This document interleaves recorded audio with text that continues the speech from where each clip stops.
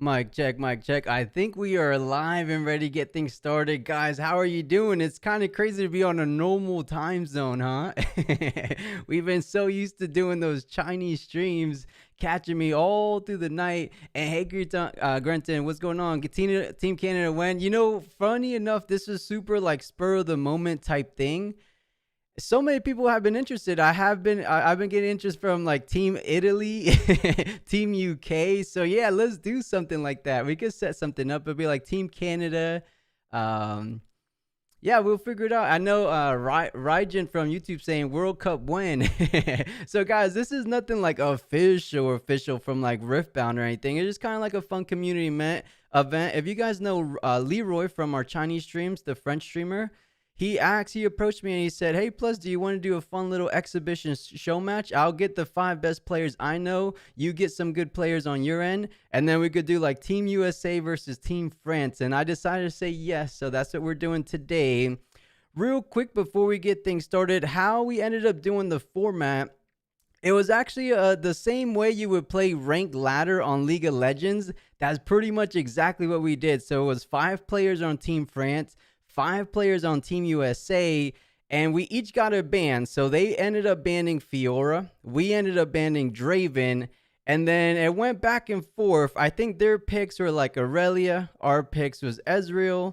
Then they pick Ornn. Then we pick Kai'Sa. So on and so forth. You guys will see what legends we have. But we got some really good matchups. Some of them are going to be live. Some of them are going to be pre-recorded. But they're all live to you guys. I don't even know why I said that. So we'll see. The only little sad thing about today is I couldn't lock in any casters for round 1 and round 2 because this time zone / day, guys, it's a Wednesday, chat. It's a random Wednesday, so no one could come through on a Wednesday. But I do have 2 fantastic casters coming through on round 3, and they'll be with us all through the rest of the round. So round 3, 4, 5, Alguito and W Keen are joining us. Round 1 and 2 is going to be more of a casual commentary back and forth between me and you guys. But I'll hold it down. I'll hold it down. So we're supposed to get started in about a minute. Let me just get confirmation if Leroy's in chat. And by the way, if anyone speaks French and will want to tune into the French stream, they should be on Twitch and probably on YouTube as well. The rift don't stop. Yeah, Mitsu, welcome on in. Physical game. Adam, it's in TCGA, so TCG Arena. I was about to ask if it was cam or TCG. Yeah, it's TCG Arena. We do have some of the player cams to get kind of the reactions live. But yeah, it's not webcam. And real quick, chat, since we're doing this kind of live as we go, I'm going to tag Leroy and tell him to join the thing. Because we're supposed to do it together so that one stream isn't ahead of the other one. And spectate. But guys, who's been doing some pre-release events? I finally been able to get to them because finally, you guys know I was doing the Chinese streams on the weekends, but I had one on Monday, I had one yesterday on Tuesday, and I have another one on Thursday, so I'm catching up to you guys. I'm good for judge calls, just watching at work. Oh, Mitsu, thank you so much. I'll try my best. We didn't have any judges for today. These guys are pretty good. I've done 3, going to my 4th tonight. There we go, Arski. Leroy's in. Okay. All right, chat, if you guys are looking to join, or not looking to join, let's go ahead and start a little bit of the background battle music. And then let me tell Leroy I'm ready when he is.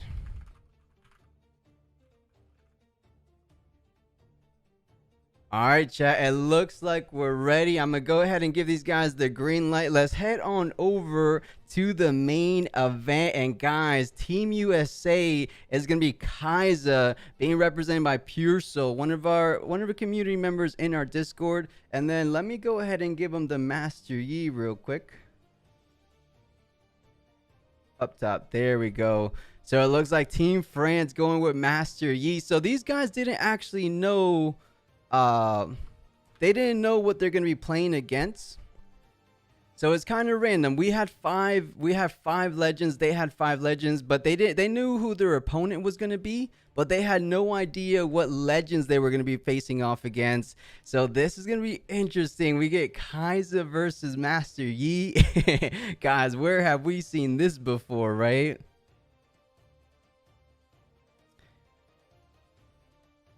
And taking a look at the hand, it looks to be kind of standard on both sides. It looks to me like one of them might be on Aurora, because big dead blooms plus find your center. That kind of signals to me that you're trying to ramp up to a certain time, to a certain rune account, right? Go all the way to 9 runes. All right, looks like Pure Soul from USA will be the first to score, as he has the Kai's already on the board, most likely going into Reaver's Row, scoring that very first point. And of course, chat, I've been so used to the Chinese streams that I haven't even counted the points. Let me go ahead and get that together. I'll count the points for us today. You know, this is like a little intro to the Cash Cup, so it gets me back into the swing of things. Is this for set 1? No, John, this is set 2. It just so happens to be that both set 1 legends are on the feature table right now. And two pods, this is TCG Arena for those don't know, but it looks like a big old whopping Dead Bloom Predator gonna be coming straight for the dome of Kaiser. Thankfully, there's gonna be a Reaver's Row, allowing that Kaiser to retreat back safely. Unless there isn't a Dead Bloom Predator, because yeah, I was about to say, I think there's some little bit of lag going on. Because if you guys know, they're literally in France. We're over here in the States, so there should be a bit of a lag as we're seeing Dead Bloom. And yeah, that's what it is, because it looked to be somewhat of a lag going on. And exactly right, Patrick. It's a set 1 game and set 2. If you guys see, there's cards like Piercing Light. I think that's actually the only set 2 card we're seeing right now. But let's see, it looks like 1-to-1 tying things up. But you do have the Ferris Forerunner easily enough to be able to push up to the Valmon's lair. Buzz likes to get the card draw instead. Okay, fair play to him. Goes up to 2 points himself, so getting the slight upper hand. And you know, if we're looking at Master Yi's hand, he doesn't really have anything besides those Dead Blooms. I say that, but Dead Blooms are some ferocious units, so this is going to be tricky for Kaiser. We know the old school meta. In set 1, Master Yi would tend to get the upper hand on Kaiser. So perhaps it could be a little bit of an uphill climb, but let's see how it ends up panning out as we're dropping 2 centuries to get this turnover with.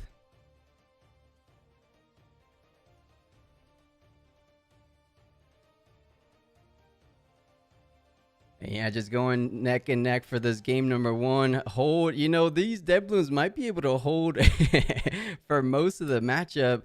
And oh my goodness, chat, we kind of spoke it into existence. We said Dazzling Aurora was nowhere to be found, but luckily for USA, he didn't have the runes to play it, but the Dead Bloom Predator number 2 coming down, taking down the Survivor. And man, Master Yi setting up quite the fortress of a wall on Reaver's Row, on Valmon's lair. This is going to be a tricky nut to crack for Kaiser, but she has a couple spells. The only thing here is those Dead Bloom Predators have deflect, right? And that is like the big arch nemesis of Kaiser decks. Okay, but she's sending everything to the right, so trying to trade 1 for 1, which is interesting.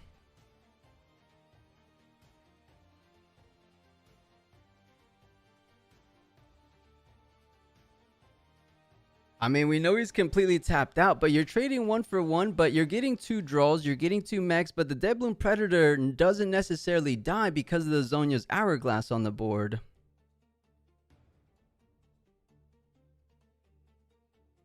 And Adrian, this is set 1 leaders, but this is definitely set 2. We're in set 2 if you see like a Piercing Light in one of the hands. Oh, he's trying to not trade 1 for 1. The Stupefy might be coming out. You pay the deflect cost with the legend ability. And actually, it's going to be a Hex Tech Ray to do 3 damage. Wait a second. I'm confused. 6, 7, 8. It was, oh, Master Yi ability. Of course, I am a dodo. So yeah, Dead Bloom was actually defending for 10 might, of course. So you have to do the 3 damage to bring it into the range of trading 1 for 1. And Magical, what's going on? And Lodi Dodi, I completely forgot to say what's going on, Lodi. Good to see you, by the way. All right, the Yordle, but man, these dead bloom predators might be the most. They might actually be the fairest foes of this matchup. But okay, the double Yordle just to get a lot of draws, and that's what Kaiser is notorious for doing, is getting a lot of hand size, getting that advantage nice and early, setting up a decent board presence. But if I'm being completely honest, that pickup off the top is not feeling too great for us. A charm from Master Yi might just be disastrous for this back line. Nox is hopeful, most likely not going to be Silly Light of the next turn. But perhaps with enough spells, right?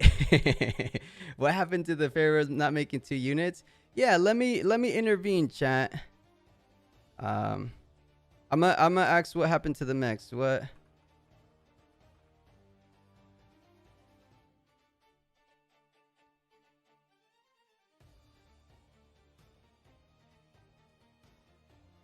And there he is, chat. He just realized it now. And hey, you know, no bias or anything, but we got to keep it clean, right? We got to keep it clean by the rules. It wasn't no intervention. It wasn't USA trying to help Team USA. We're just trying, you know, I'll blame chat, you know. Exactly, Dynasty. Good to see. Good to see. All right, this is getting a little bit out of hand. Kaiser at 2 points. Master Yi all the way at 5 total points currently.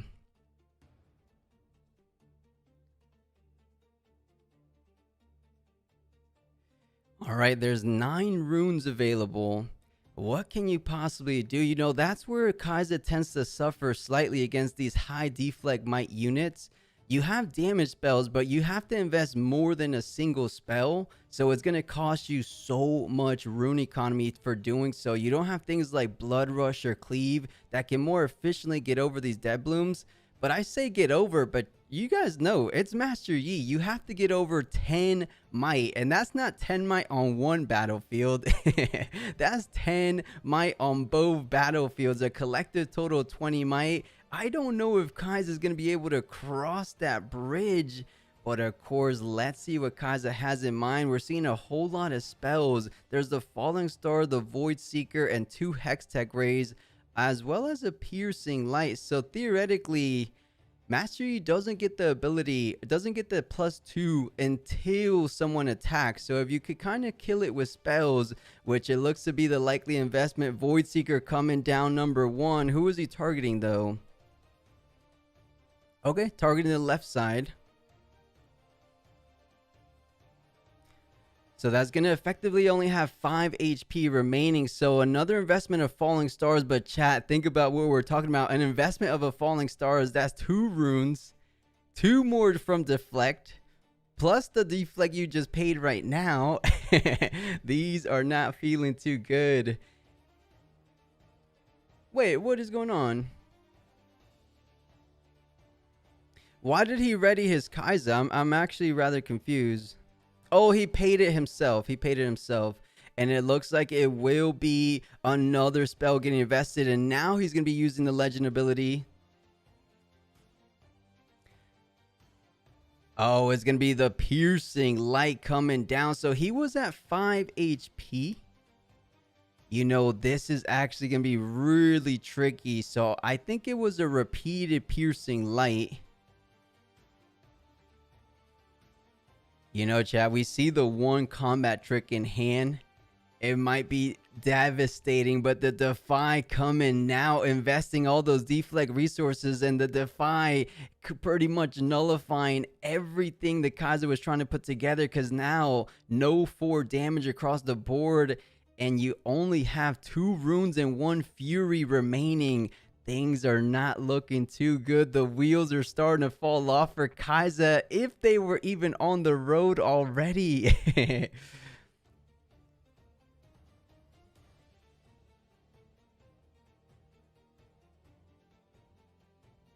And it's not deflect 2, it's definitely deflect 1. I meant collectively, right? It's deflect on both sides, so it's pretty much like deflect 2. That's what I was trying to hint at.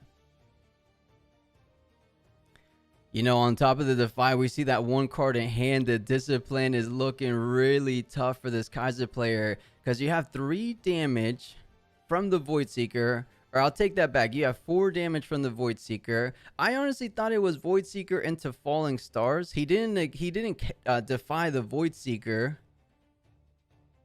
Oh, he's sending a double mech, but it's on Reaver's Row. I'm wondering if you had to invest the spell into the Valmon's Lair one.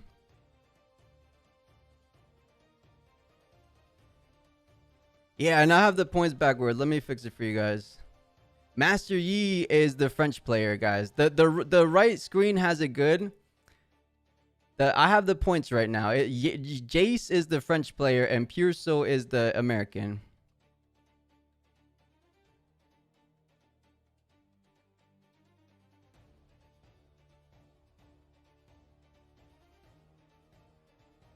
So you do go up to 3 points, but that's not just feeling too good. I mean, he's going to be trying to hold because Master Yi doesn't get the ability on the attacker cores, but puts in another Noxus Hopeful, I would imagine, but sends in the back line. But he's defending for 4, 3, 7 plus the 3. So he's defending for 10. So this is looking rather tricky as a hit off the top is going to be the Sabotage. This is a really nice Master Yi build. I've been saying it before. Strictly in those Chinese regional streams, I feel like Master Yi is definitely a bit criminally underrepresented in the Spirit Forge meta. He's still a beast of a legend. He still has a great legend ability, and he has some of the great pairing color combinations. We're talking about body, we're talking about mind. So this is, not mine, we're talking about Calm, but the Charm, we said it was about to do work, and Charm coming out. Let's see who's going to be targeting. The Noxus Hopeful. These plays are looking insane for Team France. The Charm to take the Noxus Hopeful, leaving the Reaver's Row at 6 defending might. The Doubloon Predator coming in. This is looking like not all but over, but going to 7 points, and Jace is extremely ahead. I think this might just wrap things up. A Sabotage at that. Yeah, looks like he's revealing the hand now. Yeah, Mitso, it was triggered from the Doubloon Predator. He managed to kill one Doubloon Predator, but to be fair, this is a slightly unfavorable matchup for Kaiser. Traditionally, you guys know how good Ramp Master Yi has really done in the past, especially against the likes of Kaiser. That was the one deck that kind of took over the legacy of Kaiser towards the end of Origins, at least in the Chinese meta for sure. And to make matters worse, the Dazzling Aurora finally hitting the board. You know, good stuff for Master Yi. He was able to do so much without that Dazzling Aurora. And now it looks like Tasty Faithful off the top. Where does he want to play it? He could play it anywhere. I think you're going to be able to hold at least one of these battlefields. Yeah, Quentin, if you're on Twitch, I believe they're on Twitch as well. It's under Leroy's stream.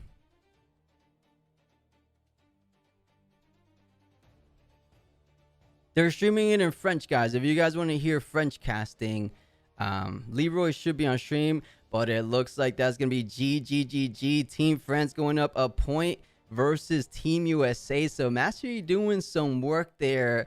I'm wondering, chat, and remember, I'm the only, for round 1, round 2, I'm going to be the only commentator, but for round 3 through 5, we have 2 professional casters joining us. But I'll talk to you guys in the meantime. What do we feel Kaiser can do? Because, you know, in the past, we've seen things like Thermo Beam.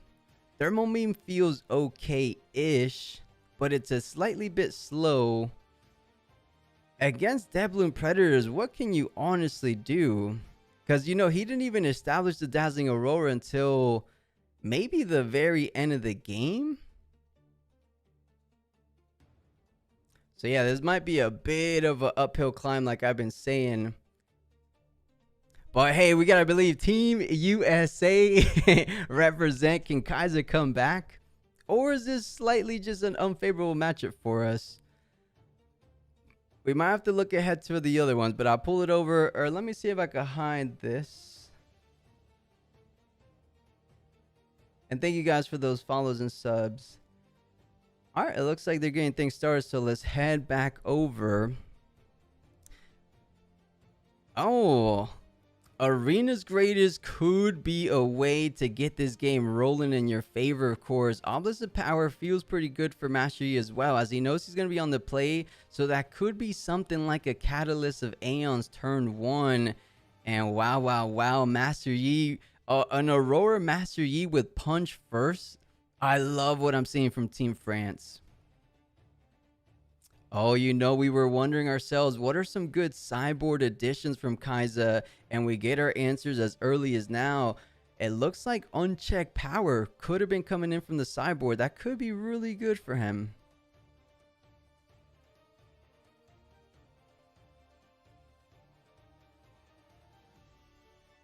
And we said it, the Catalyst of Aeon starting as early as that opening turn. Perfect curve for Master Yi. Throws it back over to the Kaiser. Doesn't have too many good units as they're only at 5. So most likely going to develop out the Pouty Portal and hit the Paz. But going up to 2 doesn't feel too bad. As we know, there's not an additional Dazzling Aurora. But tapping all 5. And of course, an accelerated Kaiser Survivor coming down. Pure soul going pedal to the metal, all cylinders on fire right now. 3-1, but of course already Master Yi trying to punish the overextension coming in and a bit itching to conquer. Completely forgot about the legend there, I wanted to say.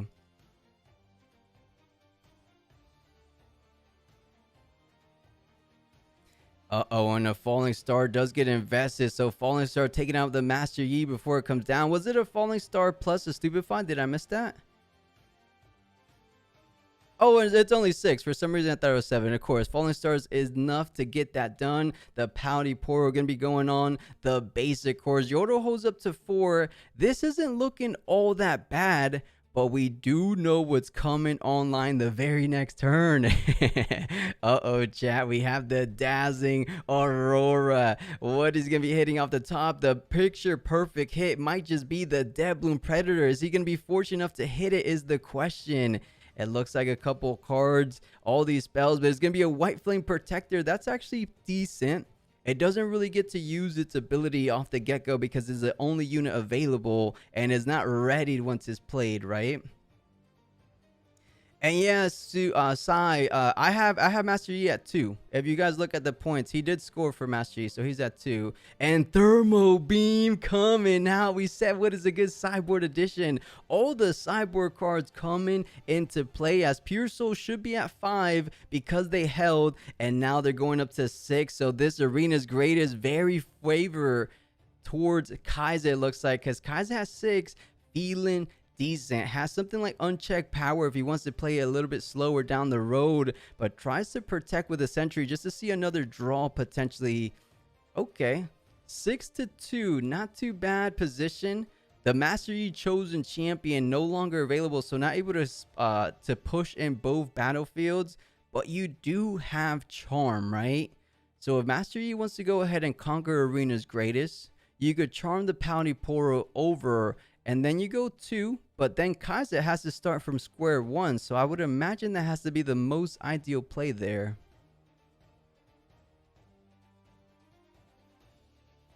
Looks like a Find Your Center will come down. Wow, an Anivia, chat. There we go. We don't ever really see it in Master Yi. Anivia do 3 damage across the battlefield. And Silent Code. This is set 2. This is set 2. If you see the Fairies Forerunners in hand for Kaiser, but the White Flame Protector does go up to 3. And chat, keep in mind, Jace is at 3. Jace is at 3. That's gonna make a big difference. I'll intervene if I need to.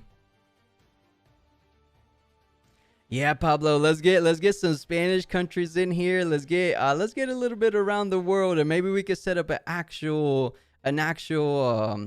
like series of countries, right? We can see like who qualifies to something like a World Cup or Riftbound, just community World Cup, because you guys know this is nothing like official, just like fun community events we like to put on.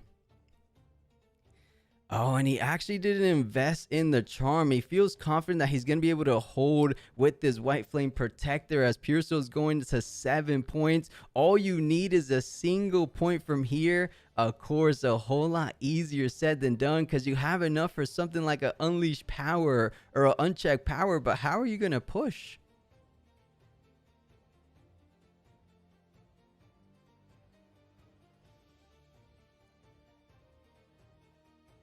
I think from here, you just try to start developing your back line. Ferris Forerunner, potentially a Ferris Forerunner runner number 2, but he's going for a Stupefy. Perhaps he's just trying to take it down, but it looks to me he was just looking for additional cards. So Ferris Forerunner, and he's actually 1 rune shy of something like...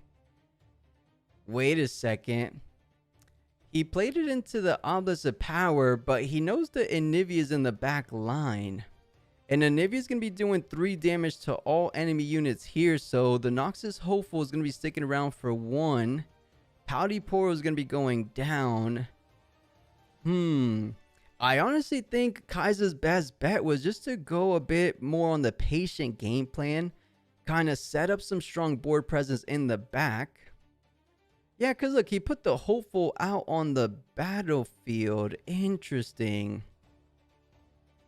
Wait, the Noxus Hopeful on the battlefield seems like a bit of a overextension, because you have nothing to defend, but it looks to me you're trying to get a retreat off. You're trying to bait in the Anivia, get a retreat, get the extra rune. Oh, chat, you know what he's trying to set up? Or you know what you could have set up? Oh, no, never mind. That was last game. I thought he had a time warp in hand. I thought for some reason he had a time warp. I'm like, you're at 7. All you need to do is get to that, get to 7 in time warp. But it looks like Jace will be going up to 4.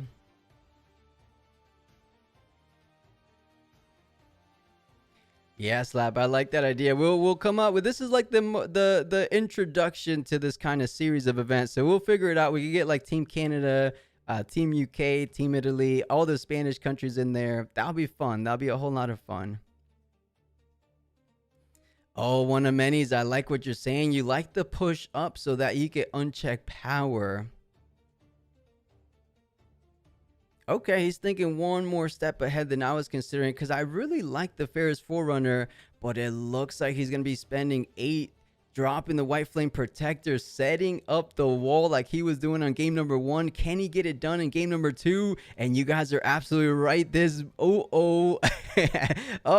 this unchecked power might be completely out of this world this next turn. It looks like there is no not so fast. Actually, you do have a not so fast, but it doesn't target a single friendly unit. It targets the whole entire battlefields.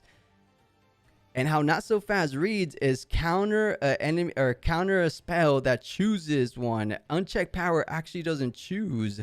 So here it is, the unchecked power coming down. Windwall's a 3 energy. You don't have 3 energy, so every single unit gonna be obliterated, sent to the shadow realm, if you will. And that is a huge swing of things. Poro is exhausted, so you're not able to conquer. But if you're able to set up one more unit, there he is. So that's setting up for the immediate 1-2 push. And there is no units available for Team France. It looks like Team USA is going to be coming back with a 1-1, bringing us to a game number 3. And guys, he couldn't win wall. Win wall's 3. He only had 2 energy, guys. DN, he could have win wall. He just didn't have enough energy. He was 1 rune short. Thank you, Kaio.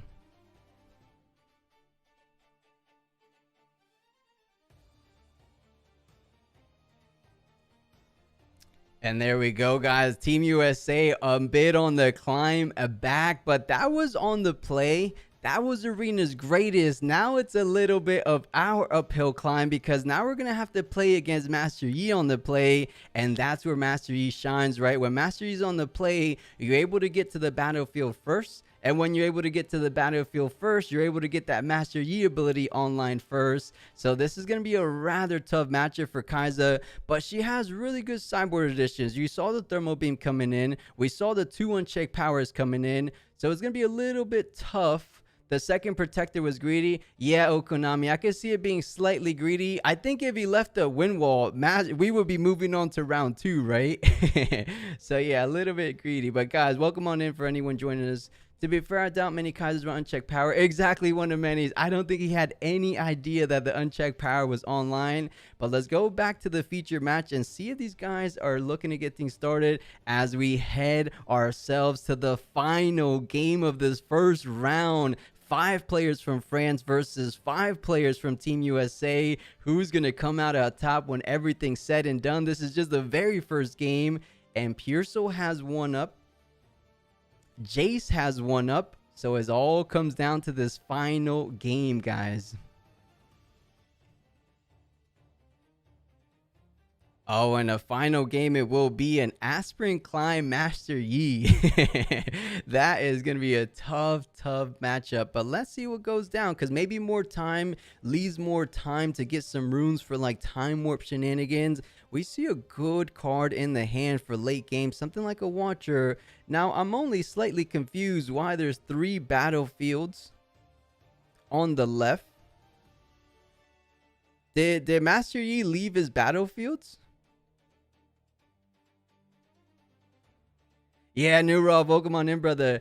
I messaged Randy. I just hope he doesn't headbutt me. Yeah, New Raw, let's talk about it. Let's talk about it, New Raw. Italy versus France, just like in 2000. Oh, I love that. I love that, New Raw. We could do something like that.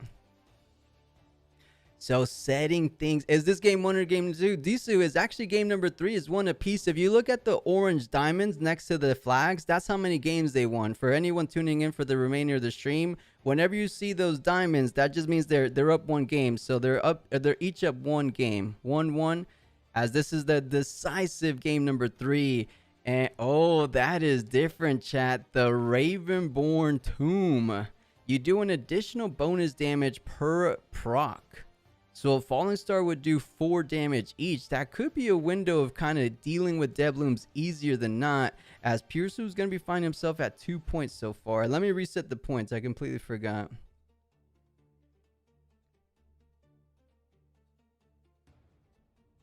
Ravenborn, yeah. Ravenborn Tome. The next spell you play deals 1 damage. Each instant of damage that spell is increased by 1.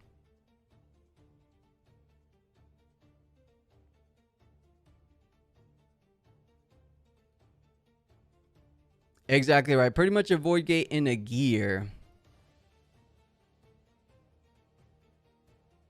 You know, there is a world that Devloom Predator comes down, and it looks like Jace is thinking just about that. So recycling 2 body down to the bottom of the rune deck, going in on the Noxus Hopeful. There's nothing Kazi could do. So Jace puts up his first point on the board, but that's all he had available to him. So the Punching Portal is going to be able to hold up to 3 points so far. Not bad, as you pick up the Falling Star. We were just talking about the Ravenborn Tome coming in, adding 1 damage per proc. That's gonna be 4 damage each Falling Star. That's exactly enough to get rid of the 8. You're gonna cost a bit of some resources in terms of rune economy, but I think taking out Devloom Predator is worth it. However, with that said, we are talking about Zhonya's Hourglass, so is it truly worth it? It looks like Pearso is going for it. So Falling Star, just to take it off the battlefield.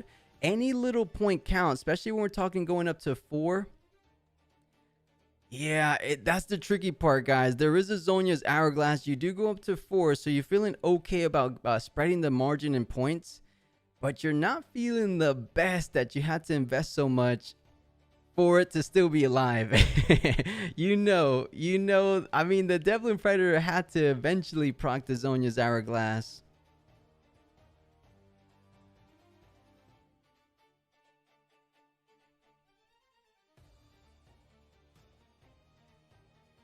And here we go. We have the Devloom Predator pushing back in. So he's going to be going up to 2 points. And I like the setup so far, but this is going to be kind of hurtful for that back line. We see a charm being set up most likely this very turn, charming in the survivor up to Devloom Predator, allowing only the Poro to survive on the next turn. And the Poro plus the Watcher actually might not be able to do too much, as the charm, as we anticipated, does come out, brings the survivor in there, and down the survivor goes. So not feeling too great. You got up to 4 points, but are you gonna be able to score anything further from here?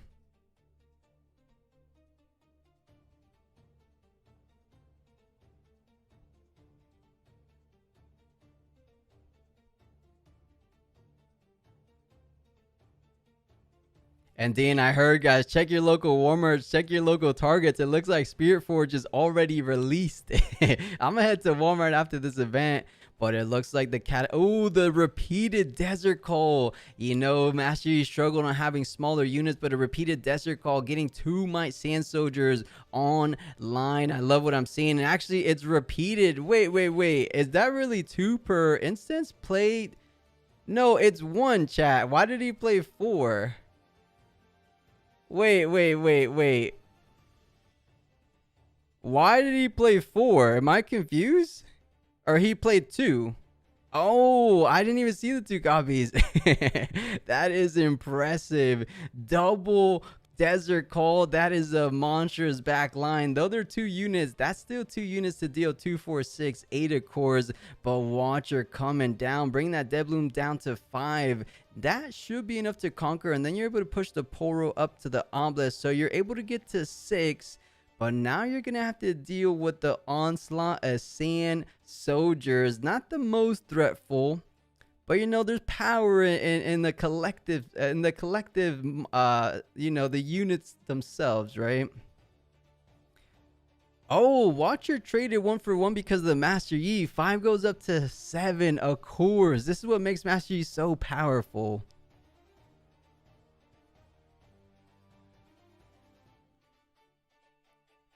You know, if Master Yi plays this right, I do see a path to victory for him, of course. He just has a great back line. He has good units to push onto. Punji Poro is going to be trading 1, but that will be enabling Jace to go up to 4 points currently. So Team France tying things up effectively, especially when we consider the fact that there's still a chosen champion in the zone for Master Yi, as he, of course, just gets played out right now. So this is looking good. Master Yi finally feeling a bit in the driver's seat as they have full control of both battlefields and has more backline units. And of course, Kaiser only has 8 runes to work with, dropping the Sentry, dropping the Noxus Hopeful, and that's as bad as good as you can get. But that's going to be enabling Master Yi to go up to 6 points for the first time in this game. Number 3, going to be going on the lead. Oh, this is going to be tricky. You do have a Watcher. But in my opinion, if Master Yi wants to anticipate something like that, perhaps he just retreats these 2 Sand Soldiers, because you know they're not going to be living. So I would imagine he's going to be on the more defensive game plan.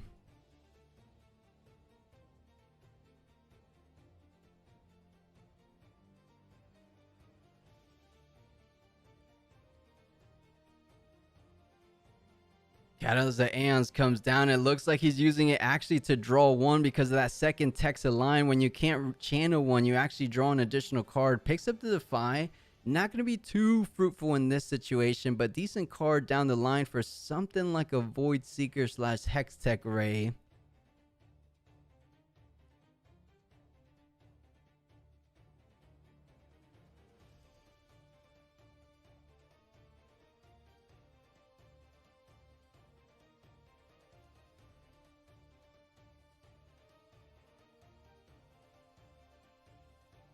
I think he meant to put the Master Yi for... Okay, he's playing the Lonely Portal. That makes sense. That makes sense. You play it onto the battlefield. You retreat your Sand Soldier. Now, the question is, do you want to retreat your other Sand Soldier? The answer is no. It looks like he values trying to hold both battlefields. And a Stupefy off the top isn't the worst. It's not the best, of course, but you're going to be able to get an additional card draw for playing it. The thing is, though, do you have to invest in the Watcher is the question. Watcher has 7 might. The Master Yi champion has 6 might. So it's going to have to be the Master Yi and a Sand Soldier invested onto Watcher. I believe this has to be your best line. Unless you want to kind of take a bit of a calculated risk. Go for a Stupefy. Pick up something like a Falling Star off the top. But that's a bit risky. I think I'm going to be playing with what I have in hand. But yeah, underscore, if you want to play a little bit more risky, and a Cathy and Rain off the top might just be the only out available for Kaiser, because things are not looking too good for Pure Soul.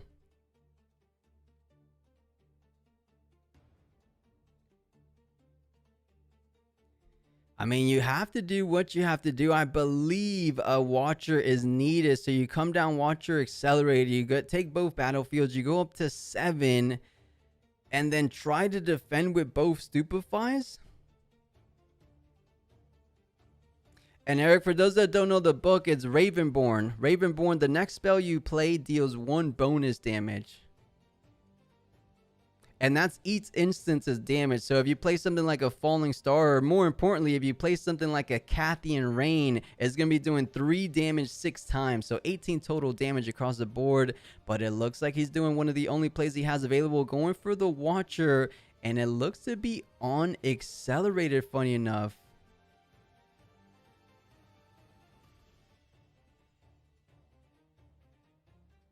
So he does have the Watcher unaccelerated. Sand Soldier going up to 3. This is very important because we see that discipline in the hand of Master Yi. Uh-oh, this could spell trouble. Of course, you do have that backline Stupefy just in case. But he is going to be investing the discipline right now. So going to get an additional draw. Let's see what Master Yi picks up off the top of the deck. He's going to try to rebuttal a little bit with a Stupefy, double Stupefy. So going to be picking up 2 cards.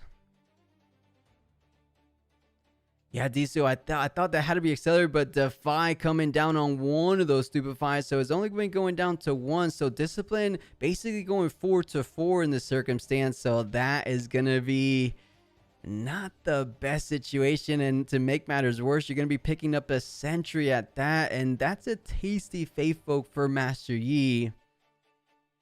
You know, Team USA all the way, but I'm only going to be calling it how I see it. Master Yi in firm control of this game with a single Sentry in hand and a tasty Faith Folk that, funny enough, gets accelerated as well. I'm wondering, chat, did you have to accelerate the Watcher? I think you had to accelerate it there. Because then at the very minimum, Watcher's defending for 7. And perhaps you had to hold the Stupefies for defense. And keep in mind, guys, this is a aspirant climb. So you don't have to get up to 8. You have to get up to 9.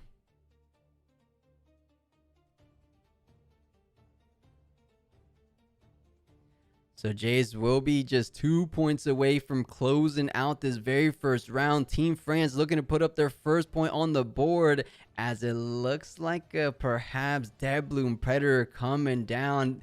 Sentry is just there for the draw, but things are not looking too good unless it's going to be a monstrous pickup off the top. Something like an Acathian Rain with the Ravenborn might be the only available out. It might cost you a whole lot of resources, but at least you're able to take down the board. 3-3. That could take care of the Master Yi. Oh, but the Zhonya's Hourglass does get hidden on the Olives of Power, and it looks like a Ferris Forerunner off the top. Nothing can provide enough board clear. This Kaiser is as good as dead, unfortunately. As we say, Team France should be going up a single game in this best of 5.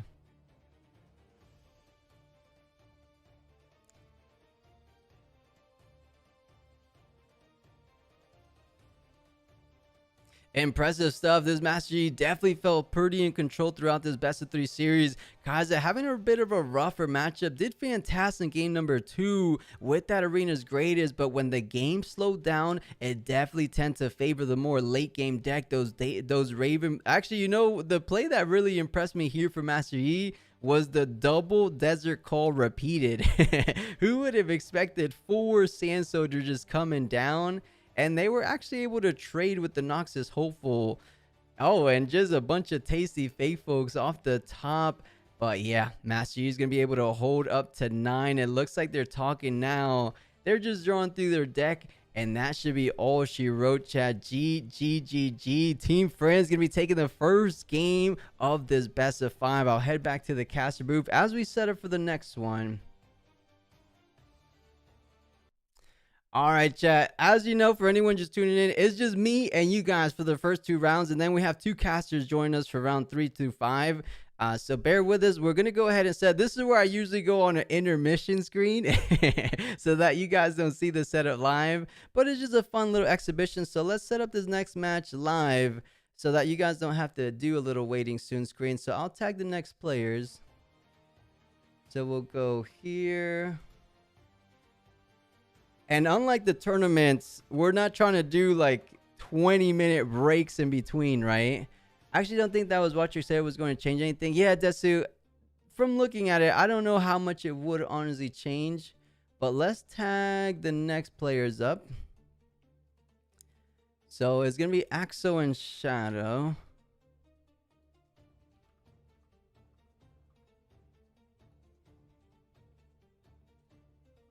Join lobby. And guys, let us know who you're rooting for in chat. Any Team USA-ers in chat. Any Team France in chat. Who we rooting for? Who you guys think is going to be taking it all the way? I'll let you guys know some of the players we have. You guys know our invitational champion, J-Chan, is playing. USA, let's go, Oblivion. You know, funny enough, I might look a bit American, but I'm actually Colombian. So, I'm pretty Americanized. Good old red, white, and blue. There we go, Unity. I think Kaiser should have waited with the first watcher for turn. She's stupefying. And here, let me kick these guys out, and then we'll join.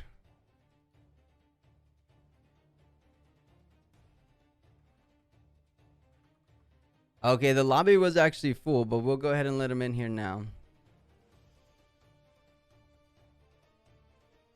What are they playing on? Alexis, this is tabletop, or not tabletop. This is TCG Arena. Just type in, actually, I think I have a command. Team Randy is here. Yes, guys, if you guys know Team Randy, or not Team Randy, but Randy, period, the silver player that played out in China, that top 4, one of the regionals, he's on Team France. So there's some lot of great players.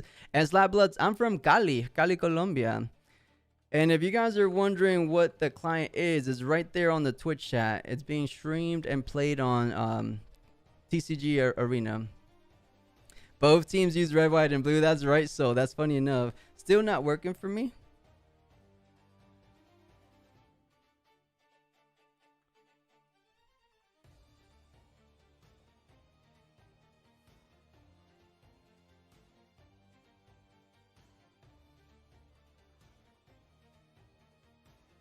And chat, looks to be a slight little issue. It looks like they can't join the lobby. If anything, I'll join their lobby. I'll tell them I'll reset.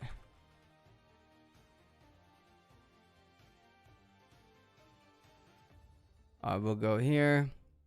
And guys, bear with us. Usually I have you guys on a waiting soon, but we're just gonna be chatting up while I do this on the fly. Nice to see a good compatriot playing Riftbound. Good old Riftbound Olympics. Yeah, Oblivion, welcome on in. So let's see, chat. Send your IDs to other players.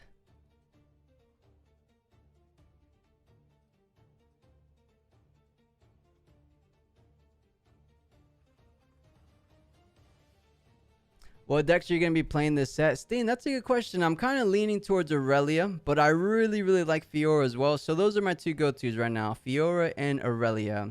What about you, Steen?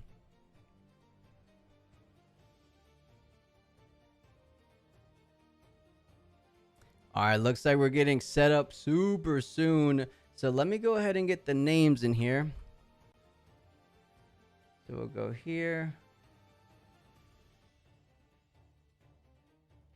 And while I do this, let's head over to spectator. And chat, I probably should have gone to a waiting screen. Doing this on the fly is not the move. I'll do it for the next round. I'll go a little 5-minute intermission. Just because I'll be able to set it up a little bit more simpler. So what is this? This is Pure Soul. Now it's going to be Shadow. And then he's going to be playing Axel.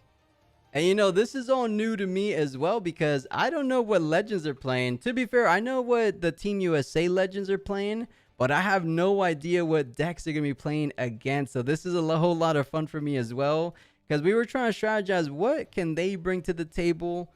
You know, what gives us the best chances from those draft system we did.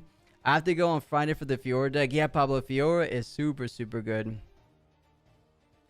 And I'll be able to tell you, oh, it looks like we have a Annie coming in. Okay, okay. I think Annie versus... I'll let you guys know in a second. Let me fix the... Yeah, chat, I should have definitely done the waiting soon.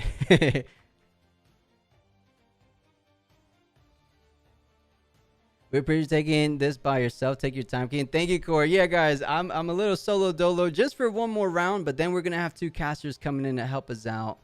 And then I'll just work on the back end so the points will be cleaner, the setups will be cleaner. So appreciate you guys bearing with me for this.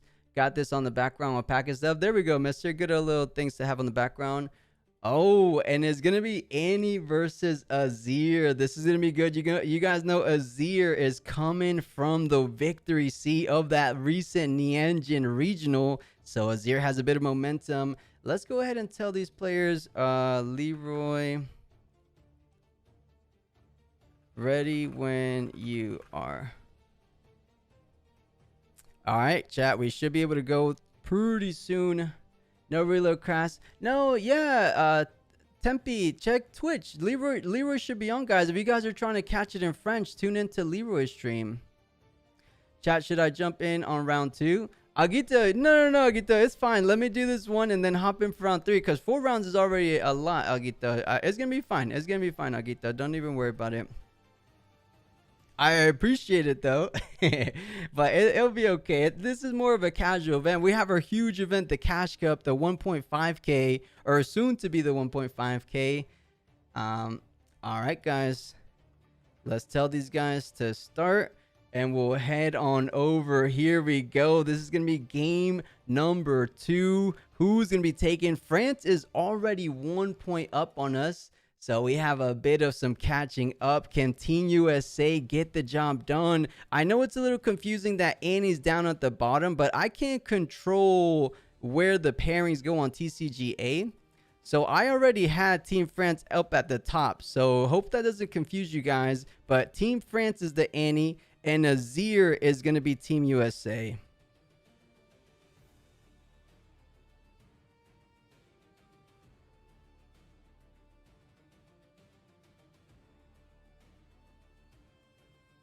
And he's starting things off just like she tends to do. That Traveling Merchant going to be first to conquer, it looks like. So Team France will be putting up the first point on the board. Let's see, though. The Sand Soldier with Eye of the Herald. The names need to be updated. Oh, yeah, the names on the thing. Yeah, I updated them above, but I didn't update them on Team France. Thank you. Good call. This is why I need the little 5-minute intermission. And looks like he's going to be using Stack Deck. I'll be able to pull up those cards real soon.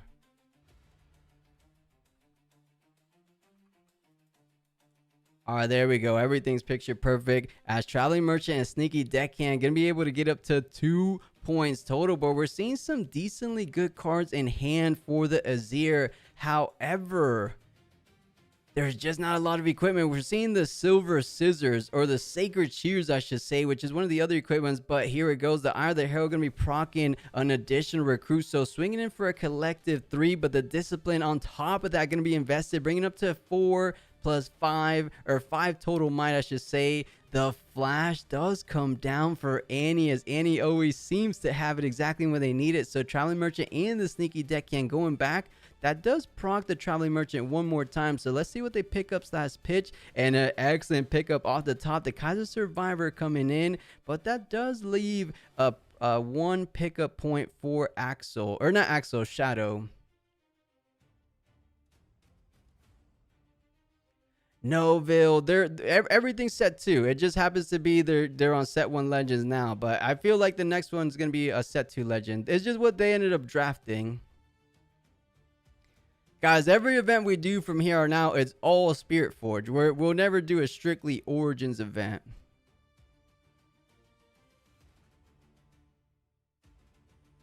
Oh, the Kaiser Survivor coming down. It will be accelerated. I think they're going to be pushing the left-hand side as Azir's completely tapped out. So trying to punish just for conquering before. So Axel into a fantastic position, up to 3 points. And if you take a look at Azir, they only have a single Sand Soldier with the Sacred Shears.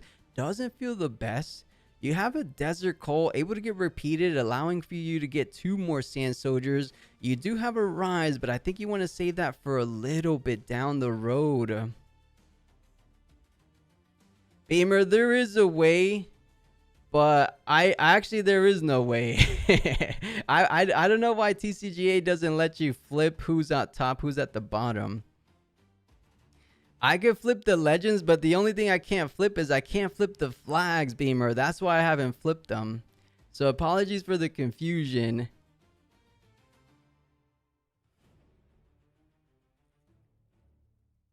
So it looks like he will be able to take down the traveling merchant, going up to 2 points himself. But the tricky part is taking care of 2 battlefields each turn, right? Because you don't have any kind of accelerated pressure, so you're forced to kind of try your best to establish any kind of board presence. Okay, the BF sword does come down, and that's decent. That's at least going to be matching, actually going to be sufficient enough to take down the Kaiser later on. And you end up hiding a hidden card, most likely going to be that hidden blade. You either play it on yourself to draw 2 plus a sand soldier. Actually, what is it? Is draw 3, right? That's what it is, the Definio. So you end up doing it on yourself for a draw 3, which is good, but things are starting to slip out of your grasp, aren't they? Because 5-2, Azir's not known as a bit of a comeback deck. It's more of like push the pace, stay ahead. But when you're talking about trying to come back from this position, it's going to be rather tough.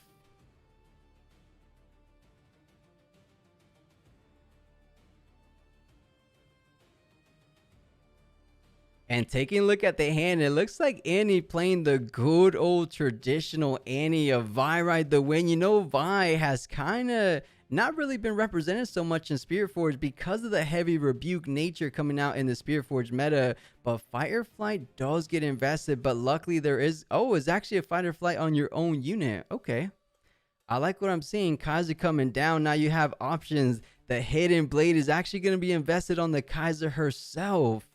Uh-oh, this is going to be disastrous for our Azir player. We see what's in the hand. The Darius comes in, accelerated 7. Might pressure is going to be more than enough to clear that Sand Soldier. But the only thing about that is now you leave Annie at 2 runes. But 2 runes is plenty when we're talking about cards like Ride the Wind. This is getting insanely out of hand for our Azir player. Ride the Wind Darius brings it up to 7 on that Conqueror on Zon Warrens. And then if you hold, you go up to 8. So if you're not careful as the Azir player, Annie might just straight up win it out right here, right now.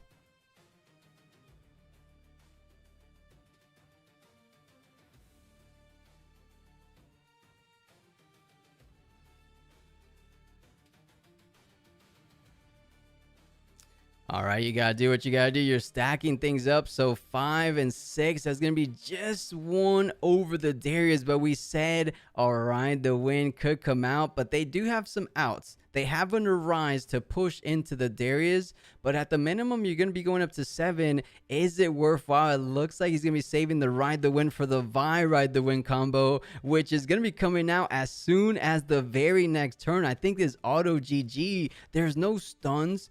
I would imagine Azir is looking for something like a Thwonk or something, because without that, you just can't stop it. But there we go. The Arise does come in to just try to set up something on the other battlefield.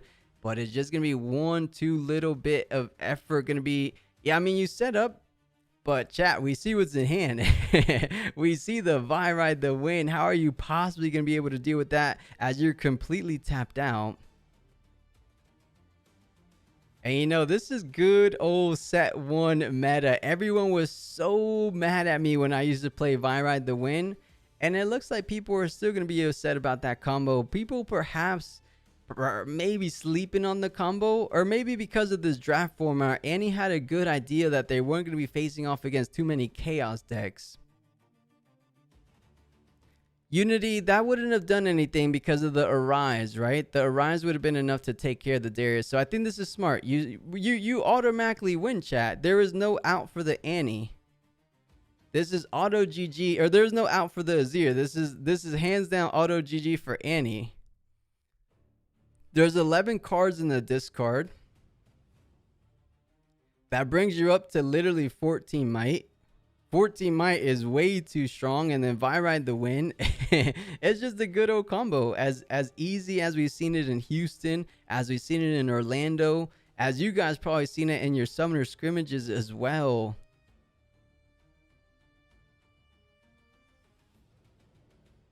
Yeah, CJ, we trust these players. I told them not to stream snipe. I would hope this is just a friendly exhibition. if you're gonna cheat in an exhibition, then you have some other issues to deal with, honestly. But there's just 5 players. If this was a full-on cash tournament, yeah, we wouldn't be showing the hands, as we won't be showing the hands on Saturday. But this is just a fun show match to display some talent from the US, some talent from the France. And yep, the ride the win combo, the good 1-2 punch, gonna be able to get it done. Annie gonna be scoring her first point for Team France, and that's gonna be spreading it a little bit in that danger zone for Team USA. If we go down 2-0, we have a really tough climb.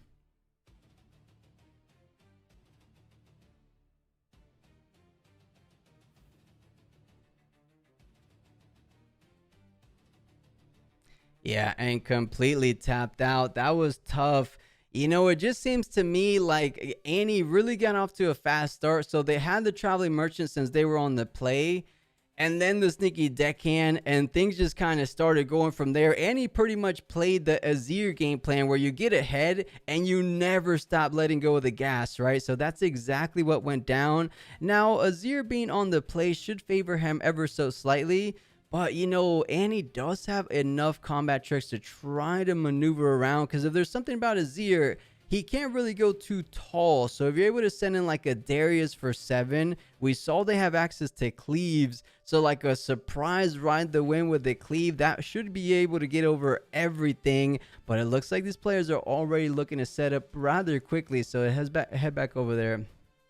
And underscore, I know it's confusing. I can't change the flags. I just did the overlay yesterday. So I apologize, underscore. I'll get it together for the World Cup ones. I'll be able to move the flags for the next rounds. Not the next rounds, but for future games.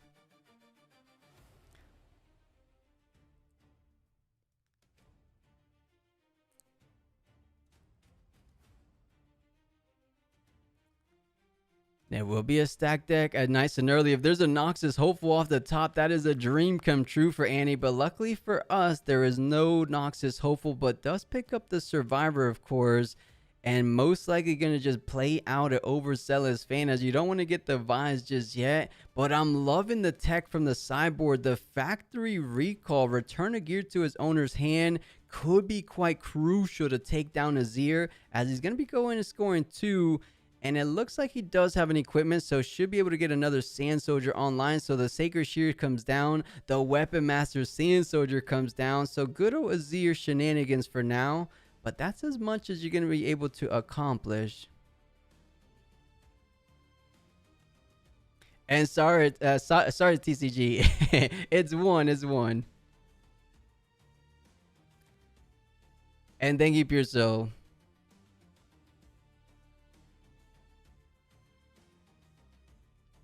This is the worst position for Azir. It looks like being on the play definitely does make a bit of a difference.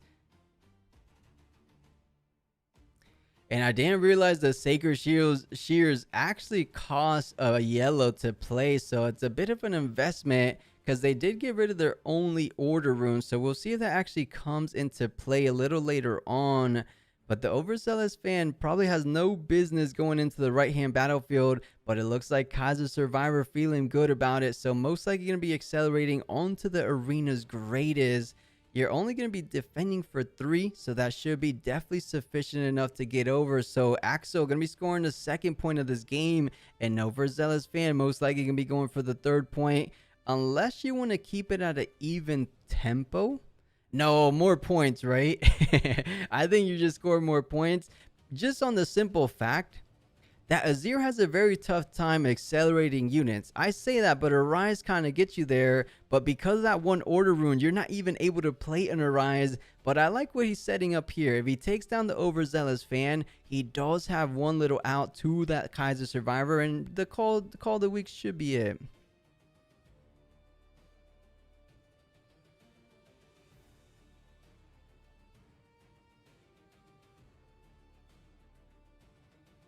Oh, look at the plays, chat. I see what he's thinking. He's thinking about factoring recall just for the 1-for-1 trade, and it is going to be the factory recall. So back to the hand, but of course, good old Defy. This is a green deck. People tend to forget Azir does have access to calm abilities. So down it goes. You're going to be going up to 3 points. Not too bad. And now the board clear is inevitable. The call of the week coming down, taking care of the Kaiser Survivor. Unless he wants to repeat Desert Call, I think it's good to get rid of the Kaiser Survivor, as we do see the call getting played out.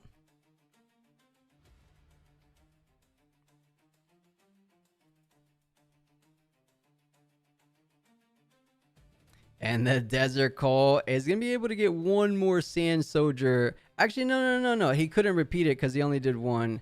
So in that circumstance, why didn't you just pay one for the Sand Soldier? Wait, Chad, I'm confused. Why would you play Desert Call for a one Sand Soldier when you could just pay one for a Sand Soldier? I'm confused. I'm confused. Why would you waste the card? He didn't play a gear? I thought he did. Oh, no. You're right. He had those before. Good call, champ.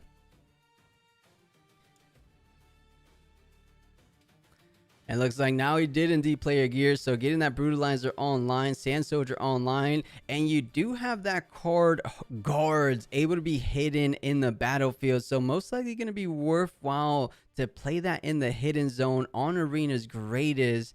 You're able to get a Sand Soldier. So you're going to be defending for a 7 might defense. That's going to be strictly right at the range of Darius. But we do see that cleave.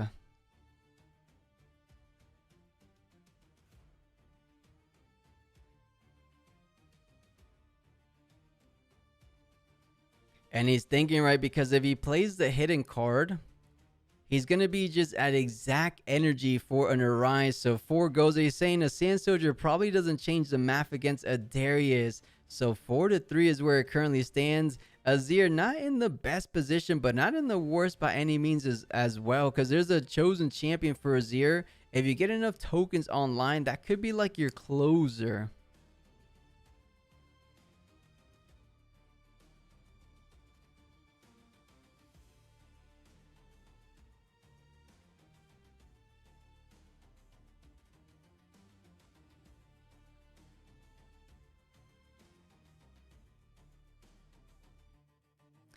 And he having some options here. You know, she has the impenetrable combo, the Vi Ride the Wind. So all you need to do is get up to 6. That's how you always used to play as Annie. You get up to 6 and you pretty much auto GG, because you know they already use the Defy. Of course, they could have another Defy down the road, but you love when they use their counters early. But the Ferris Forerunner trying to set up a defense at Arena's Greatest, and that should be a decent defense.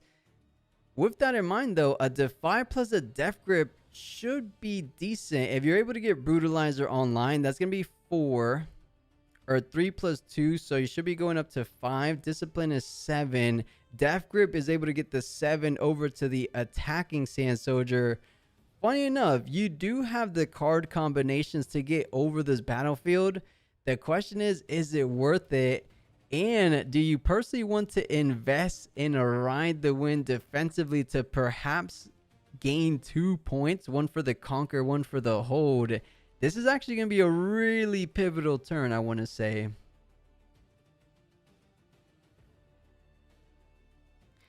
He does add the Brutalizer, so going up to 8 total might. He's trying to swing in, but he's going to need a little bit more than just that, no? 2, 3... plus another 3, 6, and then the wait, no, 2, 3, 4, 5, 6. Why did he put 8? What am I confusing?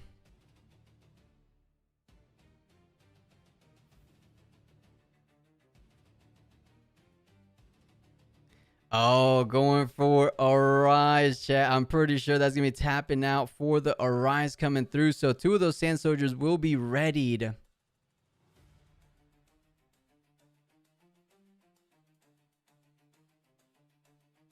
You know, that is the brilliant thing about Ferris Forerunner, though. It doesn't necessarily ever die. It pretty much has its own Zonya's Hourglass, but you do get 3 Sand Soldiers.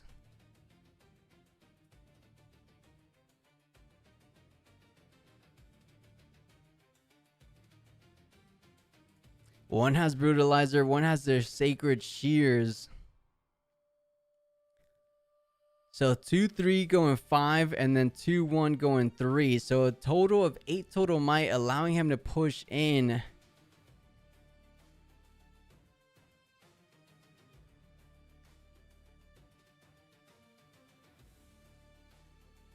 And Shadow thinking very carefully. He's like, wait a minute, you have 3 runes available. Could there be something like a Void Seeker? Could there be something like a Ride the Wind?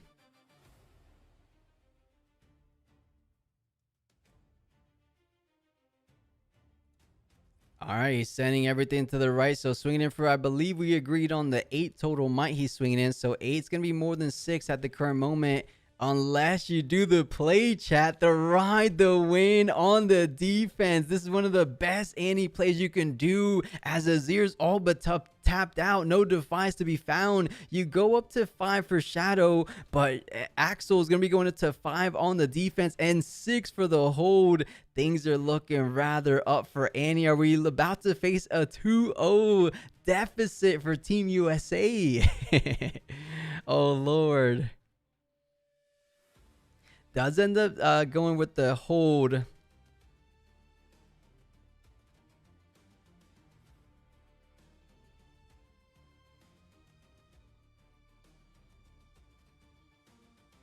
Or not the hold. Well, does get the hold, but I meant to say he does go ahead and invest in the hidden card in there.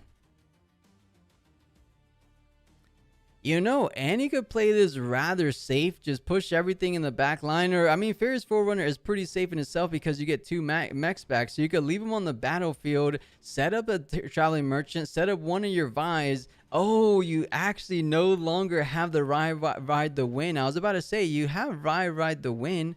Is as good as over, but it looks like he already invested the Ride the Wind. But the Vi alone is not too bad.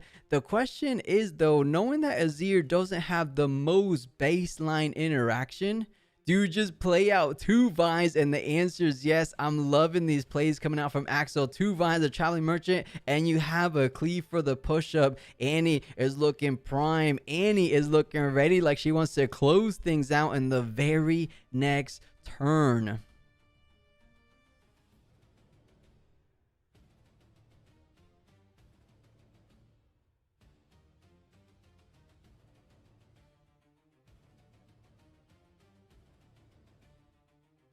Damn, what did I say? What did I say about Annie? I was playing Annie for a little bit. What did I say?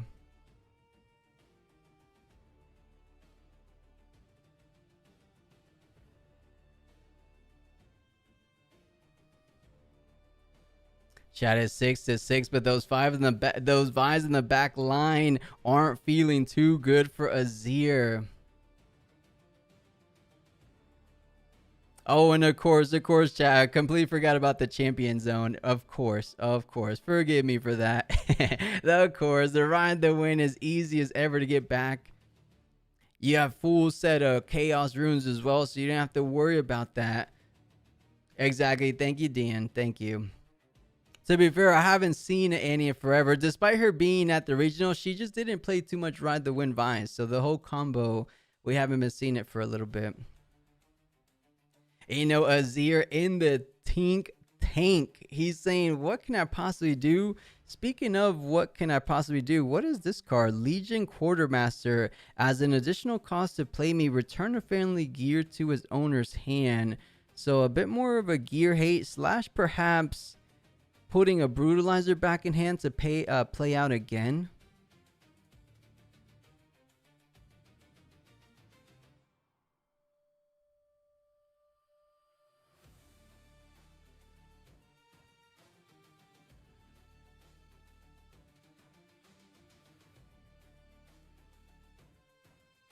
You know, you would almost say like set up the arena's greatest, try to set up for a big old hold on that battlefield.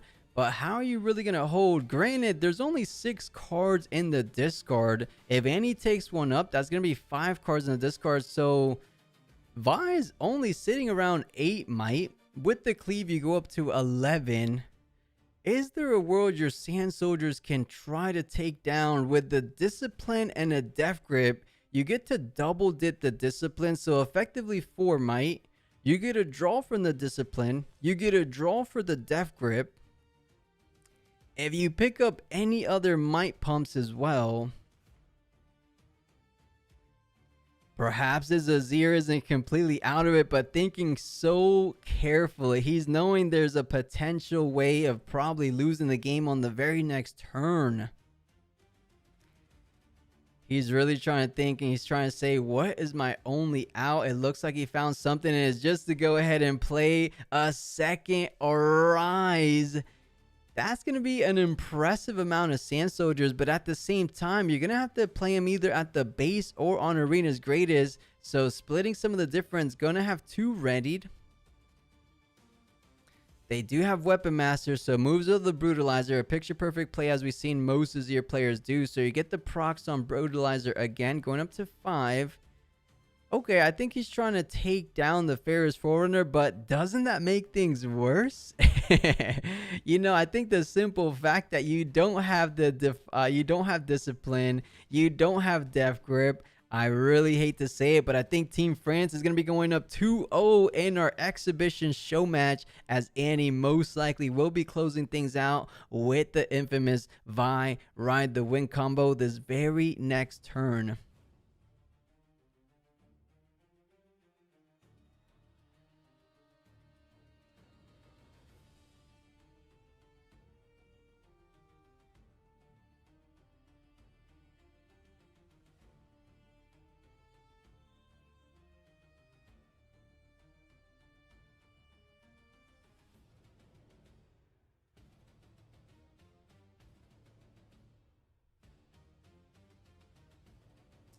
Yeah, Okami, I think the Arise could have been slightly premature. I mean, he was trying to set up a Conquer on the Dreaming Tree.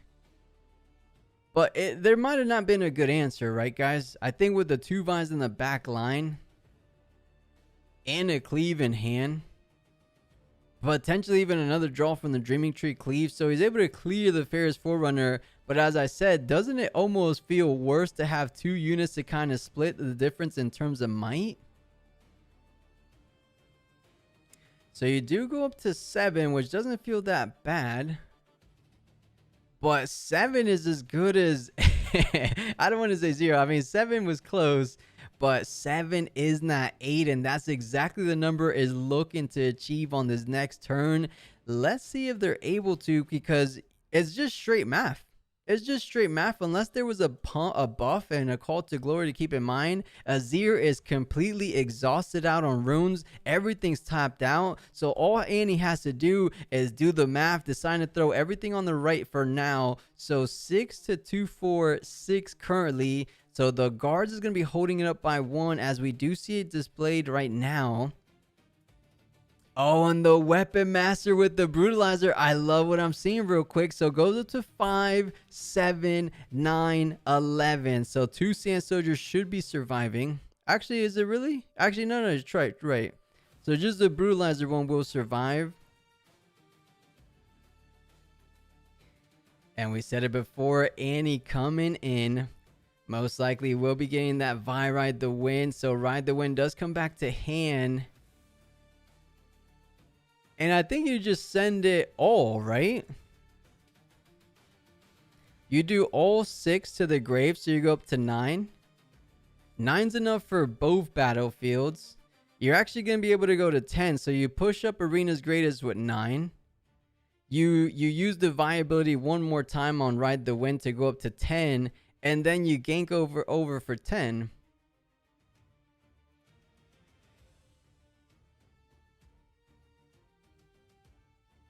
I think they see the writings on the wall. I think it's over. They're probably discussing like GG. I don't know exactly what they're saying. Yeah, Okami, you needed a defy, but that, like I said, Azir's completely tapped out. It's all but math. All you had to do is just straightforward math. Pen and paper it out. Yeah, exactly, Last Ranger. The Ride the Wind is just a little extra salt on the wound at this point, but that is GG. Axel will be bringing Team France up to 2 points versus us being at 0. We need to put some kind of points on the board. And yeah, Bongo, vive la France, it looks like. All right, guys. Let's go on a short, teeny little break. I do need a break this time, not because I need it, but I need to bring in the casters, or at least I'll see if both of them are ready. If they're both ready, I'll put them on. If only one's ready, I'll join them on the cast. But chat, let's go on a quick little 5-minute. Keep in mind, this isn't like a tournament, so it's not going to be a 20-minute break. So we'll be right back as soon as we can. And Draven is banned, chat. By the way, for anyone just joining us in, or just joining the stream, it was if you guys play League of Legends, the same system we do for rank in League of Legends, that's how we played. So Team France banned Fiora, Team USA banned Draven, and then we went back and forth picking legends, and no legends can repeat. So they picked Aurelia, we picked Ezreal, they picked Annie, we picked Azir, so on and so forth. And Job, sometimes it does that because of the dual streaming. It's like when I'm trying to dual stream, because I think I'm actually streaming on Twitter as well. I don't even know if anyone's checking this out on Twitter. I just thought about doing it for testing the waters. But chat, I will be right back. Let's go ahead and bring the casters in, and let's set up this next match.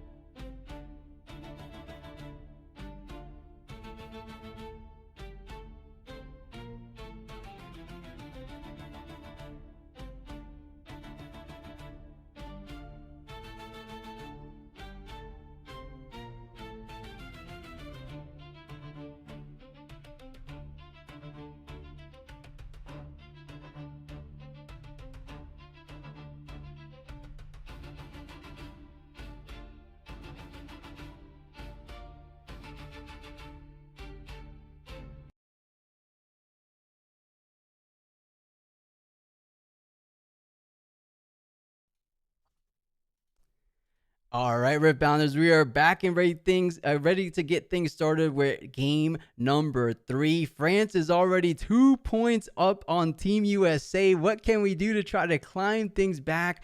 Oh, I'm muted? No, I'm not muted. Mic check. Can you guys hear me?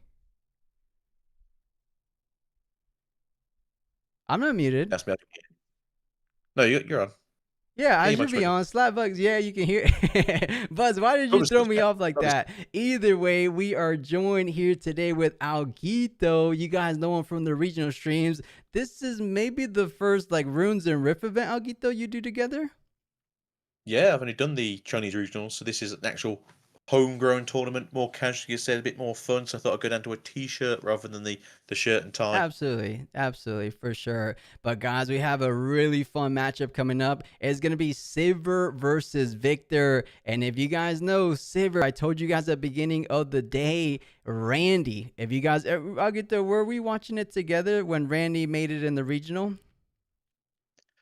Oh boy, yeah, it was a day. Yeah, it That was top good, guys. The four. same Randy that top 4 the regional. He's the one going to be playing. So let's go ahead and tell these guys to start. So I'll tell him start, and I'll hit here, and I'll get the. Can you So see that perfectly so far? they're perfectly fine. So by looks of it to me, Randy should be team captain, but I'm not too sure if that's how we're doing it currently. But I'm putting my vote in for team captain Randy. Here in chat, real second, there was a technical. He didn't download the video.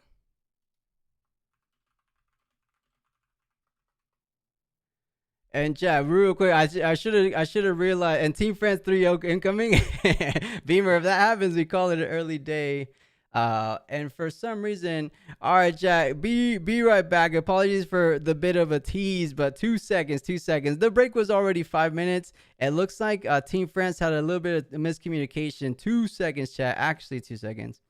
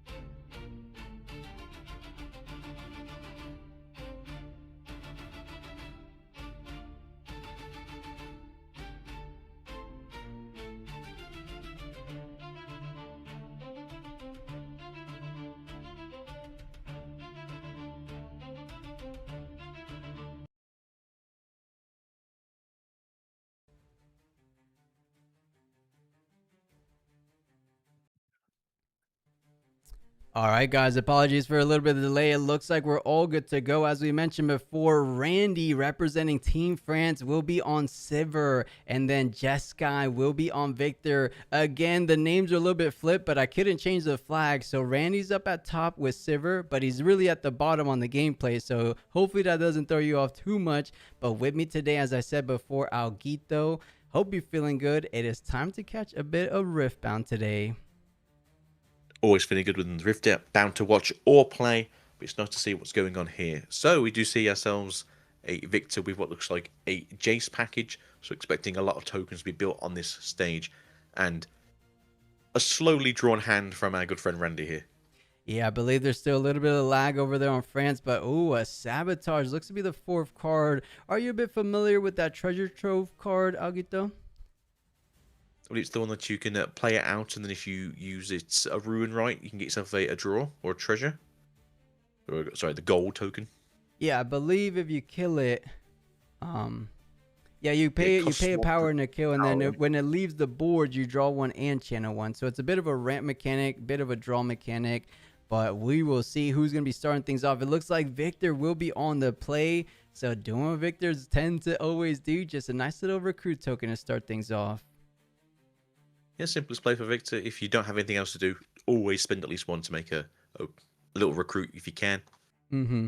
I quite like the idea of these treasure troves though on the side of Siva because it is kind of anti-synergistic with the thermal beams that you see come out from Kaisers and Annies and occasionally the Dravens, because you're actually giving me a bonus rather than actually hindering me really. Yeah, like you said, the Treasure Trove actually procs the Silver Legend ability, so that feels pretty good. And as you mentioned before, there's a whole lot of Jace in the hand of Victor. Hopefully he tries to find something like the Vanguard Armory. That's the 1-2 combo that Victors have tend to picked up in the Spirit 4 meta, as Victor going to be going up 1 point in this game number 3, or not game number 3, but round number 3 / match number 3 of this France versus USA. Indeed. Yes, hopefully we get ourselves a gear out here somewhere just so we can get those Jaces online, as you do have to kill a gear to get out the free 7 cost armory, which is kind of the play for this deck. It's not the full kill version of the deck that we've been seeing rampant in the Chinese regionals, but it's good to see that someone's doing like a mid-range build, because it is still quite a potent build, but those sabotages could come in use to get rid of those kill spells in the hand currently. Mm-hmm. Definitely. And real quick, I'll get to remember the gold is a gear, so it perfectly works with Jace. And to answer real quick in chat, yes, Mullet, this is Randy from the Chinese regional. He top forward over there in China. He's here today playing for Team France. We're seeing a Stupefy just to strictly draw a card, looking like it was a Stupefy for a Stupefy as he picks that up. And now it's back to his turn with 6 runes. He doesn't really have any ideal play. I do like that rocket barrage though to perhaps kill the Ezreal. How are we feeling about that play? Yeah, I think it's a good idea to just try and reduce the power of the Miracle Engine that Civ / Randy likes to play themselves. I'm just trying to see what costages would be here. 4 would be the cheapest here. Although if you really don't care, you could just sack off the Call of the Week first and then go for a Rocket Barrage. Just try and clear the board fully to leave Siva just fully out of units for at least 1 or 2 turns. Mm-hmm. And off the top, it looks like he didn't pass the turn yet. And off the pass the turn, he actually ended up picking up the Vanguard Armory. That is exactly what he wants. Now, do you go ahead and take the turn to just play that out?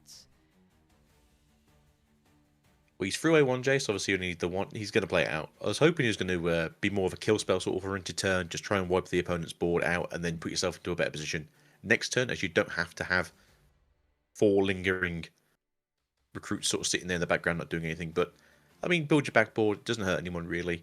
I would also presume they're running the Imperial's Degree, so that way 1 ping of damage will do enough to kill anything from either side. So hopefully we do see that come down later on if the board starts to get a bit bigger on the side of the Silver player, Mr. Randy. Yeah, you're so right. If that Imperial Decree comes online, it makes things so much easier for your single might recruit tokens to take down any single battlefield. But throwing it back over to Randy, it looks like a Sabotage will be played out, trying to take a peek behind the hand. There's some pretty good pickups. What are we leaning towards? It looks like he almost wants to react with a Stupefy, but then you draw a card. So I think you just let your opponent see your hand from this position. If I'm Randy, Oh, is he thinking about Stupefy? That's the Stupefy last straight away. card. I mean, I'd probably go for the Rocket Barrage personally, just because I don't really want to be getting the bigger units taken out or the Claw of the Week. But again, Randy's probably played matchups like this more than I have, so maybe he knows that the Stupefy comes in more often than not for the extra draw power than it is just for the -1. Mm-hmm. Yeah, perhaps it was just something of it wants to try to mitigate the card draw coming out from Victor, because Victor doesn't really have too much card advantage. So Stupefy is a way of trying to get some kind of card advantage. So I could see that a bit of a point for Sivir, but Sivir finally able to get the first point on the board. You usually don't want to push up with your Ezreal champion, of course, but sometimes you have to do what you have to do as you're trying to put points up on the board. Let's see what he hits off this stacked deck, though. Get yourself another Ezreal, which I think is pretty good here. Again, just keeping that engine going as you want to just dig as deep as you can. As we know, Punch First is generally a very safe card for you to keep here, as long as you keep one rune up and then two of those bodies around for powers later on. And pretty much that's about it for Randy. He can keep himself safe while also just slowly pushing in those points. Mm-hmm. Yeah, as you said, he does go up to 2 with that Charlie Merchant coming in. Does he want to pay the extra rune to get the... Because isn't that the Treasure Hoard battlefield? That is the treasure hole battlefield. Also, Randy, how could you? You threw away the only Punch First you had currently in hand. How could you? Right, it's such a good card. For anyone playing in those pre-release events, you guys know how good that card can be. I ended up getting 2 Punch First in my packs yesterday, and I went 2-1, so not too bad with that card. Not bad at all. So I think I pulled one out of the 3 pre-releases I did, and one of my pals, he pulled 3 on one of those days, and only ran 2. Yeah, that's ridiculous sometimes how the luck of the draw depends. But you love to see it. The scrap heat does get pitched, does 2 card draws, and it will be a on the hunt, a last right, and a called shot. Talk about getting great cards off the top of your deck. That is a hand. But Victor has a board, so it's going to be coming down super close, as I believe Sivir doesn't have anything more. And as I say, she's going to be investing another Sabotage. 2 Sabotages in the same turn. Yeah, the Blade, okay. No draw power for the Victor. I understand that, to be fair. Victor's hand is looking a bit worse for wear with only these small units. I can understand why you want to be pushing out this sort of slow down the draw power as you can. The Rocket Barrage, though, could become an issue, as well as the Dragged Under and the Claw of the Week, because you are only currently having 3 units to your name, and your opponent can get rid of at least 2 of those this turn. Mm-hmm. Yeah, I like what you're saying. Something like a Rocket Barrage, clear the Ezreal in the back. One of your units to clear the Ezreal in the front, leaving behind just a single Traveling Merchant. Looks like Victor looking to be in a dominant position if these attacks go through. And they should, because there's all but tapped out for Sivir. So does manage to get his 4th point. And I believe that was a Rocket Barrage pitch. Man, we are not catching the same wavelength as this Victor or Sivir, right? We keep thinking they're going to be playing a certain card, but they're choosing another game plan. Let's see what he has in mind, because I thought the Rocket Barrage felt decent for the backline Ezreal, no? I would have thought the same thing as well. You want to just be able to keep them off the plays, stop them from getting points as you can. Obviously, for Victor, your game plan is just move a 1 might unit into an area to take the point, and then if it dies, so be it. But for Sivir, generally speaking, I think this goes back to my video that came out today. A lot of decks aren't running that many units, so if you can keep the units off the field, you're generally winning the game that way. Okay.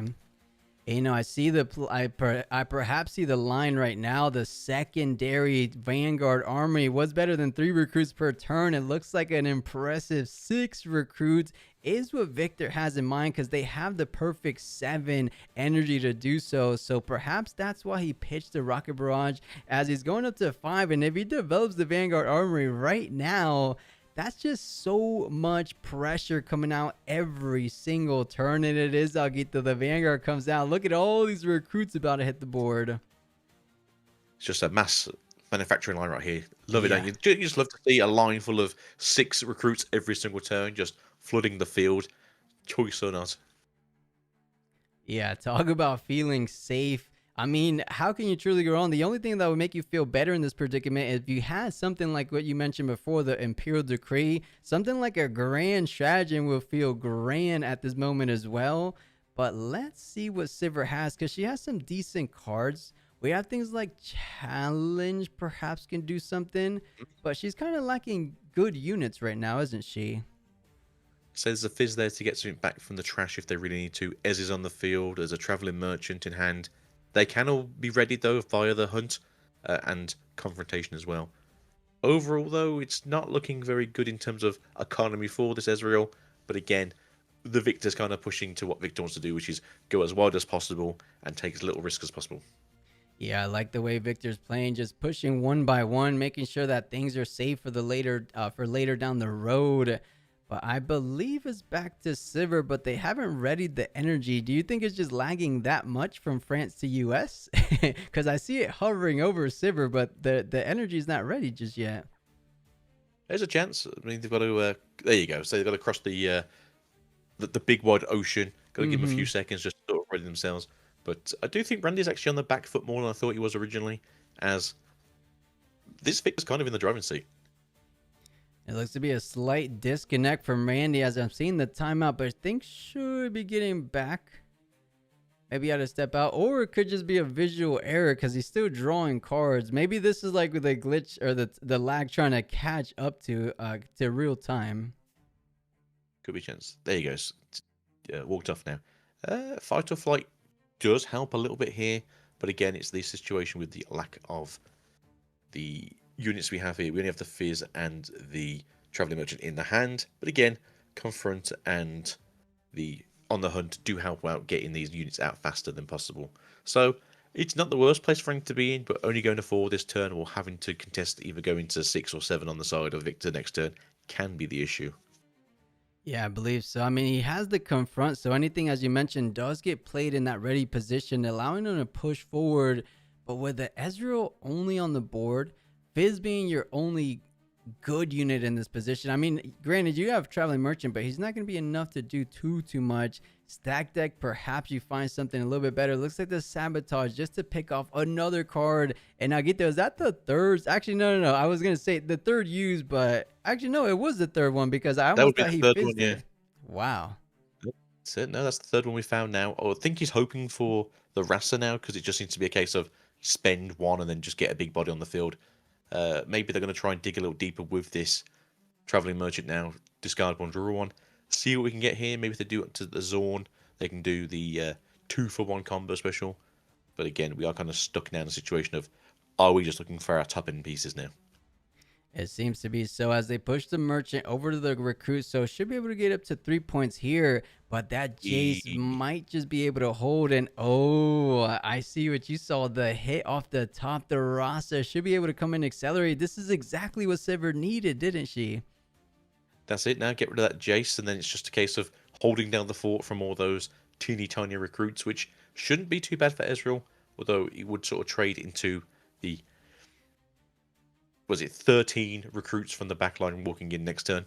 Yeah, it's gonna be a enormous amount coming through, but only 6 of them could go in. So you're actually trading 1-for-1 with the Rasa because there's only 2, 4, 6. Oh, there's 7 actually. Funny enough, because there's one left over. Yeah, you do sort of live that one. Again, if we do sort of pull the probably 1 or 2 of Imperial Decrees out of the deck for Victor, then it makes it a bit easier going into next turn. But again, looking better for Sivir all of a sudden. It does. I mean, we do have to take into account the drag under, right? Kill a unit no matter how big or how small from a battlefield. And Sivir doesn't have anything up for something like a hard bargain, even if they had it in hand. So a drag under seems pretty straightforward to take care of the Rasa, but perhaps Sivir catching wind of something like that. Gonna be playing the fight or flight hidden just in case, because drag under does strictly read at a battlefield, right? So fight or flight should allow this Rasa to come safely back to base at the very worst. Yeah, that's the plan. Obviously, as it reads at a battlefield, by the time it actually resolves, you'll be in the back itself. Although Singularity just does the same, so we can just pop it wherever it is. And let's see, it looks like one hit off the top for Sivir being Rasa, the other hit off the top being Singularity, as you mentioned. That is perfect because actually Singularity doesn't care where you're at the board state, battlefield, the base. Of course, you can't be in hand, but here is But going to be clearing basically everything, leaving behind a little old traveling merchant, staring down all those little 1 1 1 1 1s on Victor's side. I think that singularity really swung things around for Victor. yeah, it's just basically took all the wind out the sails for Sivir now. Uh, Ezreal's gone, Rasta's gone. We know there should be two more Rastas in the deck, and there's a good chance one's coming out now. But again, with all these tokens just sitting around, it does look to be sort of in the hands of Victor. As they will be going to 7 this turn. So if you can't get rid of 2, you've got to get rid of at least both battlefields now. So yeah, we don't really have any kill spells on the side of Sivir either. Yeah, the one bit of a saving grace, you do have your accelerated chosen champion. You do have something like confront. The only limiting factor for Sivir is the lack of runes. You can't really play all that out. I mean, granted, if he picks up another Rasa, there could be a world where you're taking out both battlefields. But then the clapback is what you should be worried about, because Victor's at 7 with all those recruit tokens. It looks to me like he might be wrapping this one up, but let's see how Sivir decides to play this one out, of course.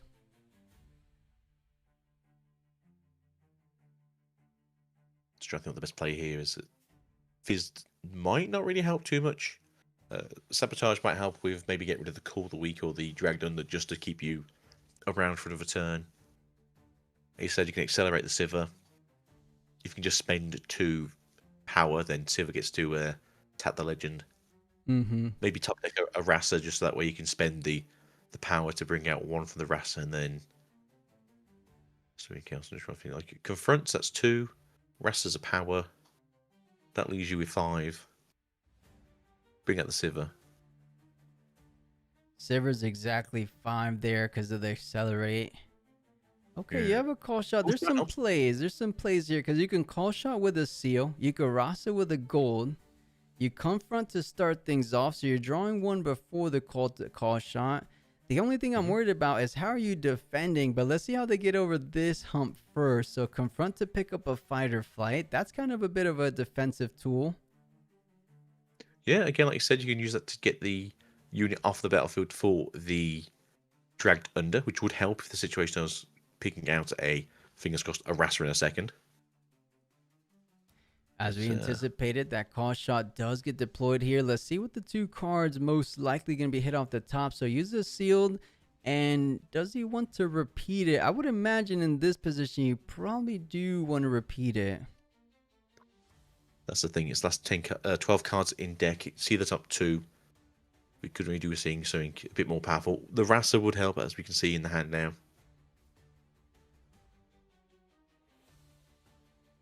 We've already confronted, so we can come in readied. Oh, double Rasa, Agito. If there's one way to get back in this game, it would be a double Rasa accelerated with the confront. Okay, let's think about it. So Rasa, that's going to be going up to 6 points. You have a fight or flight to defend. Is it just one too many recruit tokens / kill spells, though? 2, 4, 6, 8, 10. There's 12 recruits currently, so next turn there'd be 11, so you're in okay. The kill spell's going to be the issue there. Fight or flight hidden wouldn't be too bad, because that way at least you can save 1 if you try to drag under it. Yeah, They've still got enough runes to use the sabotage to get rid of 1 of kill spells. That's what I was just about to say. You do have access to something like a sabotage. If you're worried about a kill spell like a drag under, like a call of the week, might as well take it out of the hand. You could even double sabotage with a sabotage and then the fizz to bring back the sabotage. It looks like you have plenty of runes for that, because you might be going down the very next turn, so you have to invest the runes you have while you can, as Rasa does allow him to get up to 5 points now, most likely, as Victor's completely tapped out. Yeah, say I quite like your play there. Go into the fears, get your sabotage back out, basically wipe the hand of the kill spells, and that way whatever card's coming in next will be the only card you don't know. And then if it's only 1 kill spell, then it's going to be a bit harder to deal with in terms of a response. But as you said, if it is just another dragged under, they can fight or flight the other one out.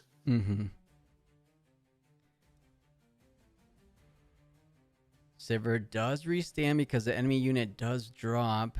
But I would imagine you're gonna be playing that other roster. That call shot doing wonders for Sivir. I think they're doing two. Okay, they're gonna be playing Fizz. It looks like, because I guess it makes sense. But perhaps you still end up playing the roster either way. But Fizz to start things off. And what spell are you getting back? Sabotage. You're right.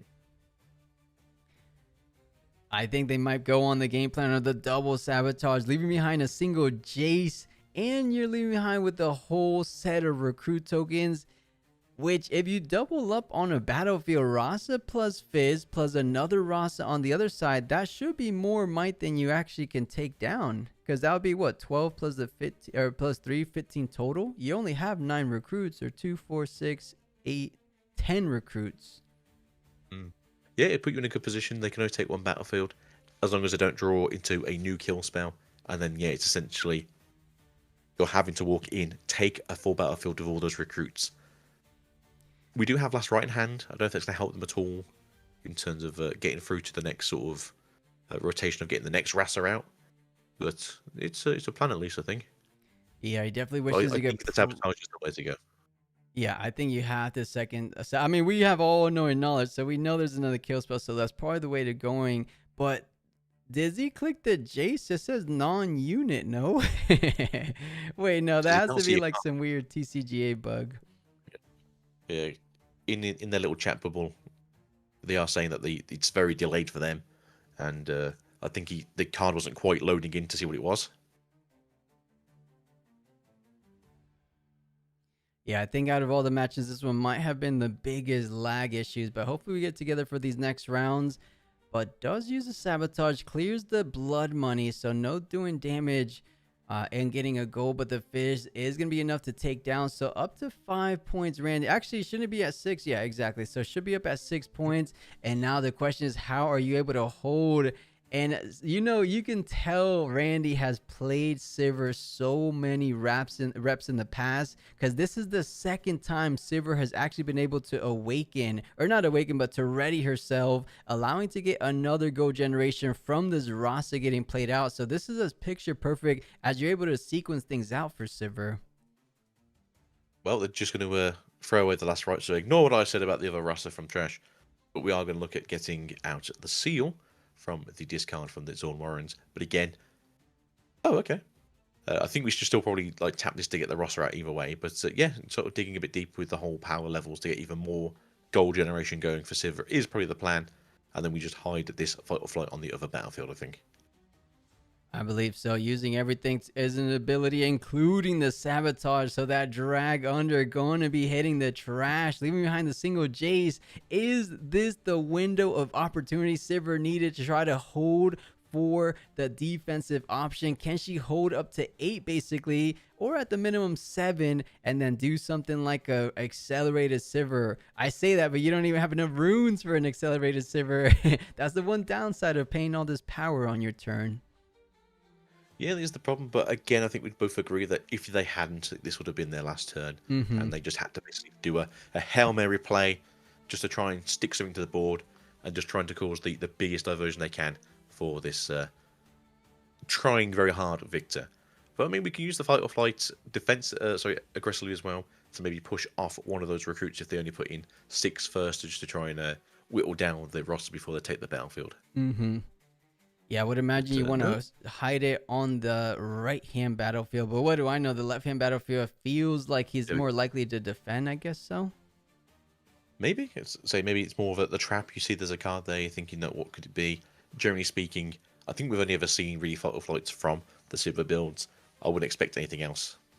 And man, Aguito, the hit off the top was going to be a hidden blade. Yes, you give your opponent more cards, but your opponent has 1 rune available. You can't even punch first because you don't have double bodies to recycle. So you're feeling good about that kill spell. Either you will use your fight or flight to save it. The objective is still achieved, right? You got rid of 1 unit on a battlefield, leaving 6 and 3. That's exactly 9 total might on each battlefield. Not on each, but collectively total on a battlefield. And you have exactly, I believe, 10 we counted recruits. So currently there is 6 on the... Hold on, my brain's gone dead. 2, 4, 6, 7. Yep, so 10 altogether. As you said, that's literally the perfect mass we need to get into here. You just then tap your armories. And it should be GG, right? So one's good. So he can't conquer both, but he's gonna be, your opponent's completely out of cards. So you're gonna be just going in, sacrificing, offering up the trade. So 6 recruits for your roster. You can't do anything about that. And then you send in 1 recruit. Gone for 7, so that way you take the roster out, keep the battlefield, get your draw for staying at 7. Ooh. Oh, even a better hit off the top. I think he's going to be able to win on this very next turn. The Hidden Blade into Stupefy should be the perfect plays he needed. That's it. You've got the 3 left in the back now. Fizz goes down to 2. You walk in with the 3, and you just take it if you Hidden Blade that Rasa off the field. Yeah, exactly right. It looks to be all but over. And to make matters worse, you even hit a better card off the top, the Call of the Week. And interesting enough, I would have wanted a Hidden Blade first, but of course, Hidden Blade is at not reaction, but is at action speed, so you're able to play it during a showdown. He's trying to see if you want to just trade the Fizz first, and that he does. Okay, brilliant sequencing for Victor, because now he's like, okay, you have a single unit. Let's just go ahead and play out either this Call of the Week or Hidden Blade, and you have that one final recruit token to do the job. And we do see the Call of the Week getting deployed out, and that should be all she wrote, I believe. Yeah, that's it. There's nothing you can do here. You can't save it with the fight or flight. It has to be taken down by the effects of the Call of the Week, as it is your opponent picks a unit, not yourself. So unfortunately, Rasa is taken here. Fight or flight becomes null and void, and then you walk that last little recruit in to take the 8th point. Exactly right, GG. It looks like Team USA trying to mount some kind of climb back, because we are down trying, but we're down but not completely out. Let's go ahead back to the intermission booth for the time being, but not too bad. I like what I saw from this Victor deck. Victor does have access to some good removal options that I feel like it could give Sivir some trouble. On the other side, what do we know Sivir has for the likes of like go wide decks? I think Sivir doesn't have too much of a problem going tall with things like punch first. But how do you get rid of so many little units? I'm trying to think. You could, if Sivir runs it, either Cannon's Barrage or the Flurry of Blades. But again, that's not necessarily something everyone runs, because it's not really something you think of. But it's probably the only thing that Sivir could really have in their deck to help sort of reduce the amount of targets that you see on the field or battlefield. Okay. Yeah, I mean, she did really good regardless. Something that does help, if you go tall on a really wide board, it's basically the same. It's just like Big Might versus Big Might. But it looks like these guys are about to get things started. So let's go back to that feature match and see what we have for game number 2 of our round number 3. If you guys are just joining us, France is up 2 points to 0 points from Team USA. So if USA loses one more game, we are completely out of it. So everything lies on the back of this Victor. Can he get the job done? It looks like Dreaming Tree and Sigil of the Storm. It looks to be very similar Sivir, if not perhaps the same Sivir we saw out in China play. Yeah, I think they parted this deck perfectly fine when they were over there in China, so there's no real reason for them to change the deck too much as it is now. But then again, I don't know if Randy is going to Bologna, and if they are, maybe this is the deck they actually just want to take with them. So play as much as you can to get as much experience as you can with the deck. Yeah, and honestly, I think this is the he is definitely going to Bologna, and I believe he might be shooting for that middle card. If not, he might feel like he's winning it all with Sivir, but it's tough because I know Draven gives a tough matchup. But let's see, it looks like they haven't decided to do their mulligans just yet. So we know that Randy does have his best of one metal card for the Chinese Sivir. True, but wouldn't it be correct to have the English and Chinese card? Yeah, that would be incredible. I know that's a bit of a feat in itself, right? Because not a lot of players travel over to China for the regionals. So yeah, that would be a great accomplishment. I would imagine Sivir should decide to be on the play because they actually just lost there in this game number 2, which gives her a slight little edge as most decks prefer to be on the play. Victor definitely does prefer to be on the play, which is why we saw him really push the pace on that game number 1. And okay, a couple cards we haven't seen in that game number 1, Wages of Pain. So it's definitely more of that Jace Armory Prison style deck, right? It's just those 2 cards and then a whole lot of removal with your recruit tokens. But that's it. You want to get that gold out as early as possible, so that way your Jace is online the second you get both of those combo pieces together, and essentially turn three, normally maybe turn two and a half, depending on where you're on the play. You just throw it down and have your day. And Victor should be feeling pretty excited about that pickup of Singularity. We saw how backbreaking it was for Sivir. What were the two units it took down? Was it a Rasa and a Ezreal?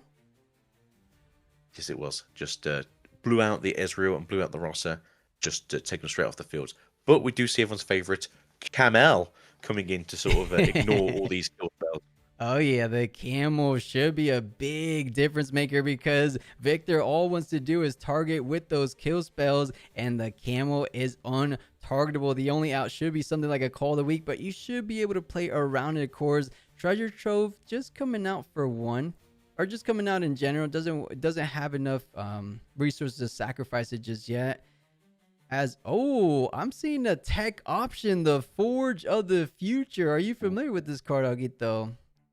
Yeah, as far as I'm aware, it's when you play this card, you may create a recruit unit, and then after that, you can kill me to recycle 4 cards to the deck. Yeah, and that's in any deck.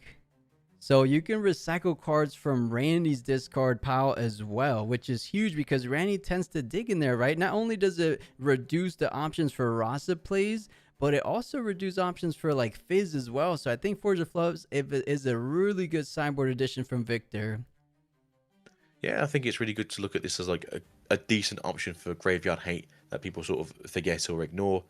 Currently used a lot of in Rek'Sai as their version of a Graveyard Hate, because at some point you just want to start churning things back into the deck, or as you said, against a purple player, slowing down their aggressive trash plays. Yeah, another good card we didn't mention from Sivir is that Unyielding Spirit. So things like Singularity, that does damage. So Unyielding Spirit would have been able to save that Rasa and Ezreal play of the previous turn. So another good sideboard. It looks like the sideboard pieces for Sivir, most likely that Unyielding, most likely the Camel that we talked about. But I mean, they're both. We're already seeing nice and early how impactful these sideboard additions could be in this game. But there's still a whole lot of game to be played out, of course. As we see, even a Fire or Cannon Barrage, I believe it's called, off the stack deck. Mm-hmm. Yeah, Canberra is really good for those wide boards. As I said earlier, it's one of those that you want to pick up, or the Flurry of Blades. Just to go back to what we were saying about the Victor a second ago, the Forge is also a gear, so you can also just use it to pop it with the Jace to get out the armory if they do come into hand Very somewhat true. earlier in the game. But no, like, it's good to see. We did see the stat of the deck coming out on the early hand for Randy, as well as these two cool shots, which is just it's just what we want to see as a purple player. Right. It looks like the deck Victor's putting together pretty synergistic indeed, but the Ezreal coming down, you got the Scrap Heap combo. Aguito, this is probably everyone's favorite play. Who doesn't like to pitch a card and draw 3 cards? You love to see it as a Sivir player. Let's see what these 3 cards are going to be off the top of the deck. Unfortunately for Sivir, you can't play anything on top of this as a follow-up play because you're completely tapped out, but you're going to have some good amount of options come the next turn. Yeah, that's it. That's what you said. You're fully out of runes for the turn, but you do have access to 3 brand new cards. And as we can all see in the hand, 2 cool charts, 1 stack deck, more of that trashing and drawing, and a fight or flight. Overall, a very good hand. I believe so. Really good hand. The only thing he has in a bit of a hindrance is the lack of runes, right? It's still nice and early. He had to use a couple runes earlier for that Ezreal. If he had more runes, he would have more options to play. But let's just see how things can play out, because it's only 1-0, so things are very nice and early. Victor doing a bit of their own card advantage type plays. The Dreaming Tree plus the Stupefy allowing him to pick up 2, and I think that's a Pickpocket. We don't really get to see that card too often. No, not too often. I do quite like seeing the yellow version of this card, which I think is like the Zorn Punk, which is if you kill a gear, you can kill a gear on your side of your opponent, which does come up depending on the deck it's played in. Pickpocket is an interesting choice. I'm just trying to think like what's going on between these two teams here, because you do have access to some more gold generation with the Blood Money. Call of the Week is also just a really good card. But yeah, I think the Victors need to start getting little points here and there, just because the Ezreal is a little bit slower on this one. Sivir is just doing their best, but you said they're not really getting the generation of the runes that they need. but they're in a fairly good point still. It's very early in this game. Yeah, and something to point out one more time for anyone just joining us, there is a bit of a lag, guys. These guys are playing from France and the other players playing from US. So I think most TCGA matches are within the same server, but when you actually have to separate the servers, it kind of causes some Yeah, kind of that is the issue hiccups and currently we have stuff. here. What was that? Yeah, that's the issue we got here. Just say, just agree with you there, and then you cut out on me. Yeah, just dinging from the European region over to the States is just obviously a little bit of delay. Mm-hmm. I'm presuming that TCG Arena is an American-based web browser as well, so there is going to be a little bit of delay between the two players. And even with Discord, you do get that occasionally. Funny enough, I believe it's actually from a French developer, but either or, Uh-huh. same idea, same idea. There's two separate players from different sides of the world, but it looks like he was able to get 2 points on the board, pass it back to Sivir, as we mentioned, a fantastic options or fantastic cards to have those options. But I was just about to say, I was worried for Sivir that they didn't have a purple Chaos Rune, but does manage to get one. That's all you really need to get the call shots online. But other than call shots, it looks like you're not going to be able to conquer both of these battlefields on the same push. So might as well dig for a bit more cards. And it's going to be a stacked deck. You don't feel the worst about hitting something like an Action, but perhaps not the best. The only target being that Forge of the Fluff, of course. So I don't know if I'm loving this turn from Sivir, unless we get some good hits off call shot. Yeah, it's a bit of a weird one because, like you said, like actions are very powerful cards, especially against equipment-based decks. Unfortunately, the gears in the Victor deck aren't exactly what you call powerful or needed. Graveyard Hate would obviously be very awkward for the Sivir at this point in time, but again, nothing too detrimental. But grabbing the seals and getting more cool shots going into your gameplay, getting more power used to activate your Sivir's card overall, I think is a fairly good choice to do. Mm-hmm. I do believe so. It looks like he's going to be electing to play out a trial. Oh, no. He's going to be killing the treasure trove for the time being. So up a rune and up a card. But he's only going to be able to have 2 energy available. So something like a traveling merchant might just be the only unit able to be played out this turn. The question is, do you want to push in with your Ezreal? Or are you not too scared of being behind by 4 points? It's scary to me.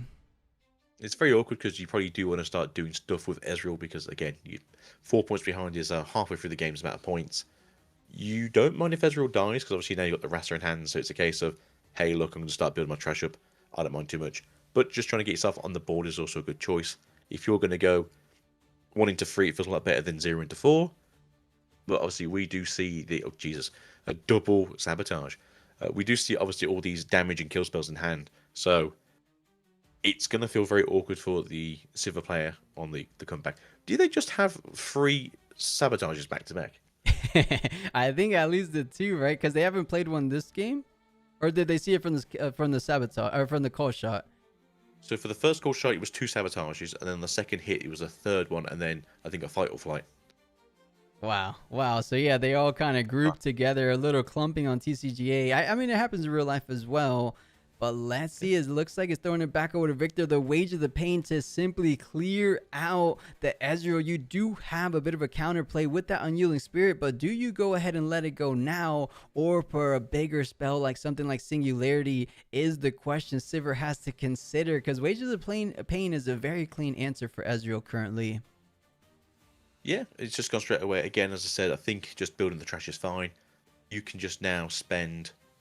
I mean, that works too. As I say, maybe you can just do 2 sabotages, get 9 cards into your trash, and then on the following play, whatever else you can spend, maybe the other cool shot, and then have Rustler come out for just 1 single power. But I'm happy where it is. Ooh, Progress Day.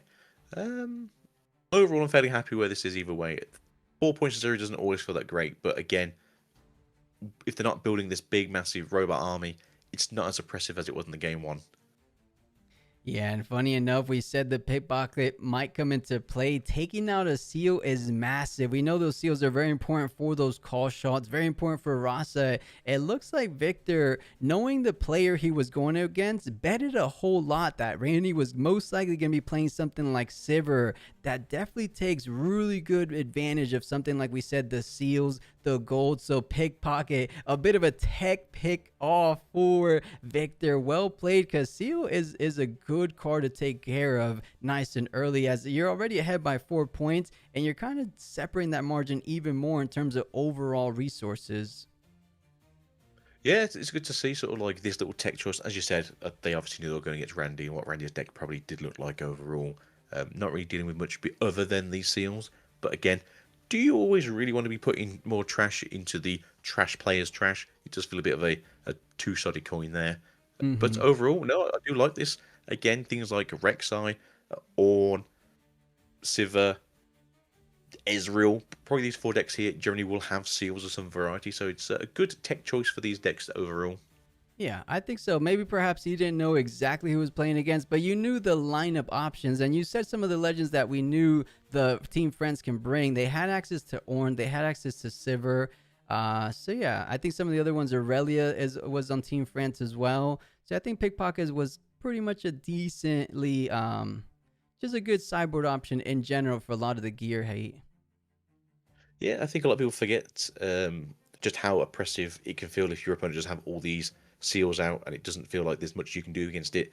Pickpocket says otherwise. Yeah, it really does. And looks to be in firm control, as they probably have something like a hidden wages of pain if they want to go ahead and invest on something like that. You could even, no, I was going to say you could probably play it on your own unit, but that's a bit unnecessary. So he's trying to close out the turn, thinking what else he wants to do. I would only imagine he's considering something like a hidden card. You have a gold, so you don't actually waste a resource for that. You could just leave the two up. You have something like the blood money. He Yeah, I almost say thought blood about money. it. Yeah, yeah, because if you move the traveler mode site, you can just blood money it and you can get rid of it. Wages of Pain, also a good card, just to sort of deal with anything that's going to walk into the area with a hidden card. Either of those seems to be a good choice to me. If you really, really, really want to, you could always just call the week right now and just say, you're just down to 0 units now. Good luck with what you can do. Obviously, we've not seen a confront yet. We know confronts in the deck, same with on the hunt, but currently not in the hand. You're absolutely right. That would probably be the best card you could pick off the top four. The Silver player, a call and confront into a Rasa, into a Ruin Runner. I believe you might be able to get all that done. Actually, you only have 8 in the drop, or 8 in the discard currently. So what would that? A Ruin Runner would be 5. The confront would be 2. Confront brings you up to 9. I think you need to somehow trade your Traveling Merchant. Actually, no, you get it done. Traveling Merchant, you discard 1. Confront is your 10th card.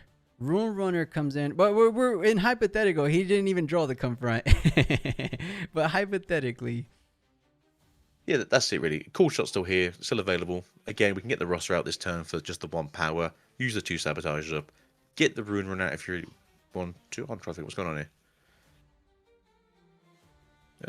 Well, you can't get the Ruin Runner because you spent the things already, but no, hold on. Yeah, you can still do this. Get into the Ruin Runner maybe. Get out of the roster for the power cost, and then you just off to the races again. Just that way, you've got 2 units in the back as well as this Traveling Merchant, which.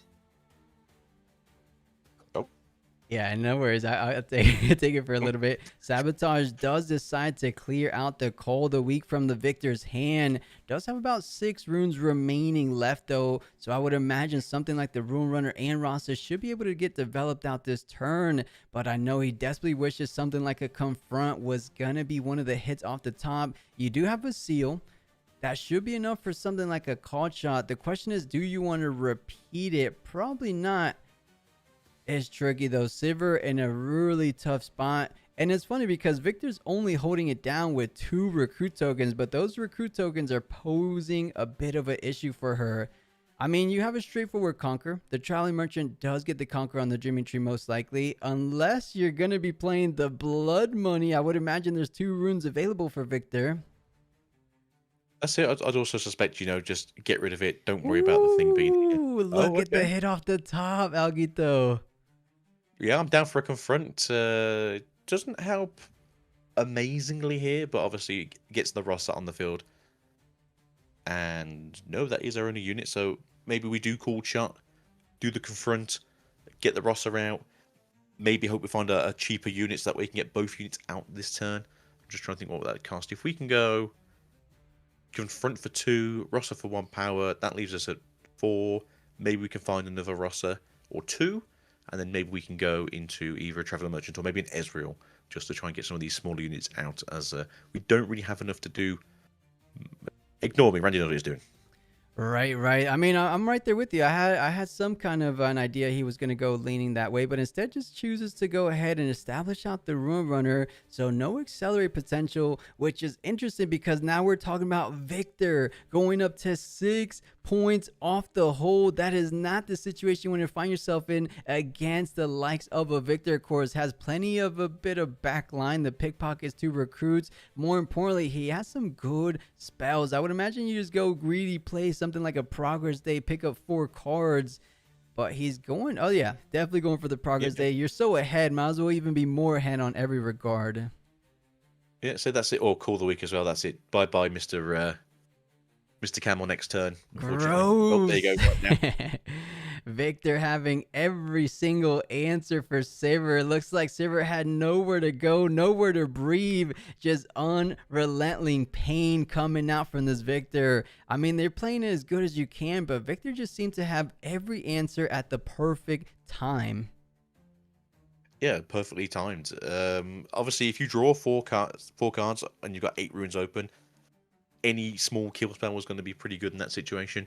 But unfortunately, it was the specific one you needed for the Ruin Runner, which is Right. just the cool.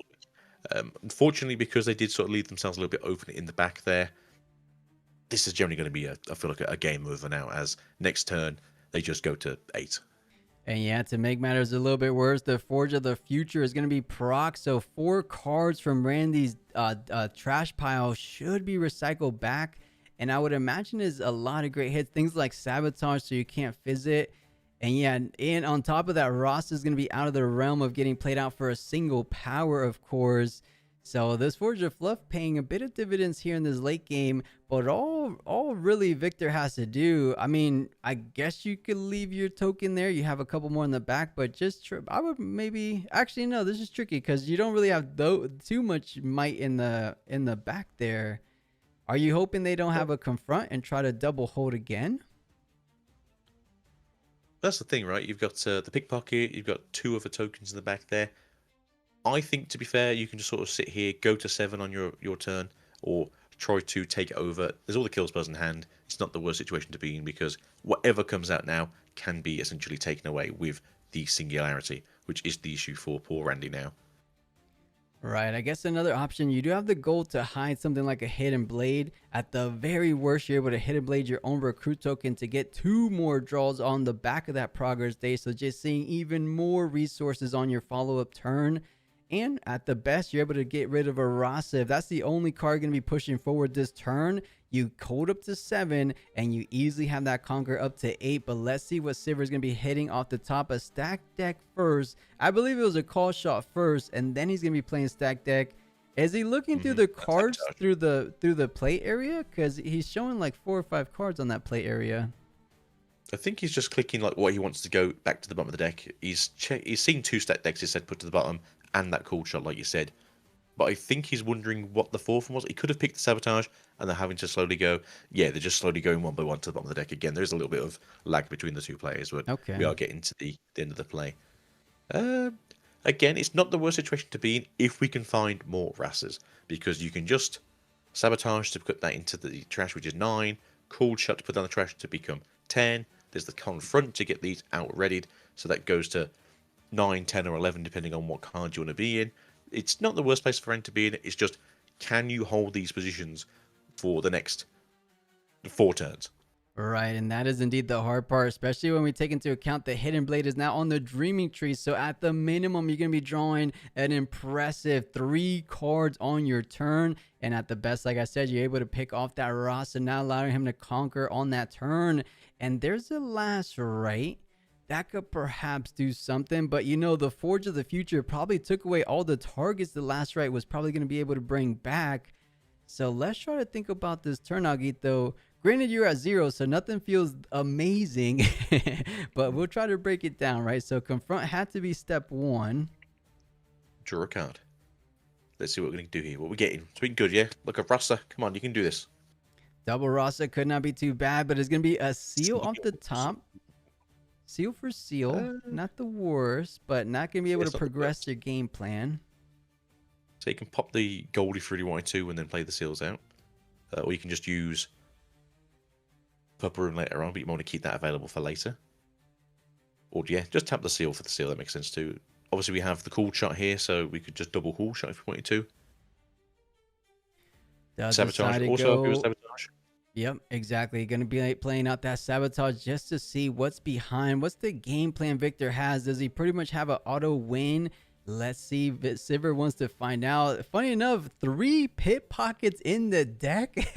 He must have mainboard 1 and put 2 in the sideboard because I don't think 3 is the correct ratio for a Victor. But what do I know? I mean, he's doing so well against a Sivir. Yeah, I presume they've just gone up against what Miracle Sivir does, or the Miracle variants who always want to play the maximum seals they can. And thought, worst case scenario is I'm taking a seal down with every pickpocket that I play, which isn't the worst situation to be in as the victor, as they are currently 6-0 in this game. Right. But there we go. Rassel's coming out now. Again, great play here because we just need to get bodies on the field. They come in readied. Part of me is like, hey, don't take the Dreaming Tree. Go to the other side first, just to sort Right. of like get pressure somewhere. Because obviously we know there's a kill spell there. And when you're thinking of blue and yellow, do you think of anything other than a Hidden Blade and then maybe Wages of Pain for a hidden card? Right, Wages of Pain, Hidden Blade, and that the very few and far between victors end up running something like a Consult the Past, but not the best because Hidden Blade ends up effectively doing about the same thing.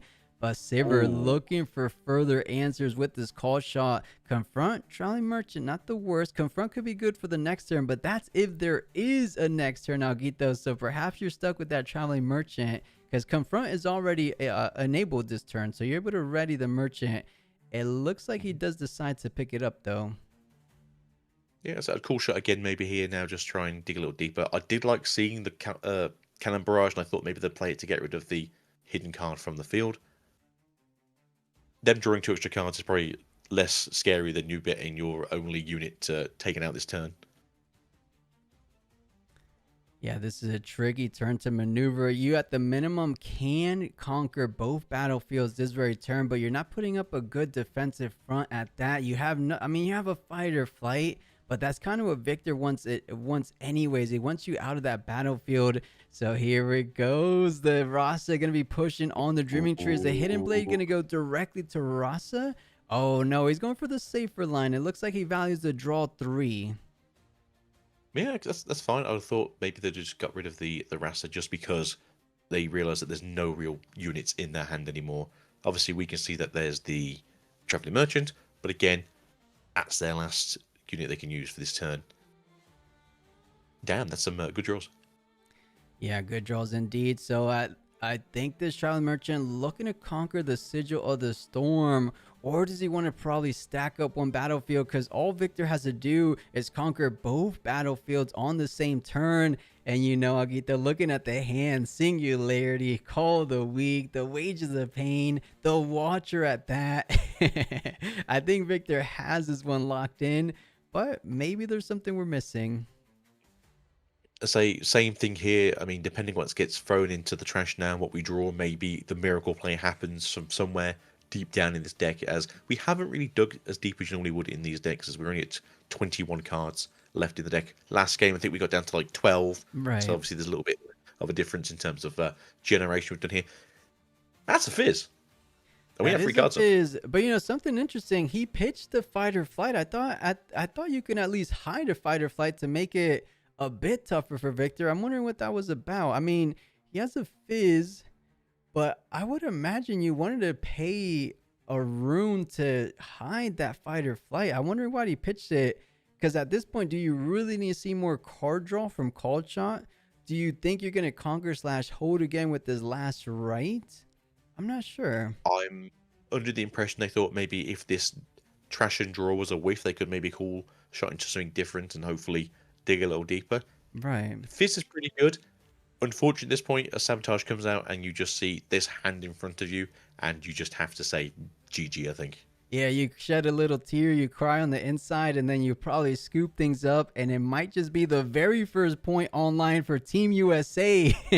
For any USA folks out there, can we make a bit of a comeback? Silver has something else in mind, though, the sabotage, to take a look under the hood. As Aguito says, you reveal the hand, and you probably extend the fist bump because I don't see a world. I mean, you give her the singularity, that's not too bad, but now you don't have the fight or flight for the Watcher. The Watcher should be able to get things done. Watcher accelerated, takes care of one side, and then Mhm. Pickpocket, two recruits, takes care of the other side.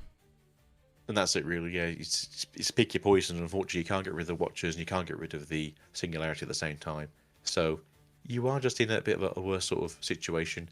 You obviously have blood money and wages of pain too to get rid of that one side to clear that board if you didn't have any other options as well. So not looking great for our poor Andy this time. Okay.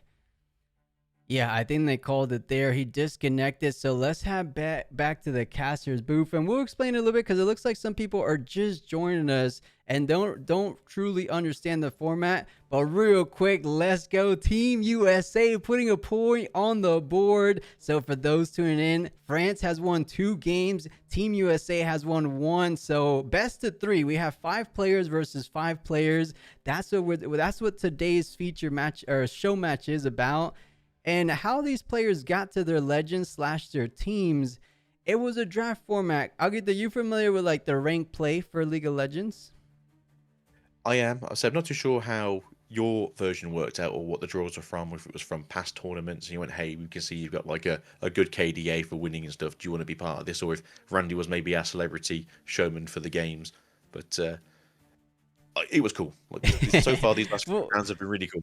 to answer the one of your questions, I think Leroy selected his French players from just the best players he knew. So Randy, that was indeed Randy from the China regionals. For anyone asking in chat, for me, I just selected people on the top of our rank ladder. So we have like a little rank leaderboard, like a rank matchmaking in Discord, and I said, is anyone out of this list available to play? And then I got 5 players from there. So kind of smart, good players. And then the format was actually the same way how League of Legends Rank does it. So we each got a ban. I said it before, but we'll repeat ourselves in between this break. Team France had ban number 1. So weirdly enough, or maybe smartly enough, they banned Fiora. And then, of course, Draven was available. So Team USA banned Draven. And then we went from there. I think France then picked Aurelia. And then we picked Ezreal. And then they picked something like Ornn.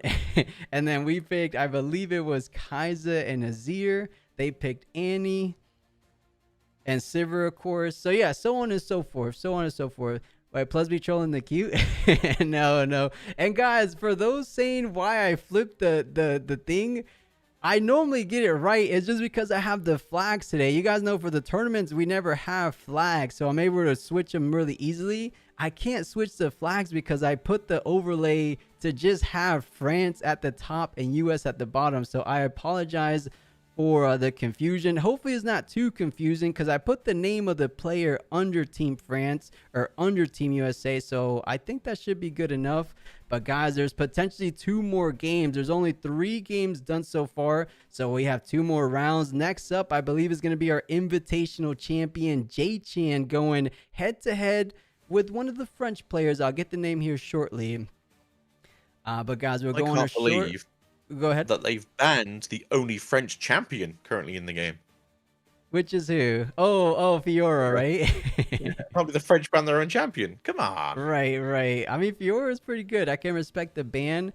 I almost thought it was definitely going to be a Draven ban. And yeah, Ferris, let's see if J-Chan could try to tie things up for the US 2-2, and then we'll go into that final game 5. Who's going to be taking it? Team France or Team USA? We will go on a short little break, but don't go anywhere, guys. We'll be right back for that 4th round.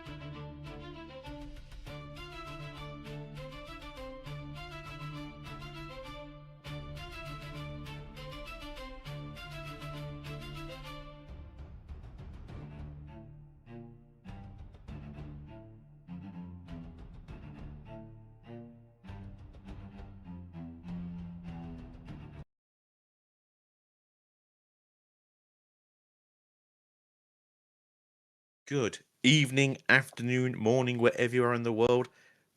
Ruins and Rifts worldwide, worldly regional series here, currently between France and the United States of America.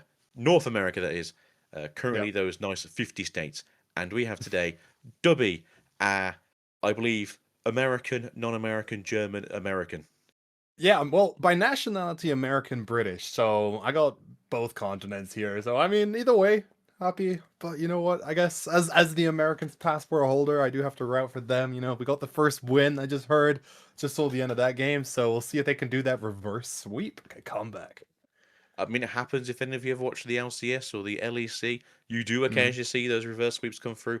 Not so much these days of the LEC as it's all best of ones, but soon when we get to spring, we'll be seeing those best of threes once more. Yeah, exactly that. I mean, it's just such a great kind of story. Like you said, when you're watching the LAC and LCS, when you have that Crystal Scrapes game 5 situation coming in, and it'll just put some in like very just fun pressure on these players to kind of get that win to weather it. So next game really just brings in the kind of keep the ball rolling, use that win momentum to just carry yourself through. And if you get to that game 5, then everything rides on that moment, and it'll just be exciting to see which of these legends are left after this draft for this. As I believe we already know what's coming up in this next game, but we might leave that as a bit of a surprise as soon as we get to that scene for you guys. But yeah, I don't know. We can say it. Okay, we do have a Ornn versus Ezreal matchup, and what was it? You had a good way Oh, of describing it, didn't you?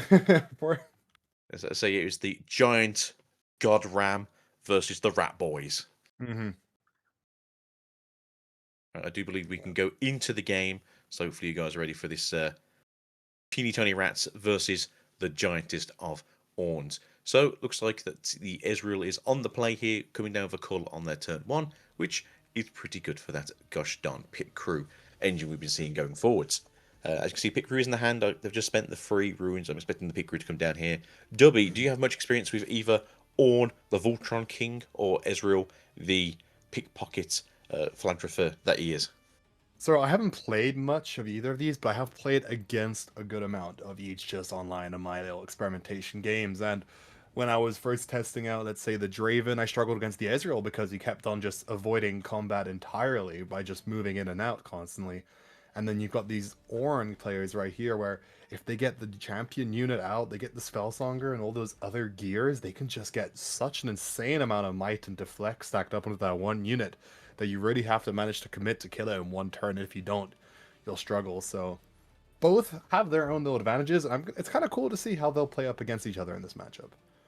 Yeah, it's a bit of a weird one because Ezreal should have the early game, like you generally would see with an Ezreal sort of poking away and getting points in while they can. But once you sort of get to that turn 3, 4, or 5 with the Ornn, as you said, they are a chunky boy.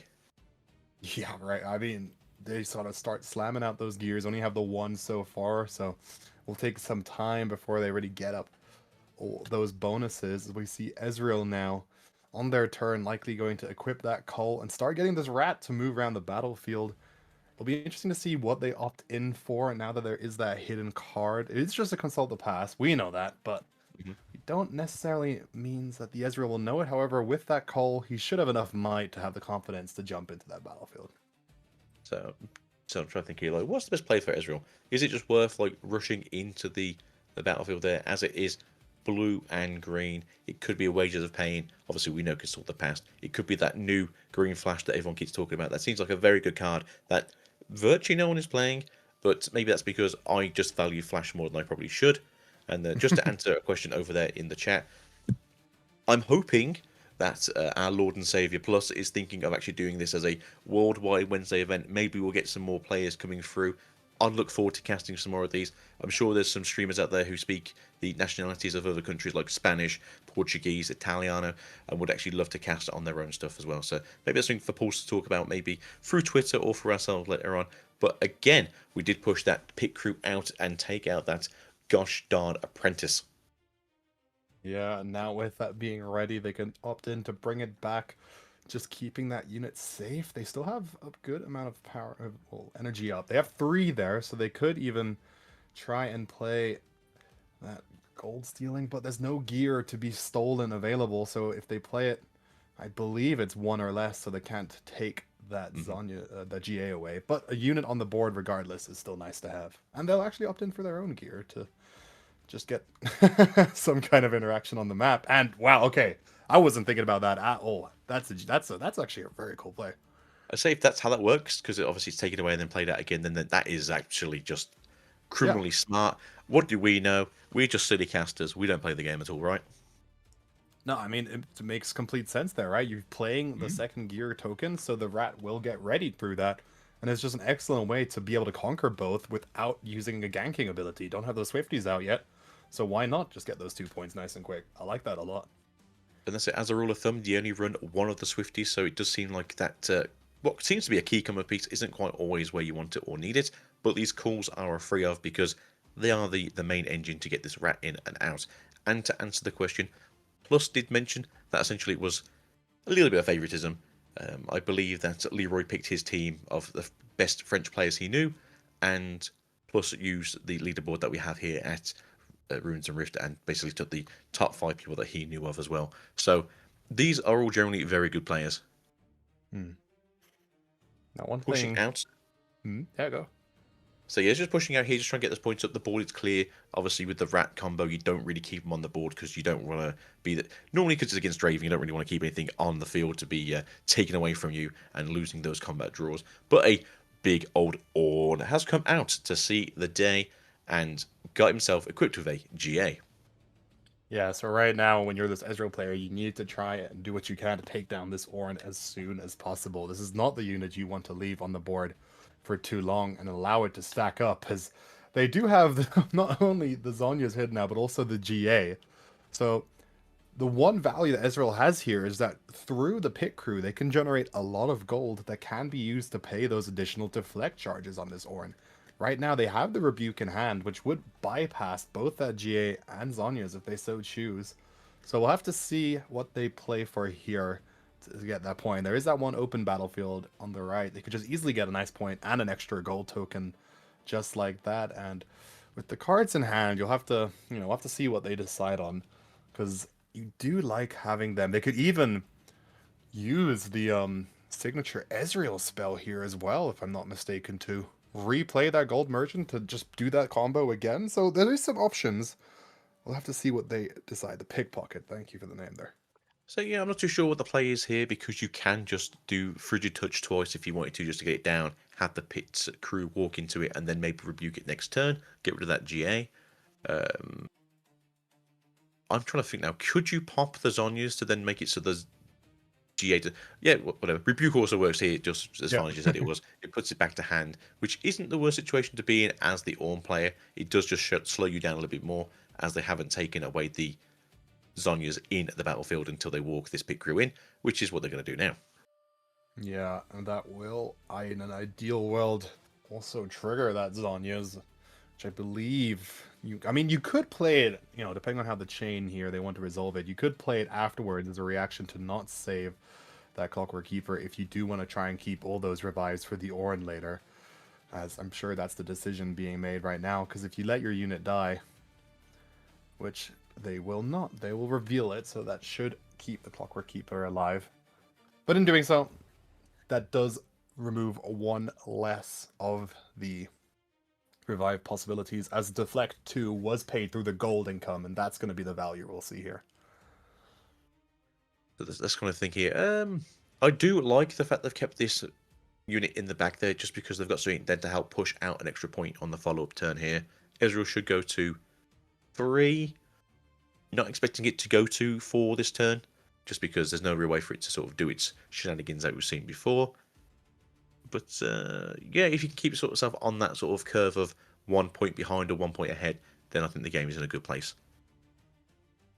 Yeah, they will move in with that pickpocket, moving them up to 4, getting a continued point tempo, and handing over the turn to the Ornn. So we'll have to see what they do here. They do pull their second Sterax, which will give them a lot of, that quick play on those gears is very nice, but in these situations, when you have quick draw there, exactly, when you have these rebuke spells not on hand anymore, there's not much you can do outside of a not so fast in a Windwall, which Ornn only with that Defy doesn't have the opportunity to use any of those counters, and we're gonna have to see what they can do to try and get back into the point tempo. Only down by 2 points, and they should be able to get at least one here.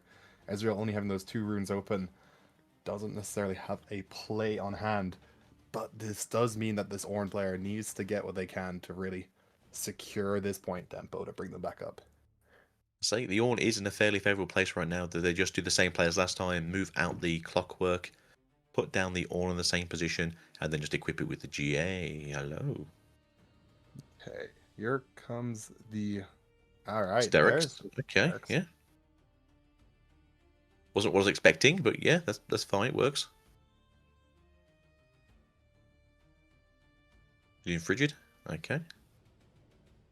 Will lower down the might, but there's the second Sterix, or even the Defy, Ooh, as we see the card yeah. played. Yep, that'll do it.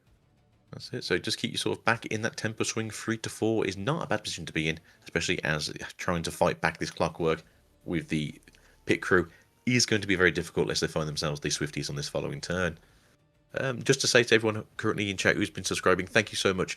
We do appreciate it here at Runes and Rift, and obviously everyone who tunes into us as much as they can. We also appreciate the love, as it does mean a lot to us here. Even just as casters, it just proves that we're doing a good job. But I'm happy to see here. So I'm happy to see here currently the Ezreal is doing fairly well. Again, this is game 1. It's anyone's game 2 or 3 currently. The Ornn is not too far behind, and the Ezreal here is just happily sitting here with a play in mind. They can get their 5th point, draw themselves back out again, and keep themselves quite sane for now. The Rocket Barrage, though, I believe does kill gears. If Mr. Pulse would mind pulling that for me for a second. Yep, Rocket Barrage does also have that repeat spell, so I believe it can be either dealing the damage to a unit only in base or killing a gear. So it's also a great opportunity to get rid of these Zhonya's, get rid of these Sterix. It is on, repeat, it's not any, it's on a slow speed, so you can't play it on a reaction, but on your turn, if you want to do something to get rid of this GA, just so it's not there in base at least, they will discard it and opt in to get rid of at least one. They still have the one in hand. But that does So that's it. You ready get a the spare one. It second wasn't pick. the worst situation to be in. Good off the top there from the Ezreal play. But as you said, getting rid of that GA does make it a little bit easier for you. As you can see, this Ornn's not really having a great time getting the gears out. I don't know how you play Ornn. I like Ornn to be a little bit more lower to the ground with their equipment gears, getting those Doran shields out, getting those very cheap cloth armors and ward atlases out, just so that way you're constantly generating as much value as you can with the low cost effectiveness of the spell cost themselves. We do see the next pit crew being played, giving them even more mobility on this board. Is Ornn will get a hold point here very nicely, moving them up to 4.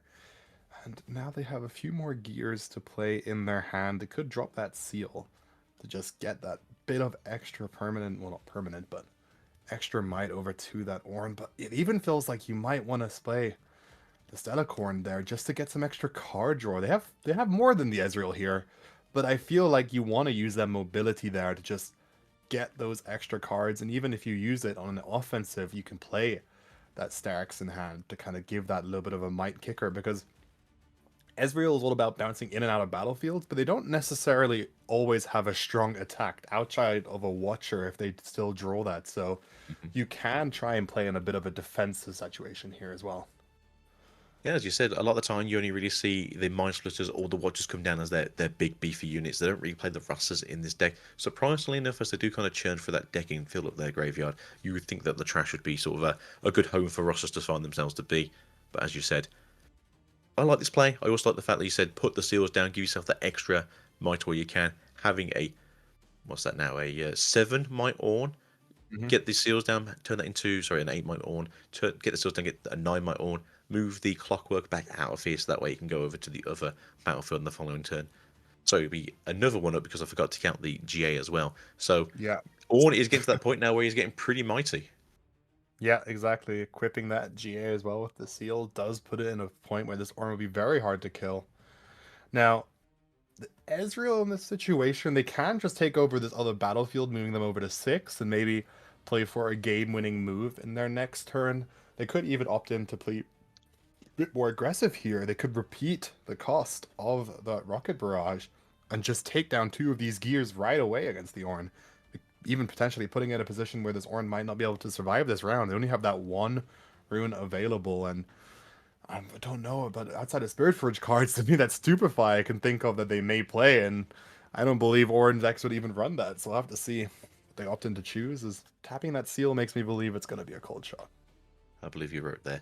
I am wondering if they are playing the Time Warp. Occasionally, you do see Ezreal's play like the Hmm. one of Time Warp, so maybe they're trying to dig into it now just so they can hold for a Mind Splitter. Just so they can hold for a turn and then maybe just try and go out for that get to 6, hold to 7, and then just Time Warp into the 8th point. But we do see a Mind Splitter here. We have the points for it.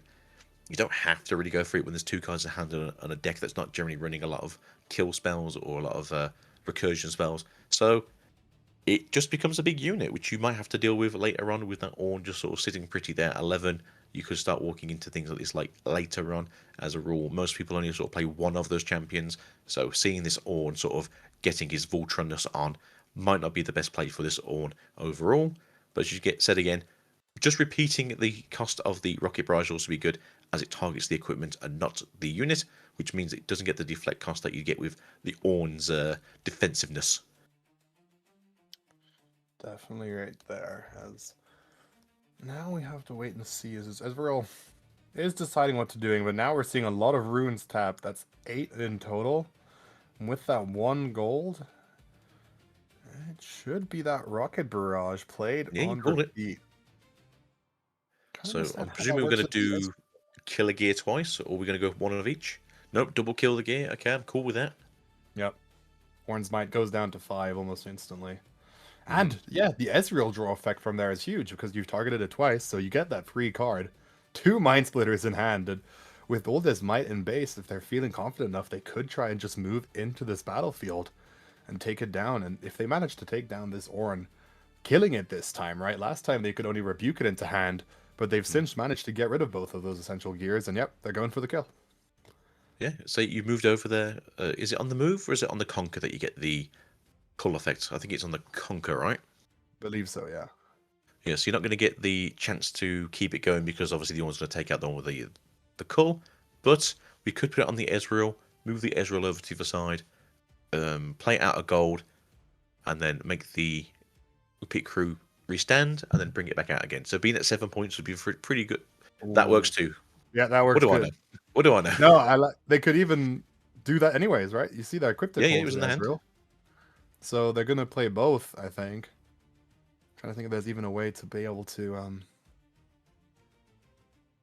don't know. They'll play that instead. Get to that 7th point. Get that gold, and we'll see if they even move that back. But Ooh, managed to ready the Ezreal from the battlefield because they've already chosen those 2 champions right there. And yeah, nicely played. 7 points right here. I believe that there is just enough might with the Starks there to take down this Ezreal, but that's gonna be a Ezreal's bit a of a 4. yeah. Clockwork is a 2, right? Sterix would give him 5, so yeah, he would be bigger. It's fully tapped out, so there's no sort of counterplay on that sort of comeback here. The issue, is there an issue? No. No, because Pit Crew can only go to 5 currently unless we do find themselves the Swifties as well. So I Yep. agree with your thoughts here. I do think this is the best play to go for. Just try and get them off the board as much as possible. Yep, gets you to 5, and Mm. I mean they're gonna have a lot of spells ready, and it's a matter of playing your gears in order. To be fair, with that Cull and that Rocket Barrage, I do believe they will just barely have enough to be able to fully cycle through here if they order everything correctly. So we're gonna have to see the order they play it in, but if you equip the Cull, move up to 1, move it back, and then play that second Cull, Rocket Barrage, and left battlefield, should be enough to close out this game. It should be. I'm just trying to think. Was that Aspirants currently on the other side for the Ornn? I wasn't really paying too much attention when the battlefield went down, and my eyes are possibly deceiving me here, thinking, do we need to go to 9 this game, or is it only just Actually, an you're right. 8-point Yeah, game? no, you're right. There it So is, Aspirants. So that is an extra point needed. let's say, well, we can go to 8 this turn. It's not so bad for the Ezreal. They are kind of in that situation of putting the Cull underneath the pit crew, walking into Aspirants, getting that 8th point, moving themselves back out again, and being safe for the following turn. As again, we did just drop the Mind Splitter to remove that last card in hand. Or, as no, How many points is it for Wages of Pain? Is it 2? Oh, he's going to hide it anyway, so that's fine. I was going to say, is there no chance for him to pull it back out and take that knife point? No. Is there? It does cost 3, unfortunately, yeah. So he was 1 point short on that one in terms of ruinage. But no, I'm happy for this here. You're in a good position. You're going to hold to 9, or hopefully. There's nothing they can. Oh, Singularity might say Singularity will help otherwise. here. Yeah, Singularity will say otherwise. Let's say it will do 6 damage to the Mind Splitter, keeping it 1. So it's not in the worst position here. Did you just want to flick over the Wages of Pain anyway and just try and get the extra gold off it? That would have been a play to me, I feel like. Maybe not the best play, but just thinking like try and get something out of it.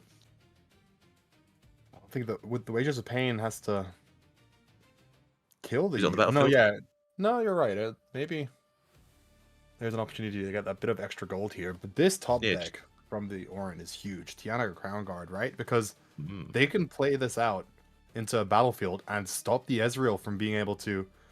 score Well, Mind points. Splitter Yeah. though can destroy it though if they do play the second Mind Splitter. That is So it actually costs 7 and 2. Unfortunately, they are currently at Mm. 5 runes left for this turn, which means they do have to wait for at least 1 more turn, which is a bit of annoying for the opponents as Mind Splitter is going to take a field in a second. Yeah. And we do also know there's a second Mind Splitter in hand, which just means that they play that out and then just take away the last card in hand.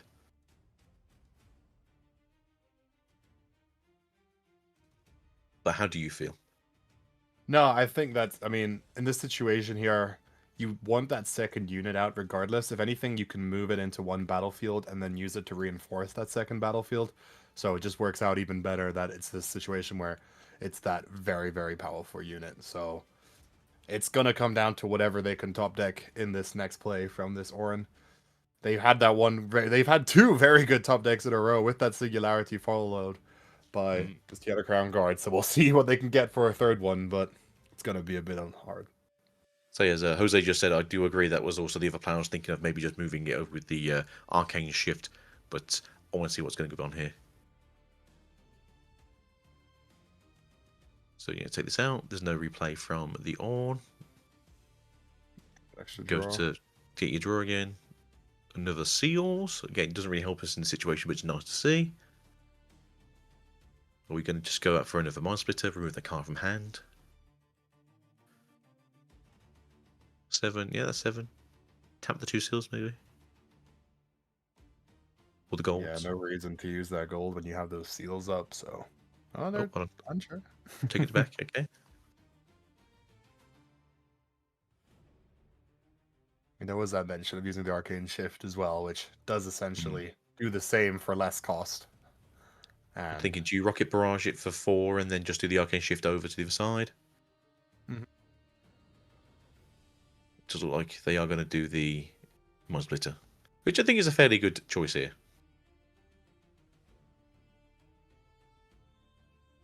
yep, we'll reveal that single lonesome card in their hand, which I know that Orin would have loved to have available.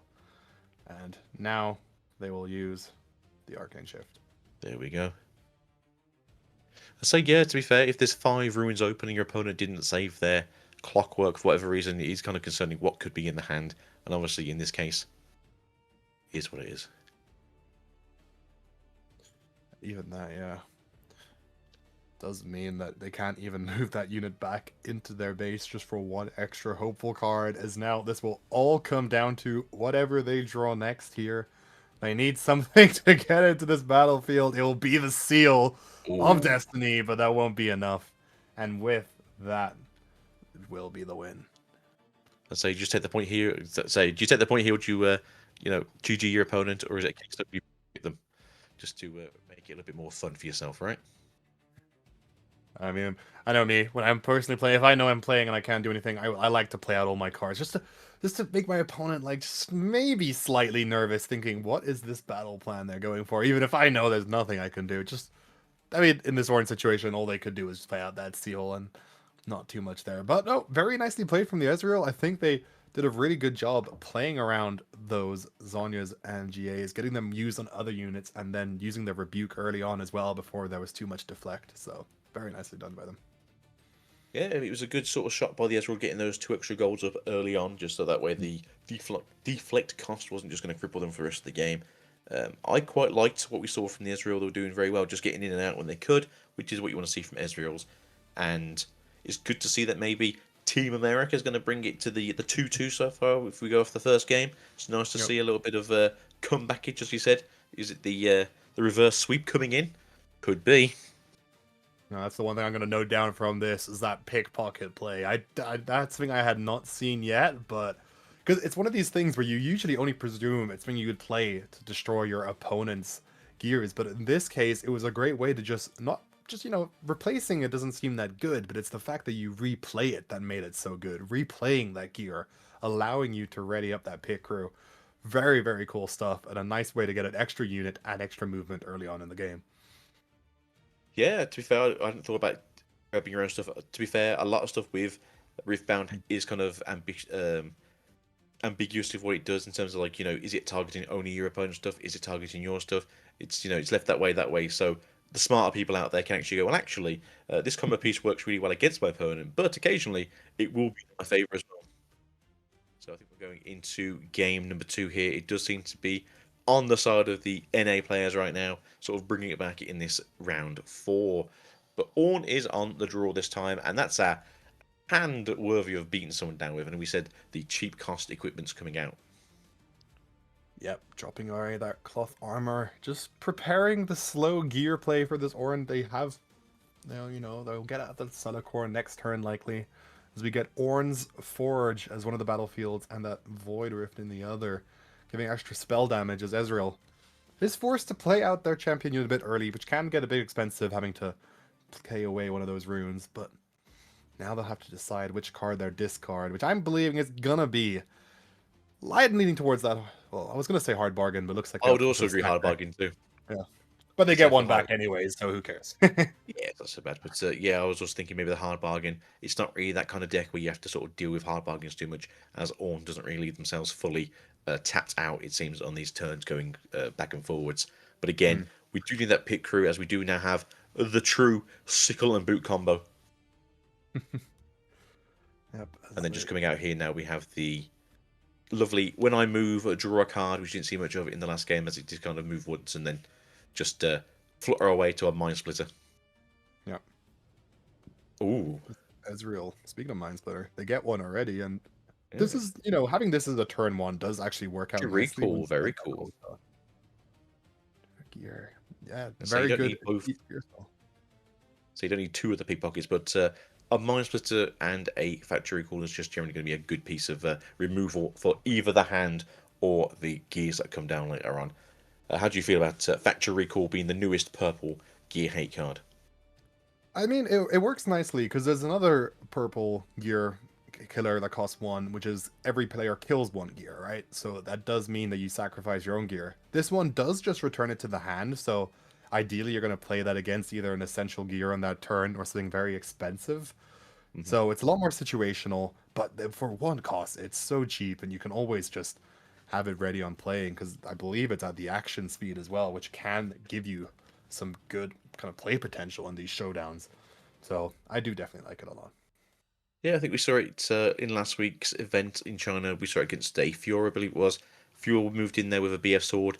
BF sword flicked back to the hand, and I think that's pretty much all they wrote for that game, unfortunately for the Fiora.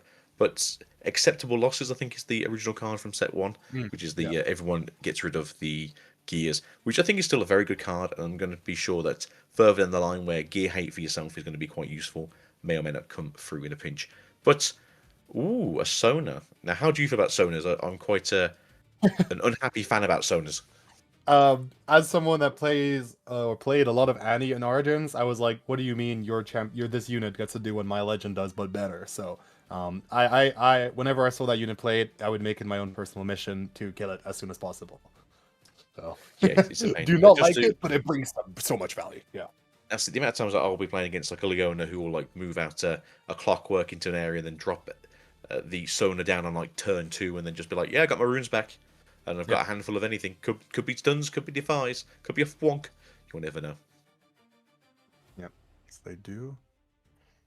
What are they I'll be going in for the trade. Who know they do have Asterix. That's going to be the issue here. Bumping them up to that mighty 6 points on the attacking here. Ezreal is going to... Oh, Ooh, there we were talking about that factory recall We did coming it as in. They, Nations. but they can replay it, can't they? Oh, they'll defy it Uh, instead. I think that works. I say no. I don't think you can replay it on the same turn because it would then be past the point of starting the chain again. Yeah. But Trying to I think think it about. does just go. So I think normally it would be like a free for free, right? But get that Hmm. draw in, get yourself out an extra seals, get this gear going, put the book of the past down in this area, and then wait for your opponent to sort of walk in with that pickpocket, maybe. Exactly. I mean, that Stellacorn being at 6 already is quite strong, and playing that Defy did save them even away 1 power because they would have had to pay 2 to equip it again. So, all things considered, let's save it as they do. Stack deck into a Watcher, which I believe might be something a bit better this round. We didn't see any last time, but in this situation when I feel like we're seeing this Ornn playing a bit more aggressive here, stacking out these gears on their units, you may want to play that for a quick, powerful kind of accelerated conquer.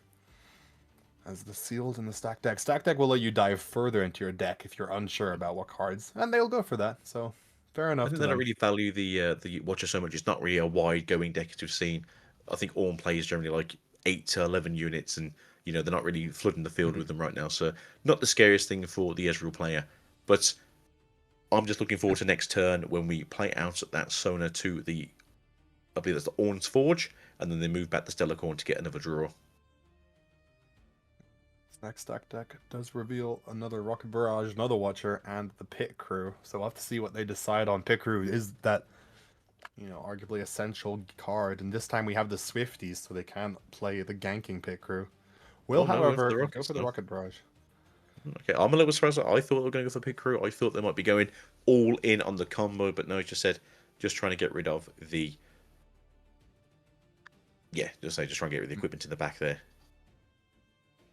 Yeah, by doing that, they should be able to equip up this Pickpocket and move him in to be able to take down that Stellacorn. If they're feeling confident enough, there's still 2 energy available, so there is some kind of potential spells left in this Ornn's pocket, so we'll have to see what the Ezreal's feeling like doing right here. To answer Stream's question, trust. We trust that our lovely players aren't cheating and that they're doing their best to be as authentically genuine with their opponent as possible because there's nothing like cheating a win. So it's not that great. But overall, as someone did ask in the last game we saw here, Rocket Barrage doesn't specifically say it needs to be anywhere. Just you can kill a gear anywhere in the game. So it could be your own, it could be on the battlefield, it could be in your opponent's base, just not the hand. Ooh, double Stellarcorn. Yeah, they will lose that battlefield out, but do get 2 more Stellacorns. However, this Ornn suddenly is very, very much behind on the runes. They only have 5 here, so we'll have to see what they opt in as value here. Is I don't see them any more options here. They looks like by tapping 4, yeah, they gotta just play the Stellacorn and hand over, which is a bit scary now, especially with that Swifties being available. You could either play that to try and gank on over, or maybe play out the Mind Splitter and get rid of a card. Last pleasure is. And say, I feel like the Singularity is probably the best spell to get rid of here in the hand, just because it's the most effective against your sort of smaller boards and just get rid of your units. I'm thinking again, just move the Stellarcorn out maybe next turn and then playing the Sona in the same battle area, Yeah. just get those 4 runes back. But again, it all depends on are they going to take out the not so fast or they're going to take out of the Singularity. Yeah, especially since if that Sona readies, they will. I mean, they won't be able to play any of their spells outside of the not so fast on this turn. So both cards here do us some thinking because if they then opt in to take out the Sona, they do leave themselves victim of that Singularity. But the Mind Splitter is a big enough unit to be able to tank it out, as they do opt in for the Stellacorn Hoarder. Interesting enough, maybe relying on that. Well, they don't even have enough to play the hard bargain just yet here to counter that Singularity, Ooh, as they might be we've got the hoping to pick ganking up. piece from the Ornn. Ooh, yeah, Shrenigas. What does that do? It's +3 might and gives all units ganking in the area, doesn't it? There Plus you go. 2 might. Your units have ganking. So your units here have ganking. Yeah, so Mm-hmm. it's a pretty good piece of equipment. I really like the all of the artifacts really for Ornn. They've done a really good job with what they should have been.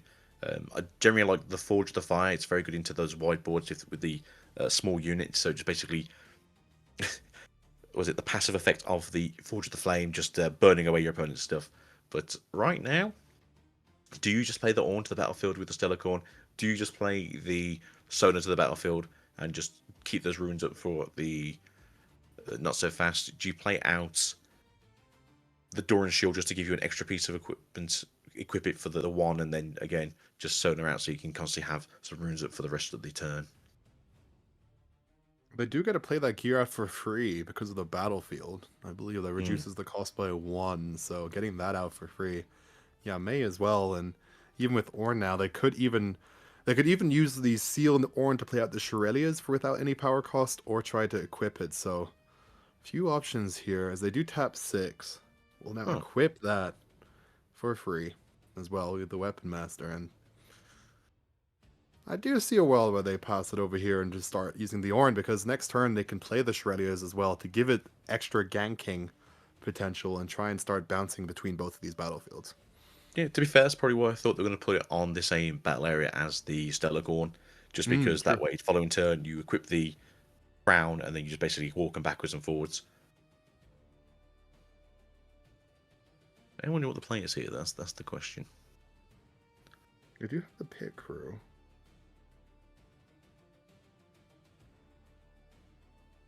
They hover onto 3. Spent 3.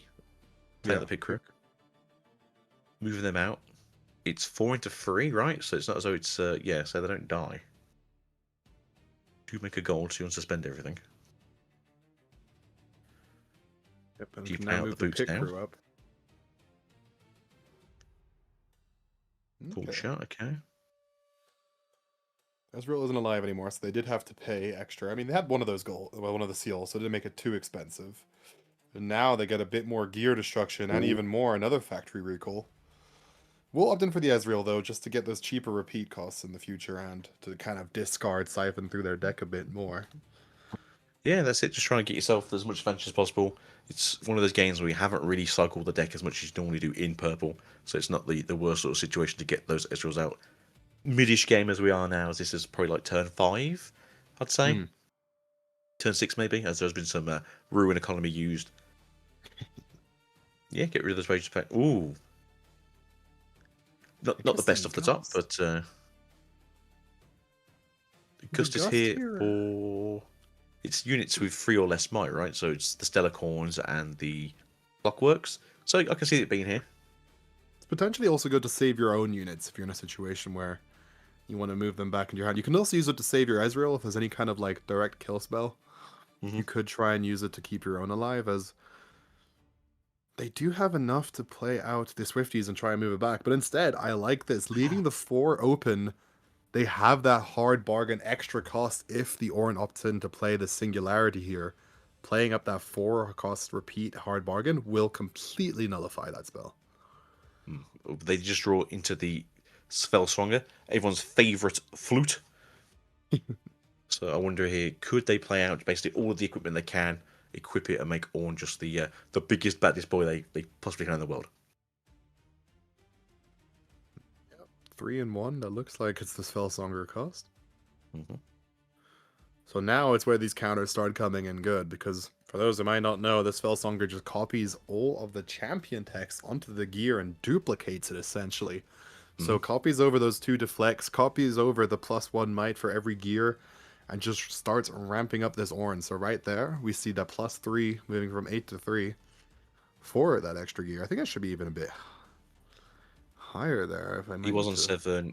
The gear itself classes as 1, so it goes to 8.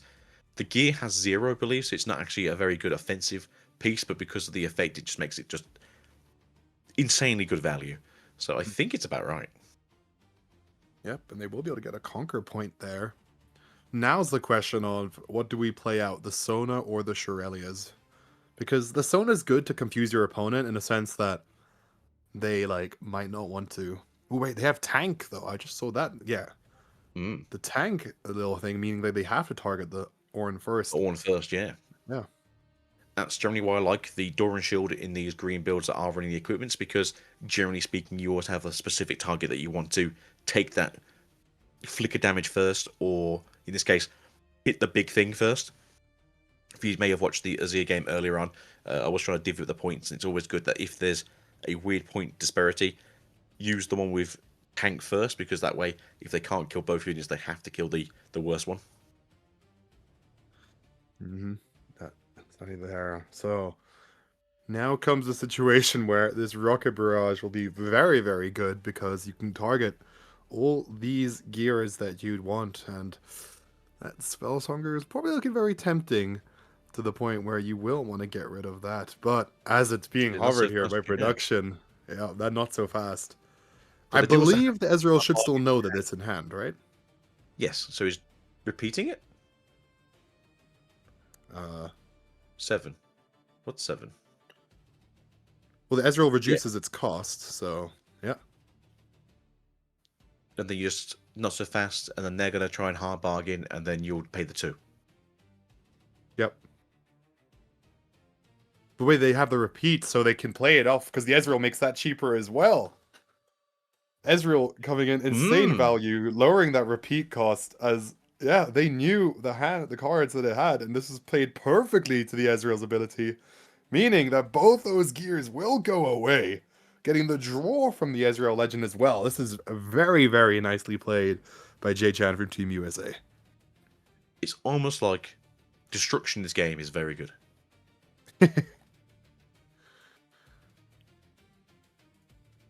Oh, more destruction just in No. case. Yep. Okay, More I say grab the destruction. seals, right? Just to, yeah, I say pop Mhm. one of these already used up ruins, get yourself the seals out, and that way, if there is something you need to use next turn, maybe we'll find ourselves in a cool shot, who knows, and then go from there. So that's 10 Exactly. into 9. 9. Yep. This is almost a hard decision right here on what you choose to destroy because, yeah, you want to choose that stronger unit, which in this case is that Singularity is available on the turn Hmm. of this Orange, so they will be able to kill out all the units left, no matter where they are. But this is But sort of the getting to last that turn now 7 for, points.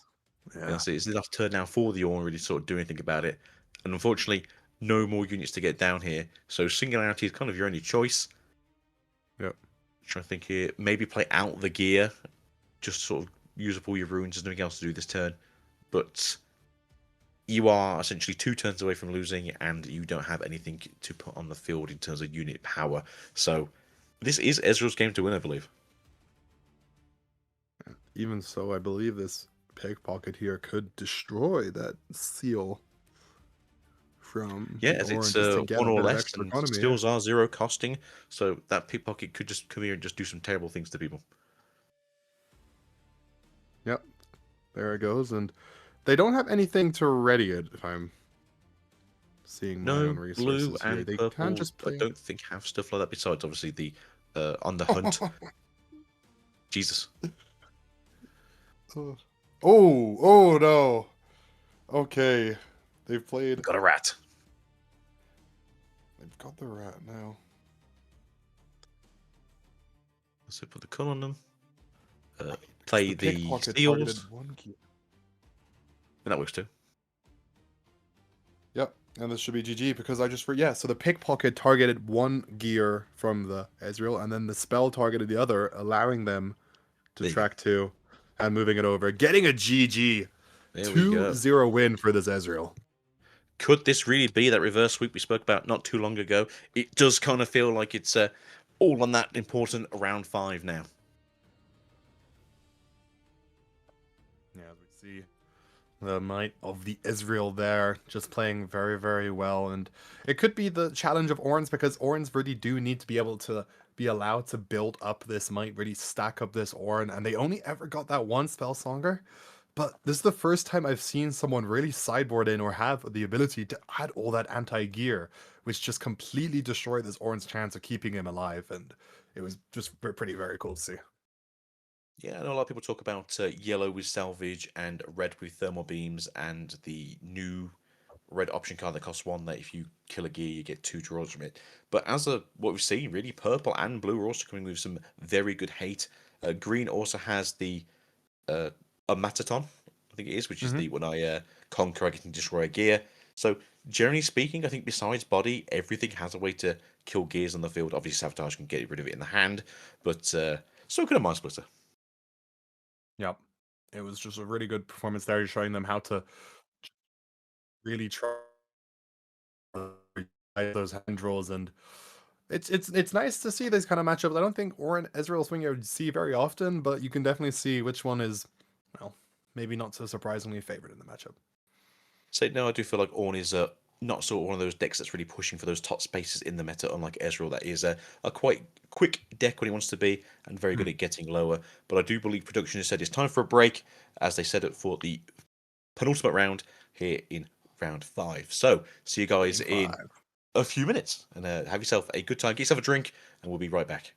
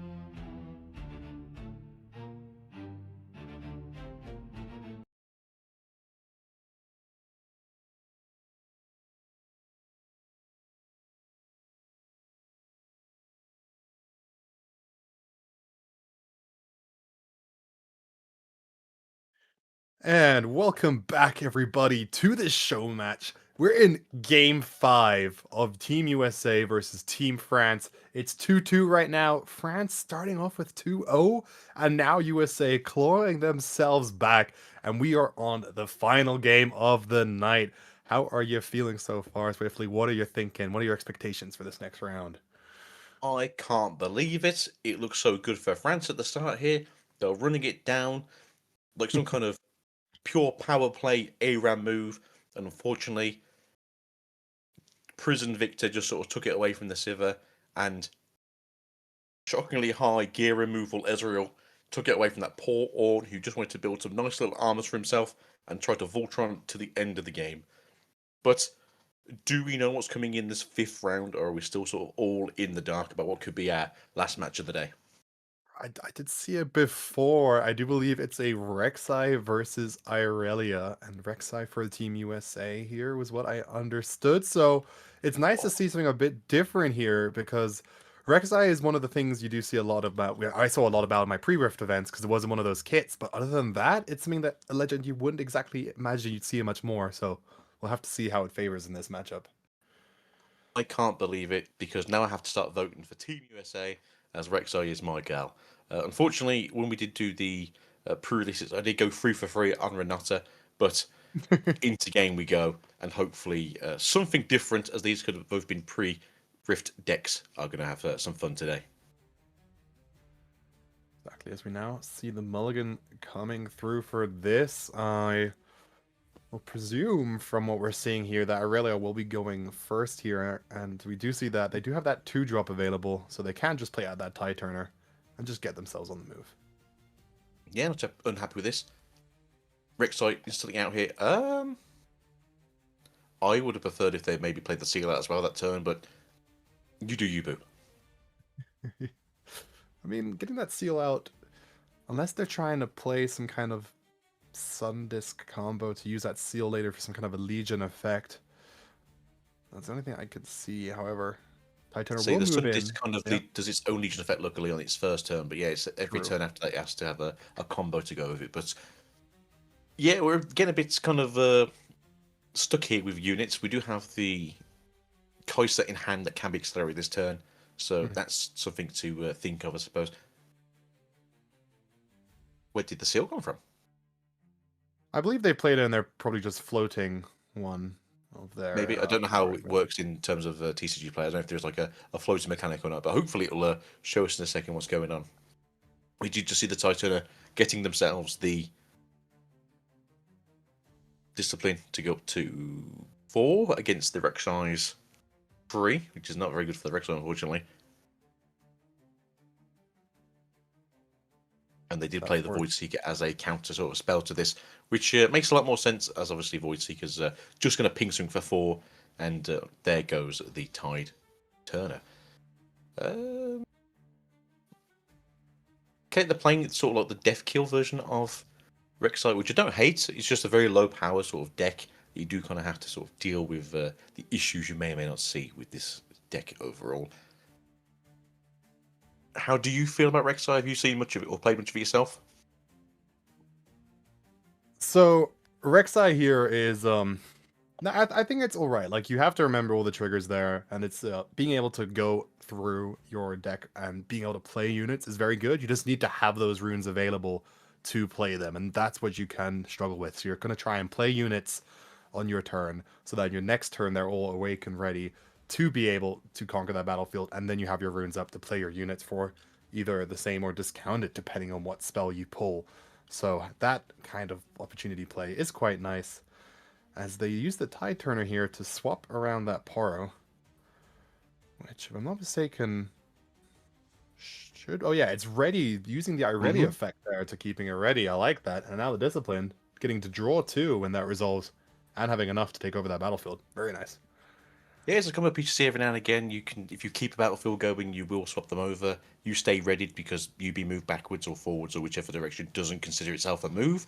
So you do get to say, in this case, go to 3 points on the turn, which is obviously good to keep yourself a full turn ahead, as Rek'Sai is a little bit loose on those unit numbers. Again, we only really have the soaring Seeker bird here that's going to be kind of walking itself into its own doom shortly, and the Rek'Sai and the Kai'Sa, sorry, that can come in accelerated and is pretty big compared to everything else on here. The hand of the Aurelia isn't particularly scary. Charm can be annoying depending on what the battlefield sort of hold for you, but as they are 2 small units, it's not so bad. Flash can be quite useful, obviously, as we do have 2 units here, sort of move them back. But the not so fast can be the detriment to the prison builds that we do see mostly from the Kaisers. From the Rek'Sais. Definitely. Now we'll have to see how they opt in this turn, using the Call of the Week to kill one of the opponent units and then the Accelerated Kai'Sa to try and conquer that other battlefield.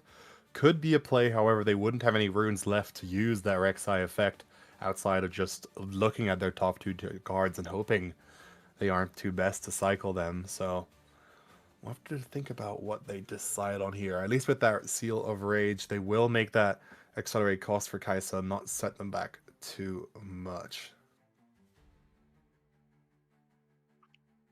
So you could suddenly just coming in now.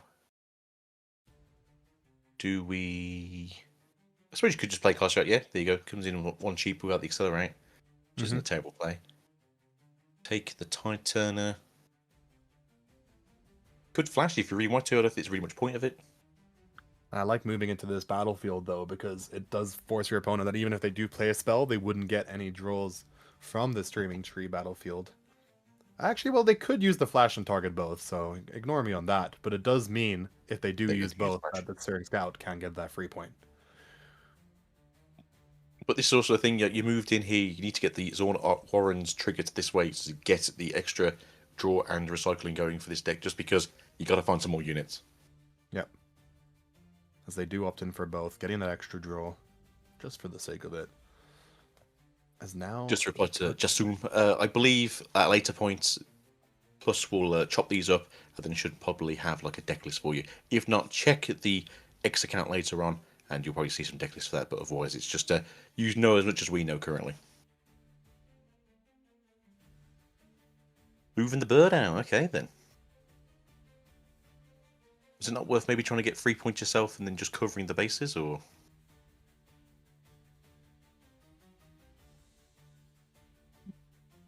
There's a lot of opportunities here, as now they've finally done the discard effect. I was wondering if that was going to come in. I don't hate going to the other battlefield, and then even potentially hiding that hidden blade into that same battlefield on the left to essentially get a draw 2. Well, draw 3, because you're choosing your own and getting that Death Knell effect. They can still do that here, but instead, by putting a lot into this battlefield, they seemingly are hoping to just hold it. And especially now with that Falling Star, they can play that next turn and really cause some damage. Yeah, so you're going to walk here with the Poro. Ooh, Defiant Dance. Well, big So that takes you down to 2, 3, you're 4. Yeah. Do you just poke them now with the blade? Okay. Looks like they opted in to kill their own unit. And they will sacrifice that battlefield fully, but it makes sense, because against Irelia's, you don't want to risk playing these certain spells against it, not knowing that your opponent has these not so fast in hands.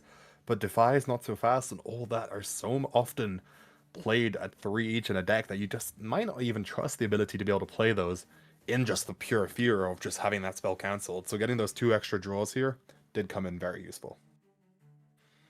That's it, you're in the perfect colours now for counter spells. You said not so fast, Defies, hard bargains. Running 12 of these cards in a deck that doesn't really run units can be quite oppressive if you know what to do against it. But we do have both Piercing Light and the Falling Stars here, so I don't hate these options for the Prison Rek'Sai player. Yep, Falling Star played first. Mm-hmm. And importantly here, that Sun Disc will mean that that Noxus Hopeful can be played. That's it, as long as they do the combo correctly. Unfortunately, if the card does not resolve, it doesn't count as a played card. So now we have to go into that Piercing Light. Obviously, we know that... Oh, say they're all tapped out, though, on the side of Aurelia. So they can just do this Piercing Light now and go for gold. Salvage also works here to get rid of that GA, to draw a card. Ooh, Thundersong. Okay. And then Piercing Light. I don't know if I prefer this version of what they've just done. I feel like I should have probably gone for maybe the Piercing Light without the Salvage and then bring out the Hopeful, but what do I know? I mean, they played Piercing Light with Repeat. They even need to do that? They could have just played it once and then dropped the Hopeful. Or am I... It's because it covers both battlefields. So you do 2 to the one battlefield, 2 to the other battlefield, and then either one triggers to shoot the one in the back. Wouldn't the Noxus Hopeful come in ready with that Sun Disc? It Or would is have that done out of because tempo? when they played the salvage, it would have activated the timing for the Right. Sun Disc. So they could have done it then. I just feel like Yeah. they shouldn't have to have spent all their runes to kill everything when they could have just walked the Noxus in, They have, as they however, worked that out. completely emptied out the Irelia board here. That's something. Like, Irelia has a blank state right now. And so I do see like the Irelia bringing out the Irelia champion now from the Mm. champion slot, just because they need to do something. But this is the issue for Irelia, is that if you do keep them off of units, they do kind of just whittle away themselves, as they don't really run a lot. Generally speaking, they run about 10 units. Okay. And so normally they run the one champion, and then they'll run the Stellarcorns, they'll run the Poros, they'll run the Tides, Callers, and that's kind of what they just really sort of run around with. Okay, right, so we could do... I bet, yeah, that works. Yeah, call the week, and then you can tap the Sun Disc, you can bring out the Hopeful if you wanted to. Play a segment, yeah. Double one. Yeah. There we go. Say, now you can tap the Sun Disc. Bring in the Hopeful. There we go. And then just take whichever one you... Okay, Zone Orange is fine with me. Ooh. I don't know if I fancy throwing away the Thunder Song. Kubrinier? Yeah. Especially because green and purple are quite spell-heavy decks. I don't really fancy that sort of when you want to start pushing for the end game. We are kind of low on runes, though. We do have the seals, so that's not so bad. I'm just trying to think what your game plan is here. We've like 6 next turn, going to use the Void Rush, maybe. They are in a better place currently than Irelia is in terms of board presence, but they do have the discipline. They do have the charm. Mm-hmm. Trying to think here what's going to be useful. So that's going to be a 5 into a 4. Here it goes. And a draw as well, obviously. So that could be pretty good for the Aurelia overall. Ooh. They can opt into charm here and trade. Yeah. So is it 4 into 4? Yes, 4 into 4, right? Because yeah. Yeah. Put you in the same position, right? You're still 3 points ahead. There's a turn and a half ahead, so you're in a really good position here. Obviously, we know the Kaiser can come in accelerated. That can put you only 1 turn behind. Void Rush here is pretty good. If you want to just look at the top cards and just see if there's anything you can play. Yeah, don't turn the Rek'Sai around. Oh. There you go, having... So now what's good here is they have both units available, and it will put, you can play one and put the other into your hand, right? Mm-hmm. So what I believe you can do here is play the one for the cheaper cost, whichever one you want to. And then so I'll do the Honest Broker for 2 because it costs 0. There you go. So yeah, do the Honest Broker, cost 0, add the one to hand, tap the Sun Disc, do it, tap it right now. Tap it. There you go. Spend the 2, get the Hopeful out. And then take a battlefield. Excuse me? Not sure about which unit they want to play. They could opt in to play the Kaisa to get a draw instead. Maybe that's what they're considering, but no. They'll just stick to that. I think that's probably something better for next turn. You can probably do that then. And they'll probably hide the Hidden Blade this turn just in case. Although, yeah, there's 2 left open. Ooh.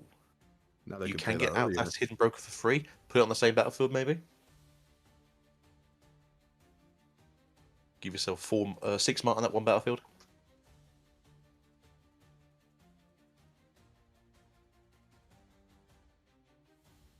I'm very concerned how I keep getting told I don't understand these cards when these are literally the decks I play. Where did that guy end up being? So what are we looking at now? So seems like they didn't opt to play in any of those units. No, I would have played I'd have probably played the Hidden Broker with the Hopeful for the 2 cost, and then probably Hidden the Blade as well, just that way you got something on the field. Because it's not going to do much here, or the wind's not going to do anything here currently. They are kind of in that situation of no big units right now, although you do have to fight back into these horrors. Okay. I thought maybe they'd put the Right, Stellar the Corn in the win. same area as Zorns, that way try and start holding it down. Okay, we have paid that extra cost already, that Stelicorn. Here's what can happen, though. We have a hidden. No, but if they play the... So they have to play the Hidden Blade here now. Yeah. But the Not So Fast should be enough to counter that. And then... Of GG. course, depending on who they choose, but that should be GG, yep. Yeah.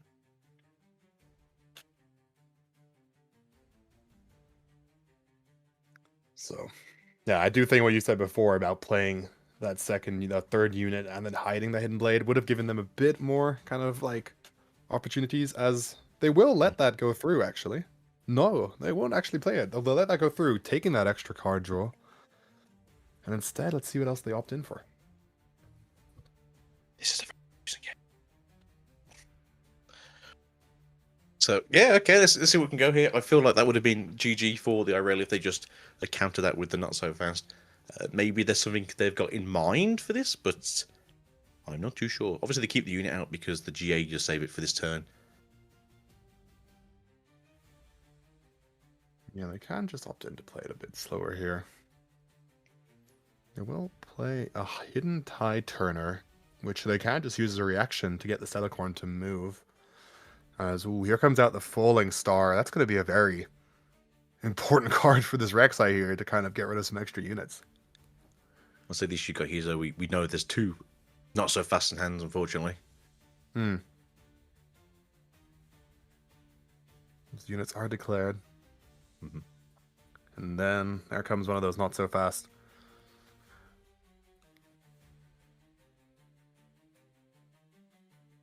And now the next opportunity they have is, oh, they'll move it on their own. Okay.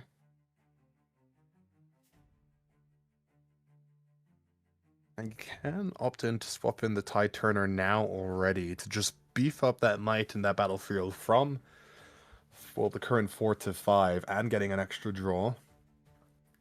And they could even use that Gust if they wanted to send something back, which I also like quite a lot. They might even try to... No, they won't. Let's let it die. So yeah, the hidden Tiger is pretty good there.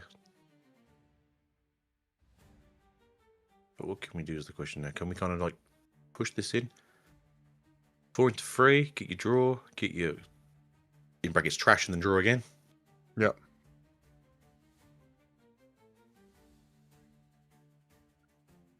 Yeah, I'm not too sure about not using the Gust there, because if you use the Gust, then...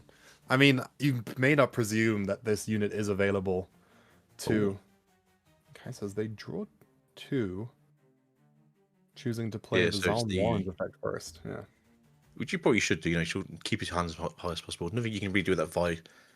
You could play out the seals if you want to. There's no reason to though.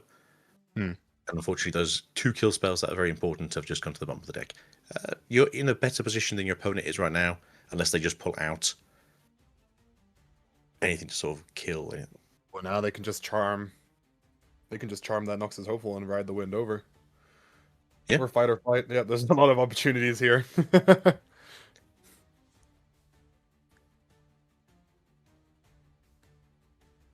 We'll even have double Defiant Dance if they want to go out with a bit of... I was Bit of hoping flair, double yeah. Defiant Dance, bit of flair, bit of combat flair to finish it off. So they just put them back into base. And there you go then. All she wrote for game 1. Yeah, no, the win there, it came a bit slower than we expected. I think we did see, I mean, obviously, again, watching these games, when you know what cards are in hand, it's a bit easier for us to kind of see what opportunities are there. And, you know, you can't really fault these players sometimes for making mistakes because, again, the nerves when you don't know what cards your opponent has does definitely affect decision making. But overall, they were able to pull it through, and they did get that first win on the Irelia, which, if you didn't hear before, is for Team France. So now USA is on the ultimate reverse sweep comeback, needing 2 wins here in a row to really pull through the final win. Yeah, it does unfortunately feel a bit awful for the Rek'Sai as they are on the prison sort of kill deck into the biggest counterplay deck as possible, with the at least 9 different counter spells available in the deck. I don't think we saw any hard bargains, but I can imagine them coming in if they are on the side deck for this next game. Yeah, I think that was a bit weird, like you said before, when you're playing on the TCG simulator, especially if maybe these people are also people Leroy maybe knows in person and just hasn't had a chance to get onto TCG Arena, and they're kind of like clicking buttons hoping for the best, and things are just double clicking, and things are just kind of spinning around. It's not always the greatest, but we saw what they could do. Unfortunately, Rek'Sai doesn't always have the best sort of matchups into these decks that are just sort of standing in your way. But the Irelia player, it was a bit of a slow start, but they got themselves into a nice sort of leading position. And then even though they had that middle game where they lost all those units, they did come back in the end, which is all that really matters. Yep. As we will now get into this game 2. So now all the pressure on Team USA here to pull through the wins, to climb their way back to this victory, as the mulligans from both sides are now completed. And we do have this time the Void Gate and the Sunken Temple on these battlefields. So we'll have to see how each of these players utilize the ones they chose the most. Yeah. As I say, I feel like the Rek'Sai is actually on the play this time, which is nice to see. I don't necessarily know if you want to go first as Rek'Sai, as you're kind of hoping that your opponent puts something on the field, and then you can take a pop shop early on, while they're sort of building up their board, as you are essentially the kill spell deck. Having a unit, though, on your first turn is still pretty good, as that way Rek'Sai can at least get that early point in, and we do see that early Kai'Sa coming out for the Rek'Sai in hand. And out and about. So where shall we go then for this flighting bird? Shall we go soaring across the... Oh, just going to pass it over. Okay, I thought they'd try to at least get 1 point out of this. I mean, if they go in for that 1 point, you get that point and you get the death knell effect out of that bird, but perhaps you just don't necessarily want that unit to die, and you'd rather be able to take over both battlefields in a different style of conquer here. I mean, they could have even hidden that hidden blade to really try to protect it. So I'm not too sure why you wouldn't exactly go for a conquer there. I like going for points early, but I'm sure there's reasons for it. Yeah, I say with something that's got like a death trigger on it, that it's not so bad if you do throw it in a little bit early, it gets taken out, you gain a bonus from it. If you really wanted to, you could also hide a hidden blade there, get 2 draws off it, and get your death kill trigger as well. And I'm biased to the champions, not the players. I love you some Rek'Sai. Double Lonely Porros, though, on the side of the Aurelia. Again, just some low to the ground units. Nothing really too far. Again, that early point in on the Sunken Temple, which I believe is if you've got might of 5 or more, you can pay 1 to draw a card.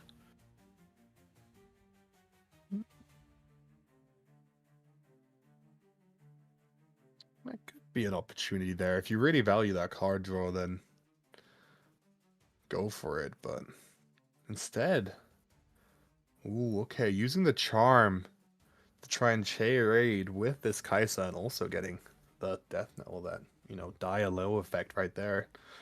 I kind of I like that play. It's it's very aggressive, but works out for them overall. As it seems that maybe something's going wrong with the arena here, as the players are manually writing everything up, but just for visual clarity, in case you see that red box, doesn't necessarily mean who has the turn. Yeah, I think it just sort of go from like wherever currently is being looked at on the spectator's view for us. Getting the 1 point. I'm just trying to think what's the plan here, really. You could play out the Rek'Sai, maybe? Obviously, you can search top of your deck with the ability... Are we using the Hidden Blade? Get 2 draws? Yep. Ooh, I do like to see myself an Immortal Phoenix every now and again. I mean, they could even... If they really want to try and move things on, they could. I mean, they will get the effect over for dying alone if they use that Coal of the Week, so... And we saw last game, saving that for the Aurelias was so incredibly valuable that they could just try and hold on to those. So they'll play out the Immortal Phoenix, and with that, pass the turn. Yeah, so that's why I like to see this deck here. It's generally very good with the Immortal Phoenix plays. Even if it dies, it comes back. On your turn, it has 5 might. It's actually pretty good into the Sunken Temple, intentionally or not. But again, this is essentially just as much recursion as possible for a deck that's just going to be killing other stuff or itself with those calls, as we do Mhm. sometimes get a little bit caught in the blast, a little bit of friendly fire here and there. Getting out these Immortal Phoenixes earlier, meaning that if that unit does die, you do have the opportunity to play it from your trash later through some spell kill effects. So you can really maximize its value here, as the turn is now on the Irelia. They have the power available to move into either battlefield of their choosing.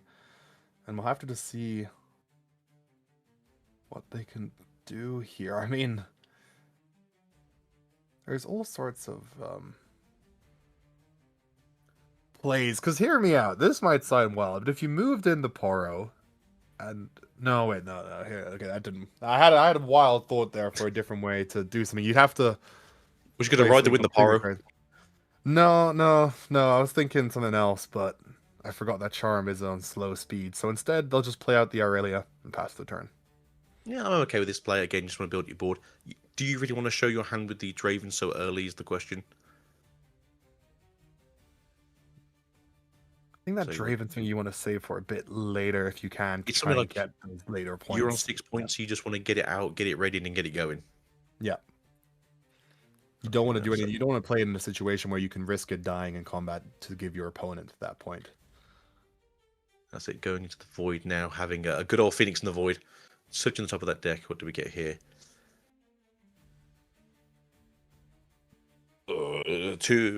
4 cost hopeful, maybe? You kind of need the units, so you can't really throw it away, and you've essentially just got an extra card to hand. So yeah, pay 4, hopeful, I guess. Yep. Yeah, no, tapping that 4 is the situation. As And that costing Rek'Sai 3. Legend. Rek'Sai, okay. Yeah. Now that Rek'Sai Legend, very cool. When you conquer, you can look at the top 2 cards of your deck and play one of them. So because of that legend, or because of the Noxus Hopeful being seen and it not having that Legion effect, it did cost the full. But hey, 4+3, you get that 7, you can play both units out, and now you have a lot of opportunities for a strong attack next turn. Indeed, it does. For next set, I do believe we get Pike, and if it's anything like the Legends of Runeterra game, then that should also be a Delve deck. So hopefully there's some kind of crossover with these 2 decks, and we have a very powerful Delve deck going into set 3. But currently, Rexar's doing the best, and having the extra 2 cards in brackets in your hand when you conquer is also pretty cool. So Aurelia's currently coming up. I'd say, do you just move the Aurelia out into the void, just beat up the Phoenix, move the Poro over to Sunken? I'd say you kind of want to get the draw, right? You want to get the 1 point draw. You get the draw there, and you do have a spell to be able to play to try and get that Paro to conquer as well. The risk is, though, as soon as that Phoenix is in trash, you do have to account that it can be played at any point when you do kill a unit with the spell. And there's a lot of... I saw a video the other day explaining all these very unique interactions with this Phoenix of how you can play it in different situations. So I'm excited to see how the Rek'Sai here does the same. Yeah, so I'm just wondering here, do you play out the Swifties? Put them on the Aurelia? I mean, Rather Wind works too. Didn't want to say that for a later card, but yeah, get yourself ready, take out the Phoenix, get another point, bring yourself back so you have to worry about being on a battlefield. Mm-hmm. There we go. Could have even used the charm there if they wanted to. Now playing out the boots. I think it's just because that way they got the 2 points and then they also got themselves into a safe position again, because being in the back is pretty good. Obviously, Cull is not so great here, and Shooting Star is also a bit of a pain. But you can't target them, I believe, with the piercing lights unless they're swinging the battlefield. Unless I'm incorrect about that, but I think that's how it works. Yeah, you would need to target your own unit to be able to play out the spell. So if they really want to try and attack this Irelia, it would be a pretty they would have to have a sacrificial lamb, which could Here be he comes. dissolved hopeful if they That's it, they yeah. choose so. Yeah, but they do have the falling star as well, so that could be a different choice. Ooh. Float the 1, I guess? Yeah, just float the 1. Yeah, we can see in the chat. So we don't see this on Spectate because there are no hidden cards, but we can see they flipped over that Fury Room, essentially floating it, and now tapped that other rune and have played Piercing Light.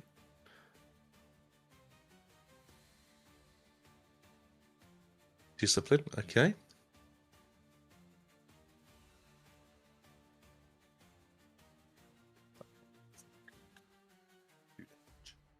I like killing that power there because if you manage to kill it, it's not on its own, so they don't even get that extra card draw. And now is the situation where if you use the rest of these. Okay. Do have to note though that this Noxus Hopeful is currently holding 2 damage. Keep that in mind. I'll say, what would you do now? Just use Falling Star on the back there, get rid of the Aurelia? Hmm? So there's a Falling Star in hand, just wondering if you just use that on the Aurelia and just try and get rid of her. I know she's got deflect, but sometimes you just get rid of people, right? Yeah, you could do that and then even use the Piercing Light and bounce that one off your Rek'Sai because that should be able to survive it as well if you really want to use all your spells. Because remember, they will be able to play that Phoenix out of their trash. It will be an expensive turn. It will be a very power-heavy turn. But the opportunity is there. As I'm sure that's what they're debating right now. Yeah. Piercing Light has been played. Likely bouncing off that Rek'Sai. Nope, never mind. Choosing to kill their Noxus Hopeful instead. I think they doubled it just in case I were to use like an Engard or a Discipline on it, that way I had to die. And call the week, yeah. Very nice. And unfortunately, we don't have enough steals to play the Phoenix, do we? Because it needs... No, we could have done. Because it's 1 ruin a red power, right?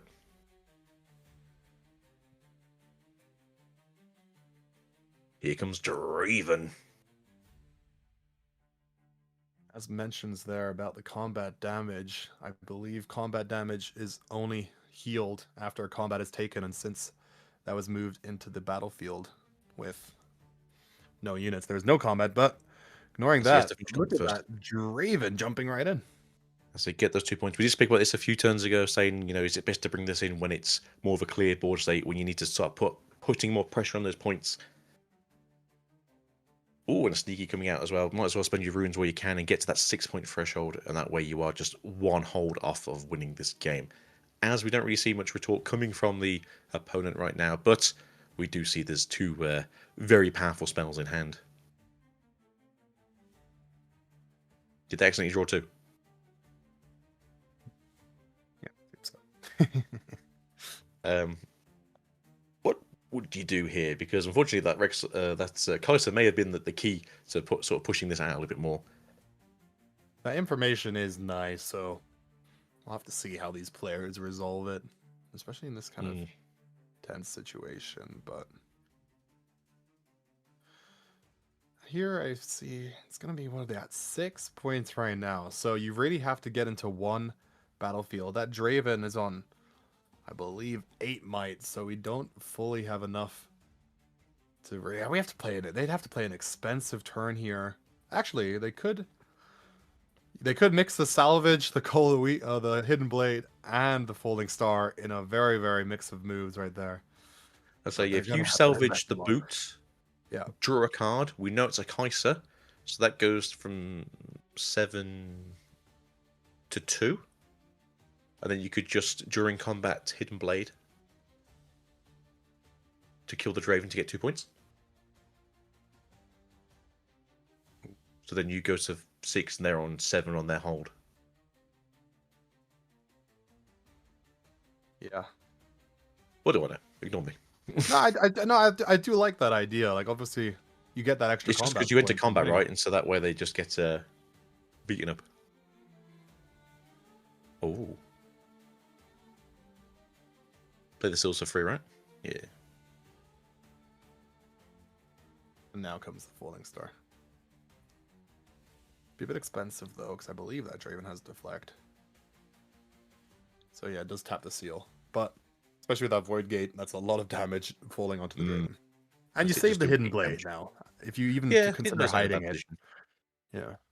So do you hide it now with just the Kai'Sa, so that way if there's some way to get this Draven to push out, you just poke the Draven? Because if it's in combat, he just loses, right? So that way you just gain a point from it. And you hold to 7 if they do that. But are they that greedy is the question? Would they not just want to play onto the Void Gate and then move across later on? Even here, they can play the Draven for 6. Discipline, choose it with Irelia. Irelia Legend should be ready here, don't forget. And Mm. yeah. Right there. Yeah, they've tapped the Irelia. We'll play that extra rune. This Draven goes up to 8. And we'll get not Ooh, only a combat point there, but also the Draven effect from winning in combat. Giving them 2 yep. points in one turn off that one Straight to battlefield. Really 8. even Very cool. good.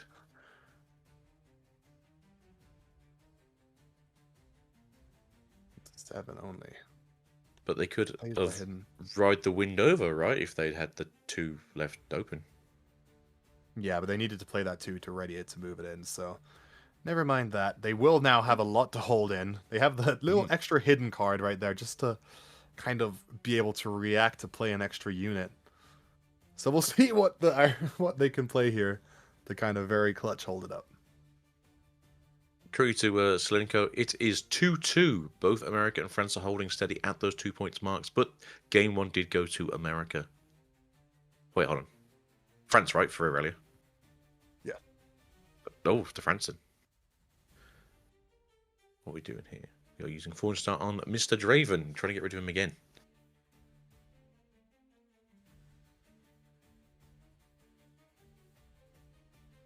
And then we bring out the Phoenix. Yeah. And then we Hidden Blade the Tidecaller. Yeah. They need to. It's very expensive. They're down to only 2 runes, but that does stop the hold and does give them a potential, as we do see right now. The Aurelia has no units in hand. They're just going to have to hold here for a second before passing over.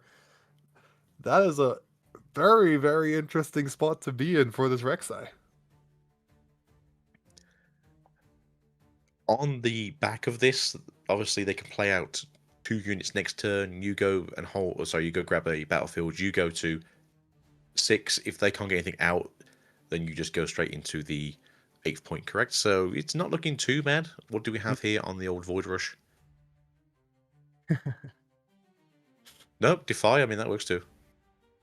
I mean, yeah, at this point, you have all those spells. The only thing you can do as this Aurelia is just using your spells to just try and deny as much opportunity as possible for the Rek'Sai Yeah, as play they out do that's the Hunt of Hidden Broker. Broker. Yep. And that's kind of it. You have to hope now that they can't get a unit out this turn, which they can't. So I mean, it's going to be a 1 game each, right? That as what can you do here? You can play the charm to move. Oh, I like this. If they move it into the battlefield, Oh, it does that's buy sneaky. themselves ever so slightly a bit more time in the hopes that the Rek'Sai doesn't have anything accelerated here. I mean, top deck, we could get another Kaiser. We could see if there's a Kaiser now. Obviously, they're Defy just going to available. defy it, yeah. Yep.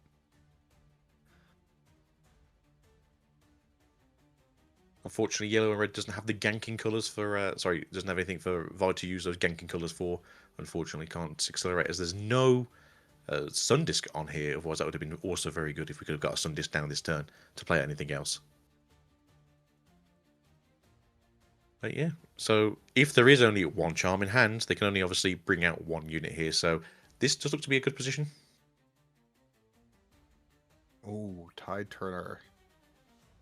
Can they do anything with that to get the win? Ah, gosh. They have 1 charm to be able to move it out, but I don't think they can get it strong enough. Well, no, maybe with the GA, it'll give it that extra might. Do they have enough to sequence it? I think they do. So he has no green rune on this, unfortunately, so they can't equip it. So, are you going to try and equip it? It's like, we thought about it. Oh, never mind. Ride the wind? Question mark? So I don't think there's anything they can do here right now just to get this game going, but they did their best. No, just lacking those runes. All the defies they had to play in their last few turns, just denying all those runes as they will. They get a draw, Use right? If they that just right go to to win. the other one, just to... Yeah. Is it anything good here? Can it help? when it feels bad.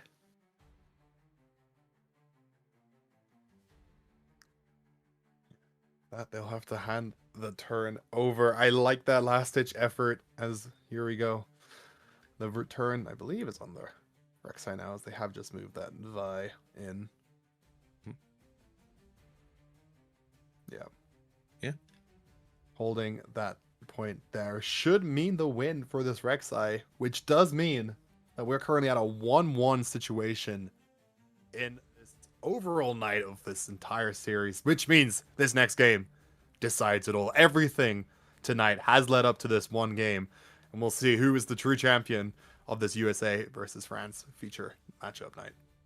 And this is perfection. This is what you want it to go down to. Currently, 2 wins for both teams. 1 game each for both teams, with this last final match actually making the difference. It's good to see we got something like this going on the first Worldwide Wednesday. Yep. It's a great name, Worldwide Wednesday. I like that. No, exactly that. Like, it came down to this one moment, right? And this is the double reverse sweep angle, especially with the Irelia taking the game one. If Rek'Sai can take this win, as they will choose out their battlefields. We'll get to this game very, very shortly, but I'm so excited to see it. These players jumped in the game soon enough, which I believe they could have even been happy with the decks they chose at that point, not needing to side out too much, as we should also see the first turn going over to Irelia, which definitely helped them in that game one. Indeed. I do feel like these guys probably play the main deck into each other, as it doesn't seem like there'd be much to counter in. Maybe they already did put the hard bargains in, we just didn't see them. Maybe there was an extra salvage or two added in from the side of the Rek'Sai, but again, didn't really see too much. The Immortals coming down though in that second game, because it's just been a case of not actually getting them fast enough in the first game. Overall, though, I was very happy to see the Rek'Sai actually sort of pull that one back a bit more. But again, they really did sort of churn through that deck as much as they could. And as I said before, those units just seem to not sort of appear in this deck. You know, they all seem to be at the bottom. So here we go. Obelisk of Power coming in first for the Irelia, and no hesitation. I think we all know what they're going to do first on here. Playing out that sneaky deckhand, just instantly getting a first point. Very, very just straight to the forward play. Yeah, I mean, it's also a great one to see here as well. The Candlelit Sigil, just getting able to look at the top 2 cards, do a bit of scrying, and see what you want to be coming up soon. Both of these cards are pretty good, actually. Maybe we want to keep the units on top, as we did see the units just fall to the wayside with this prison build-up for Rek'Sai going in. And overall, I'm happy to see what we get here, to be fair, because both of these cards are going to be very useful in this matchup. But are we bottoming one? Right, over to the Rek'Sai, starting at 4 ruins, putting down that seals very early. But that does mean that we do get to play the... Rek'Sai is then. Okay, Rek'Sai can come down for free. I thought they would have played the Hopeful because it would have been a 2 cost. But no, get that accelerated big beastie out there, that beautiful babe. And then we can also get out the other seals. Yeah, that so it's good to see this here. To everyone who's recently joined us and everyone who has been subscribing, thank you again so much. We do appreciate it here at Ruins and Rift, as it's because of you guys we can do these things as much as possible and hopefully bring you as much entertainment as you deserve. And if you're not enjoying yourself, that's what you deserve. So back to the game. Back to the game indeed, as they'll drop out that Lonely Paro, and they'll play the Boots of Swiftness as well, just getting that gear out ready. There is that salvage in the hand of this Rek'Sai if they would like to opt in to just completely destroy this board as much as possible, or they might want to save that later for any kind of GA or Zonyas that we may see from this Irelia later on. But with those 2 cards playing, it's a question of if you want to equip it and then use the Irelia Legend to just very aggressively move this power in. Looks like they will opt in for that.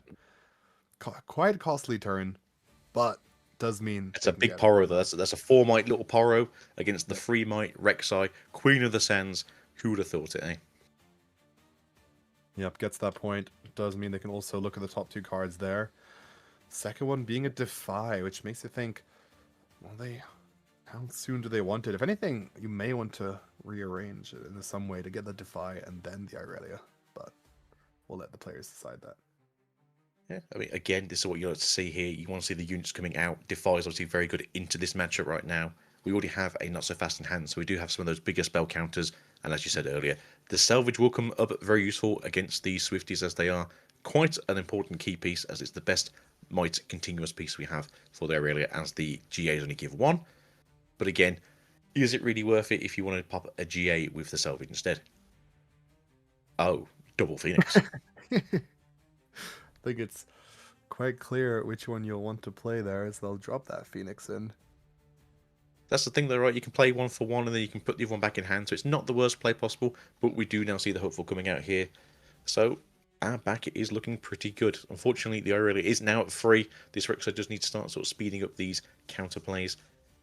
There is still a coin in hand for the Irelia, which I'd be happy if they played this turn, just to try and get the movement drawing going faster. And as you did say, they did put that Defiance at the top, which means did they move the Irelia to the bottom, or did they just swap the positions? I believe from what I saw in the chat is that they did move that Irelia to the bottom, so they aren't planning on keeping that card available instead.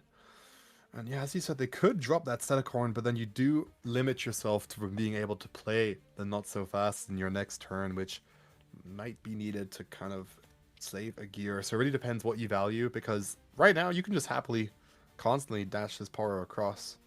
But instead, never mind that, they'll move it back into their base and play out the Irelia. Yeah, Irelia's one of those few champions that I always agree that she's the better the deck is if you can get her out faster, as long as there's some sort of like play in mind. As she's one of those few champions that doesn't really mind coming out. She's big enough to sort of look after herself and not sort of a pry to many counter spells. Unlike a certain other main card deck that got banned for this tournament. Yep, those bans coming in absolute clutch, not allowing for certain things, as Rek'Sai is now deciding what they want to do here. They have 2 units available, and there are no runes available for this Irelia, so they should have a free turn. The question is, how do they want to play this one out, considering they are down by 2 points? I would not be surprised if they do want to play out units quite aggressively. I would agree. Now, do you just do the candlelight first, check the first 2? If they're not so great, do you then put them to the bottom? Because I wouldn't say no to the Void Seeker right now. So the Void Rush. Void Rush at the top does mean that on your next turn you can play that out on. You can do it now because you can still do the effect of the Rek'Sai, right?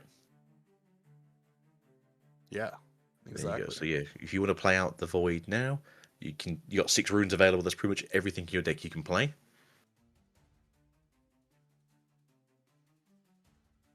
All right, what do we have access to here? I don't hate either of these. I don't know if you just want to put them to the hand though. Yeah, so you don't really want to call your own stuff currently, do you? And you don't really want to be piercing like your own stuff, so. Not necessarily. Like, I think both these cards are going to be essential as the game goes on to be able to take out these units in base. There's nothing available, so that Piercing Light, if I'm not mistaken, is enough to take down this Irelia if they will decide what they want to play. So they are using the Call the Weak? Yeah. And they're going to use it on the Phoenix, maybe? If they use it on their Phoenix and then use the Piercing Light on their Noxus Hopeful, they should be able to play the Phoenix back, no? That's to kill a unit. So yeah, if they do kill either of the Poro or... Well, here's the issue now. It's going to be they're going to kill the Poro. Yep. And then you can only do 4 damage to the Irelia, and she's a 5, right? She's a 4. She's a 4. Okay, she's a 4. So you have to pay the deflect cost, right? If she's a deflected one. But getting that unit back, so good right now. They pay that extra rune, floating it. Now, if you really want to play aggressive here, you can just try to Pierce Lighting. But no, never mind. They get that unit back for free. Drop in that Noxus Hopeful. I mean, I'm still happy for that, to be fair. That's still a really good play. Would you have put the Noxus Hopeful maybe on the same side as the other Noxus Hopeful to have it as an 8-might battlefield? I feel like there's too much in this Irelia to be able to boost her up, right? Because she goes to 5 now, equips the boots, goes to, another extra 2 more points to 7, and then anything else will make it available to take over both. So I do see the play of sacrificing it off there. Yeah, obviously now we see extra Dravens, which is obviously a bit more scary if they can get to that threshold point again.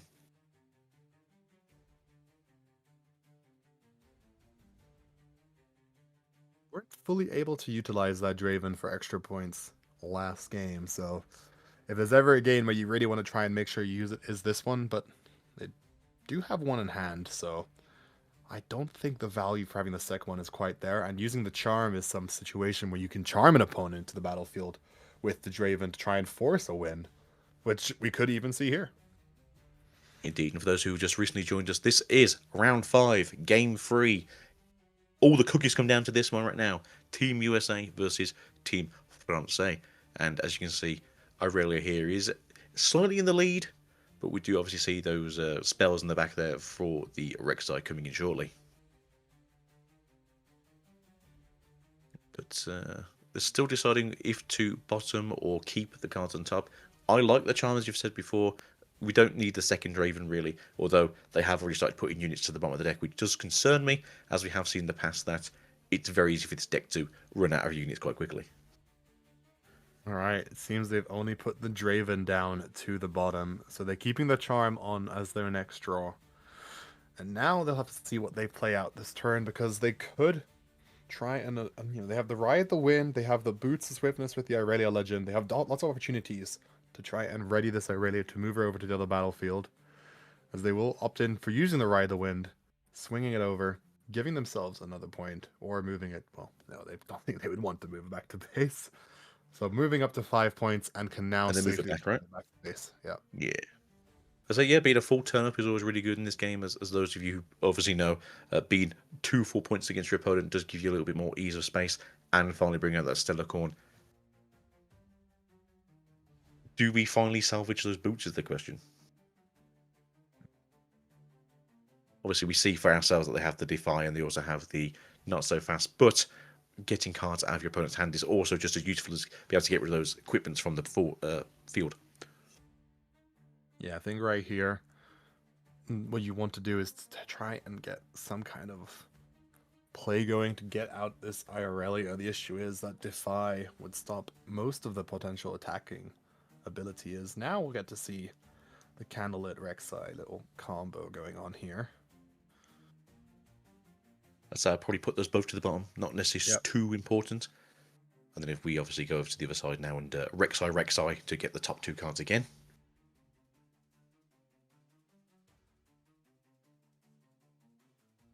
Extra just visual clarity, trying to draw the cards that you need in this situation, which most likely would be. Ooh, get those 2 points.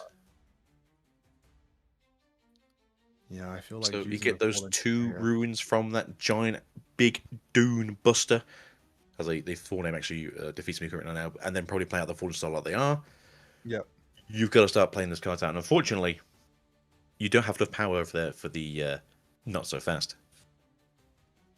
Yep, that Defy not being able to take down that Falling Star either, as it looks like we're seeing on the right, they are opting in to play that card. Now, they will be forced to target the Irelia twice just to make sure they have enough damage to take it down, unless they opt in, well, unless... Oh no, they should play it twice, because they do have that Piercing Light. They could try to bounce it off one of their units, but that could be defied instead. Unless they play the repeat cost, but you wouldn't do that, so let's see what this Rek'Sai decides on doing. I feel like you've got to pay the repeat cost. Get this Irelia out of here. Like you said, maybe a Piercing Light, go across the Phoenix, use the Phoenix to kill the Stellar Corn. If it gets defied, that's fine, and then you can just use the last rune that's available then to salvage, maybe. Just get rid of those boots. So we are tapping.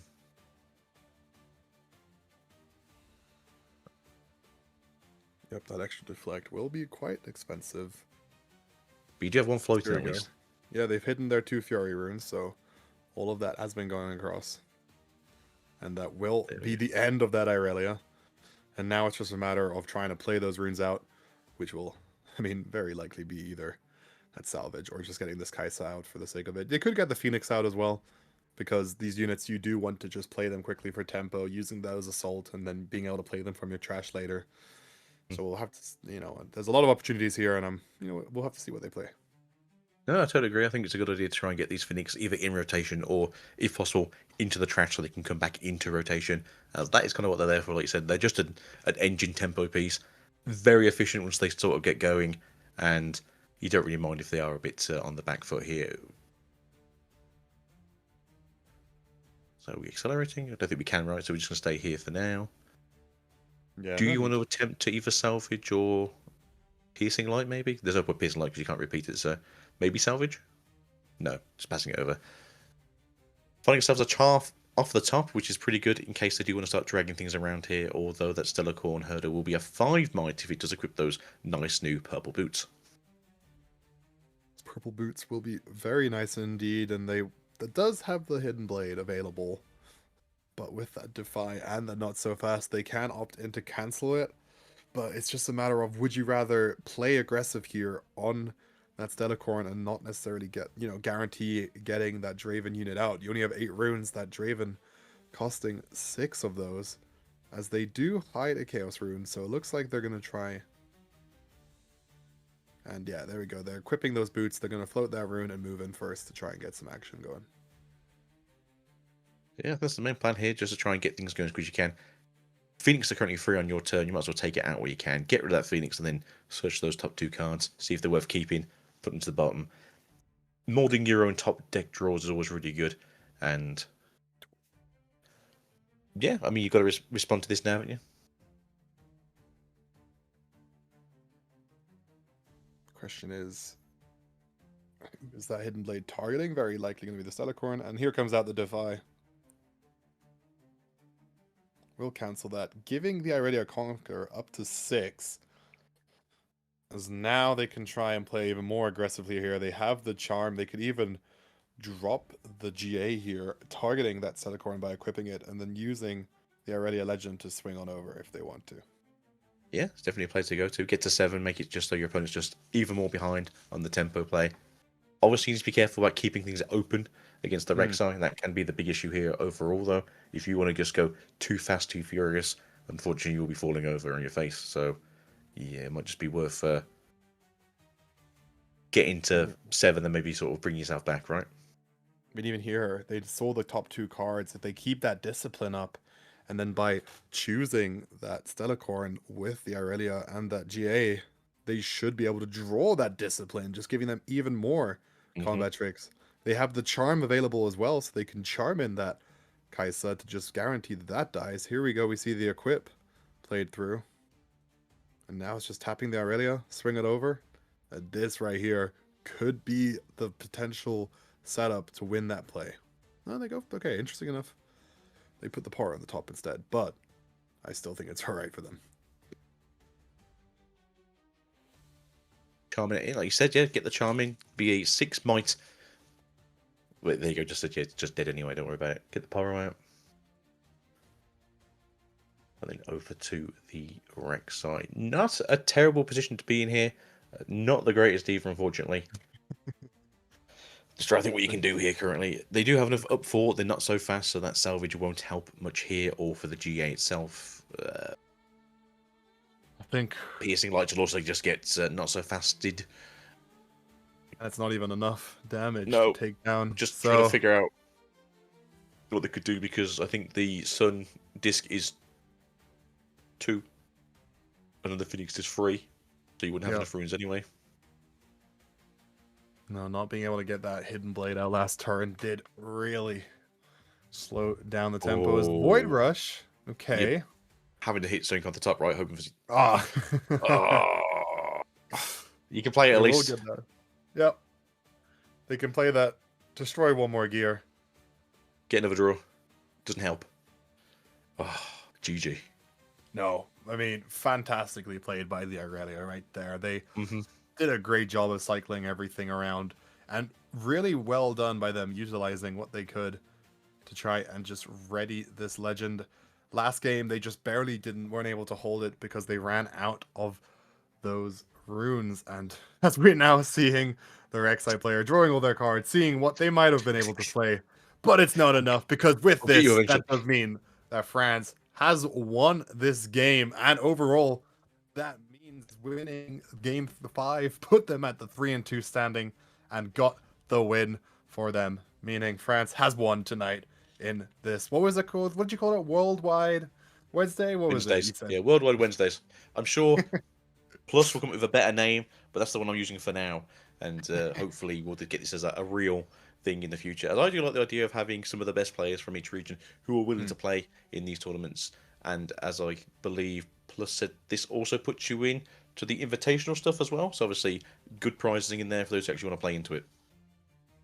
Yeah, so shout out all the players that joined in tonight and put on an absolute show for us because, yeah, we got to 5 games. We really got to see as much content as possible, seeing a variation of all legends here, seeing what was good, what was not so good. And it's a lot of cool tricks. So I learned some cool things on stream today. I watched these games and I was like, I didn't realize you could have done that combo. So I hope you guys watching did learn something from these players as well because they did some pretty spicy things. Yeah, it's really good to see. Right, W, do you have anyone you want to shout out to first, as you're the younger member of the cast? No shout outs from my side. I mean, thanks again for having me on. This has been absolute blast. I love watching these games because it's helping me learn the game as well. And I'm excited to see which other, country matchups we have. So thanks for having me on, Plus, and the stream. And yeah, I've been Dubby, and that's it from me. And say to you out there, thank you very much for everyone being here. I want to shout out to you guys for making this important to all of us to keep doing these things. If you weren't here, then we probably wouldn't be able to do this as frequently or have as much fun, as this is all a big community thing. So thank you from me. Thank you from, I believe, Plus. If you'll probably bring yourself in here in a second and say thank you as well. And I'm sure the other casters who do get to do this also agree. Thank you very much for letting us do this. And shout out to everyone's communities out there. I know it's not the greatest in terms of product right now, but everyone's trying their best to just have as much fun as possible. And luckily, we have things like TCG Arena that can allow us to do these Wednesday, weekly, worldwide Westies and Saturday events that we've been doing, and obviously the regionals that are held around the world that we do try to cover, which hopefully will continue. Paul's getting here. Come on, say goodbye to your team. Come on.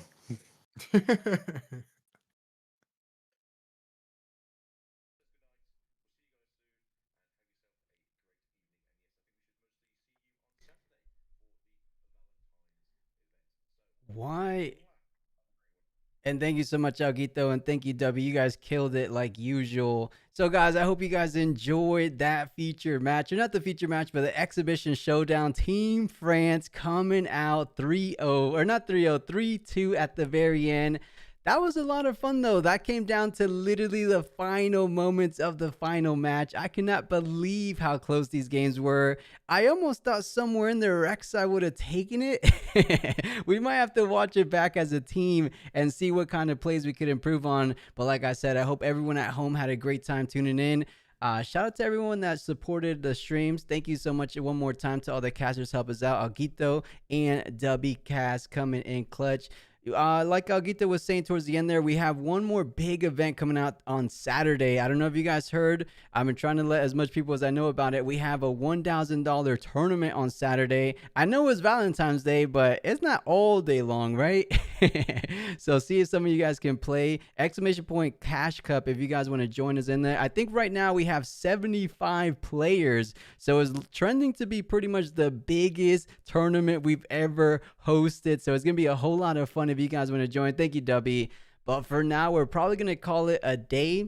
And then we'll be back on Saturday, like I said. I love the name, though, Alguito came up with, the Worldwide Wednesday. If you guys are representing or want to represent a country, hit me up on Discord. We can see how we could coordinate. This can be a bi-weekly thing, maybe a monthly thing. We can see if we can incorporate South America, a little bit more EU, maybe some Asian countries, maybe an Australian country, or Australia as a whole. I don't know. I know Team Italy said they wanted to do something. Who else said something? Team Canada said they wanted to do something, so we can figure it out. But till then, for Saturday, Kakarot, what's the question for Saturday? I'm about to head out of here, so if you guys have any questions, let me know now.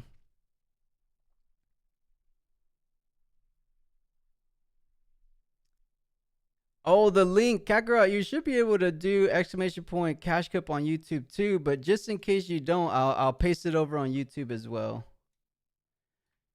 Kakarot, for those on YouTube, if you guys want to join the Cash Cup, I'll post it there now. All right, chat. I'm calling it a day. Fun little short and sweet stream. This was the short one. Saturday might take like 10 plus hours, maybe even 11 hours. So we got to recharge for that. But like I said, thank you for everyone checking us out. I put this live stream on Twitter. I don't know if we had any comments or anything on Twitter, but I saw there was a handful of us watching from there, which is kind of new. Let me know if that was a good idea or not. I guess I'll see if there was any comments or anything. But till then, I will see you guys on Saturday. All right, guys, take care, and I'll see you then.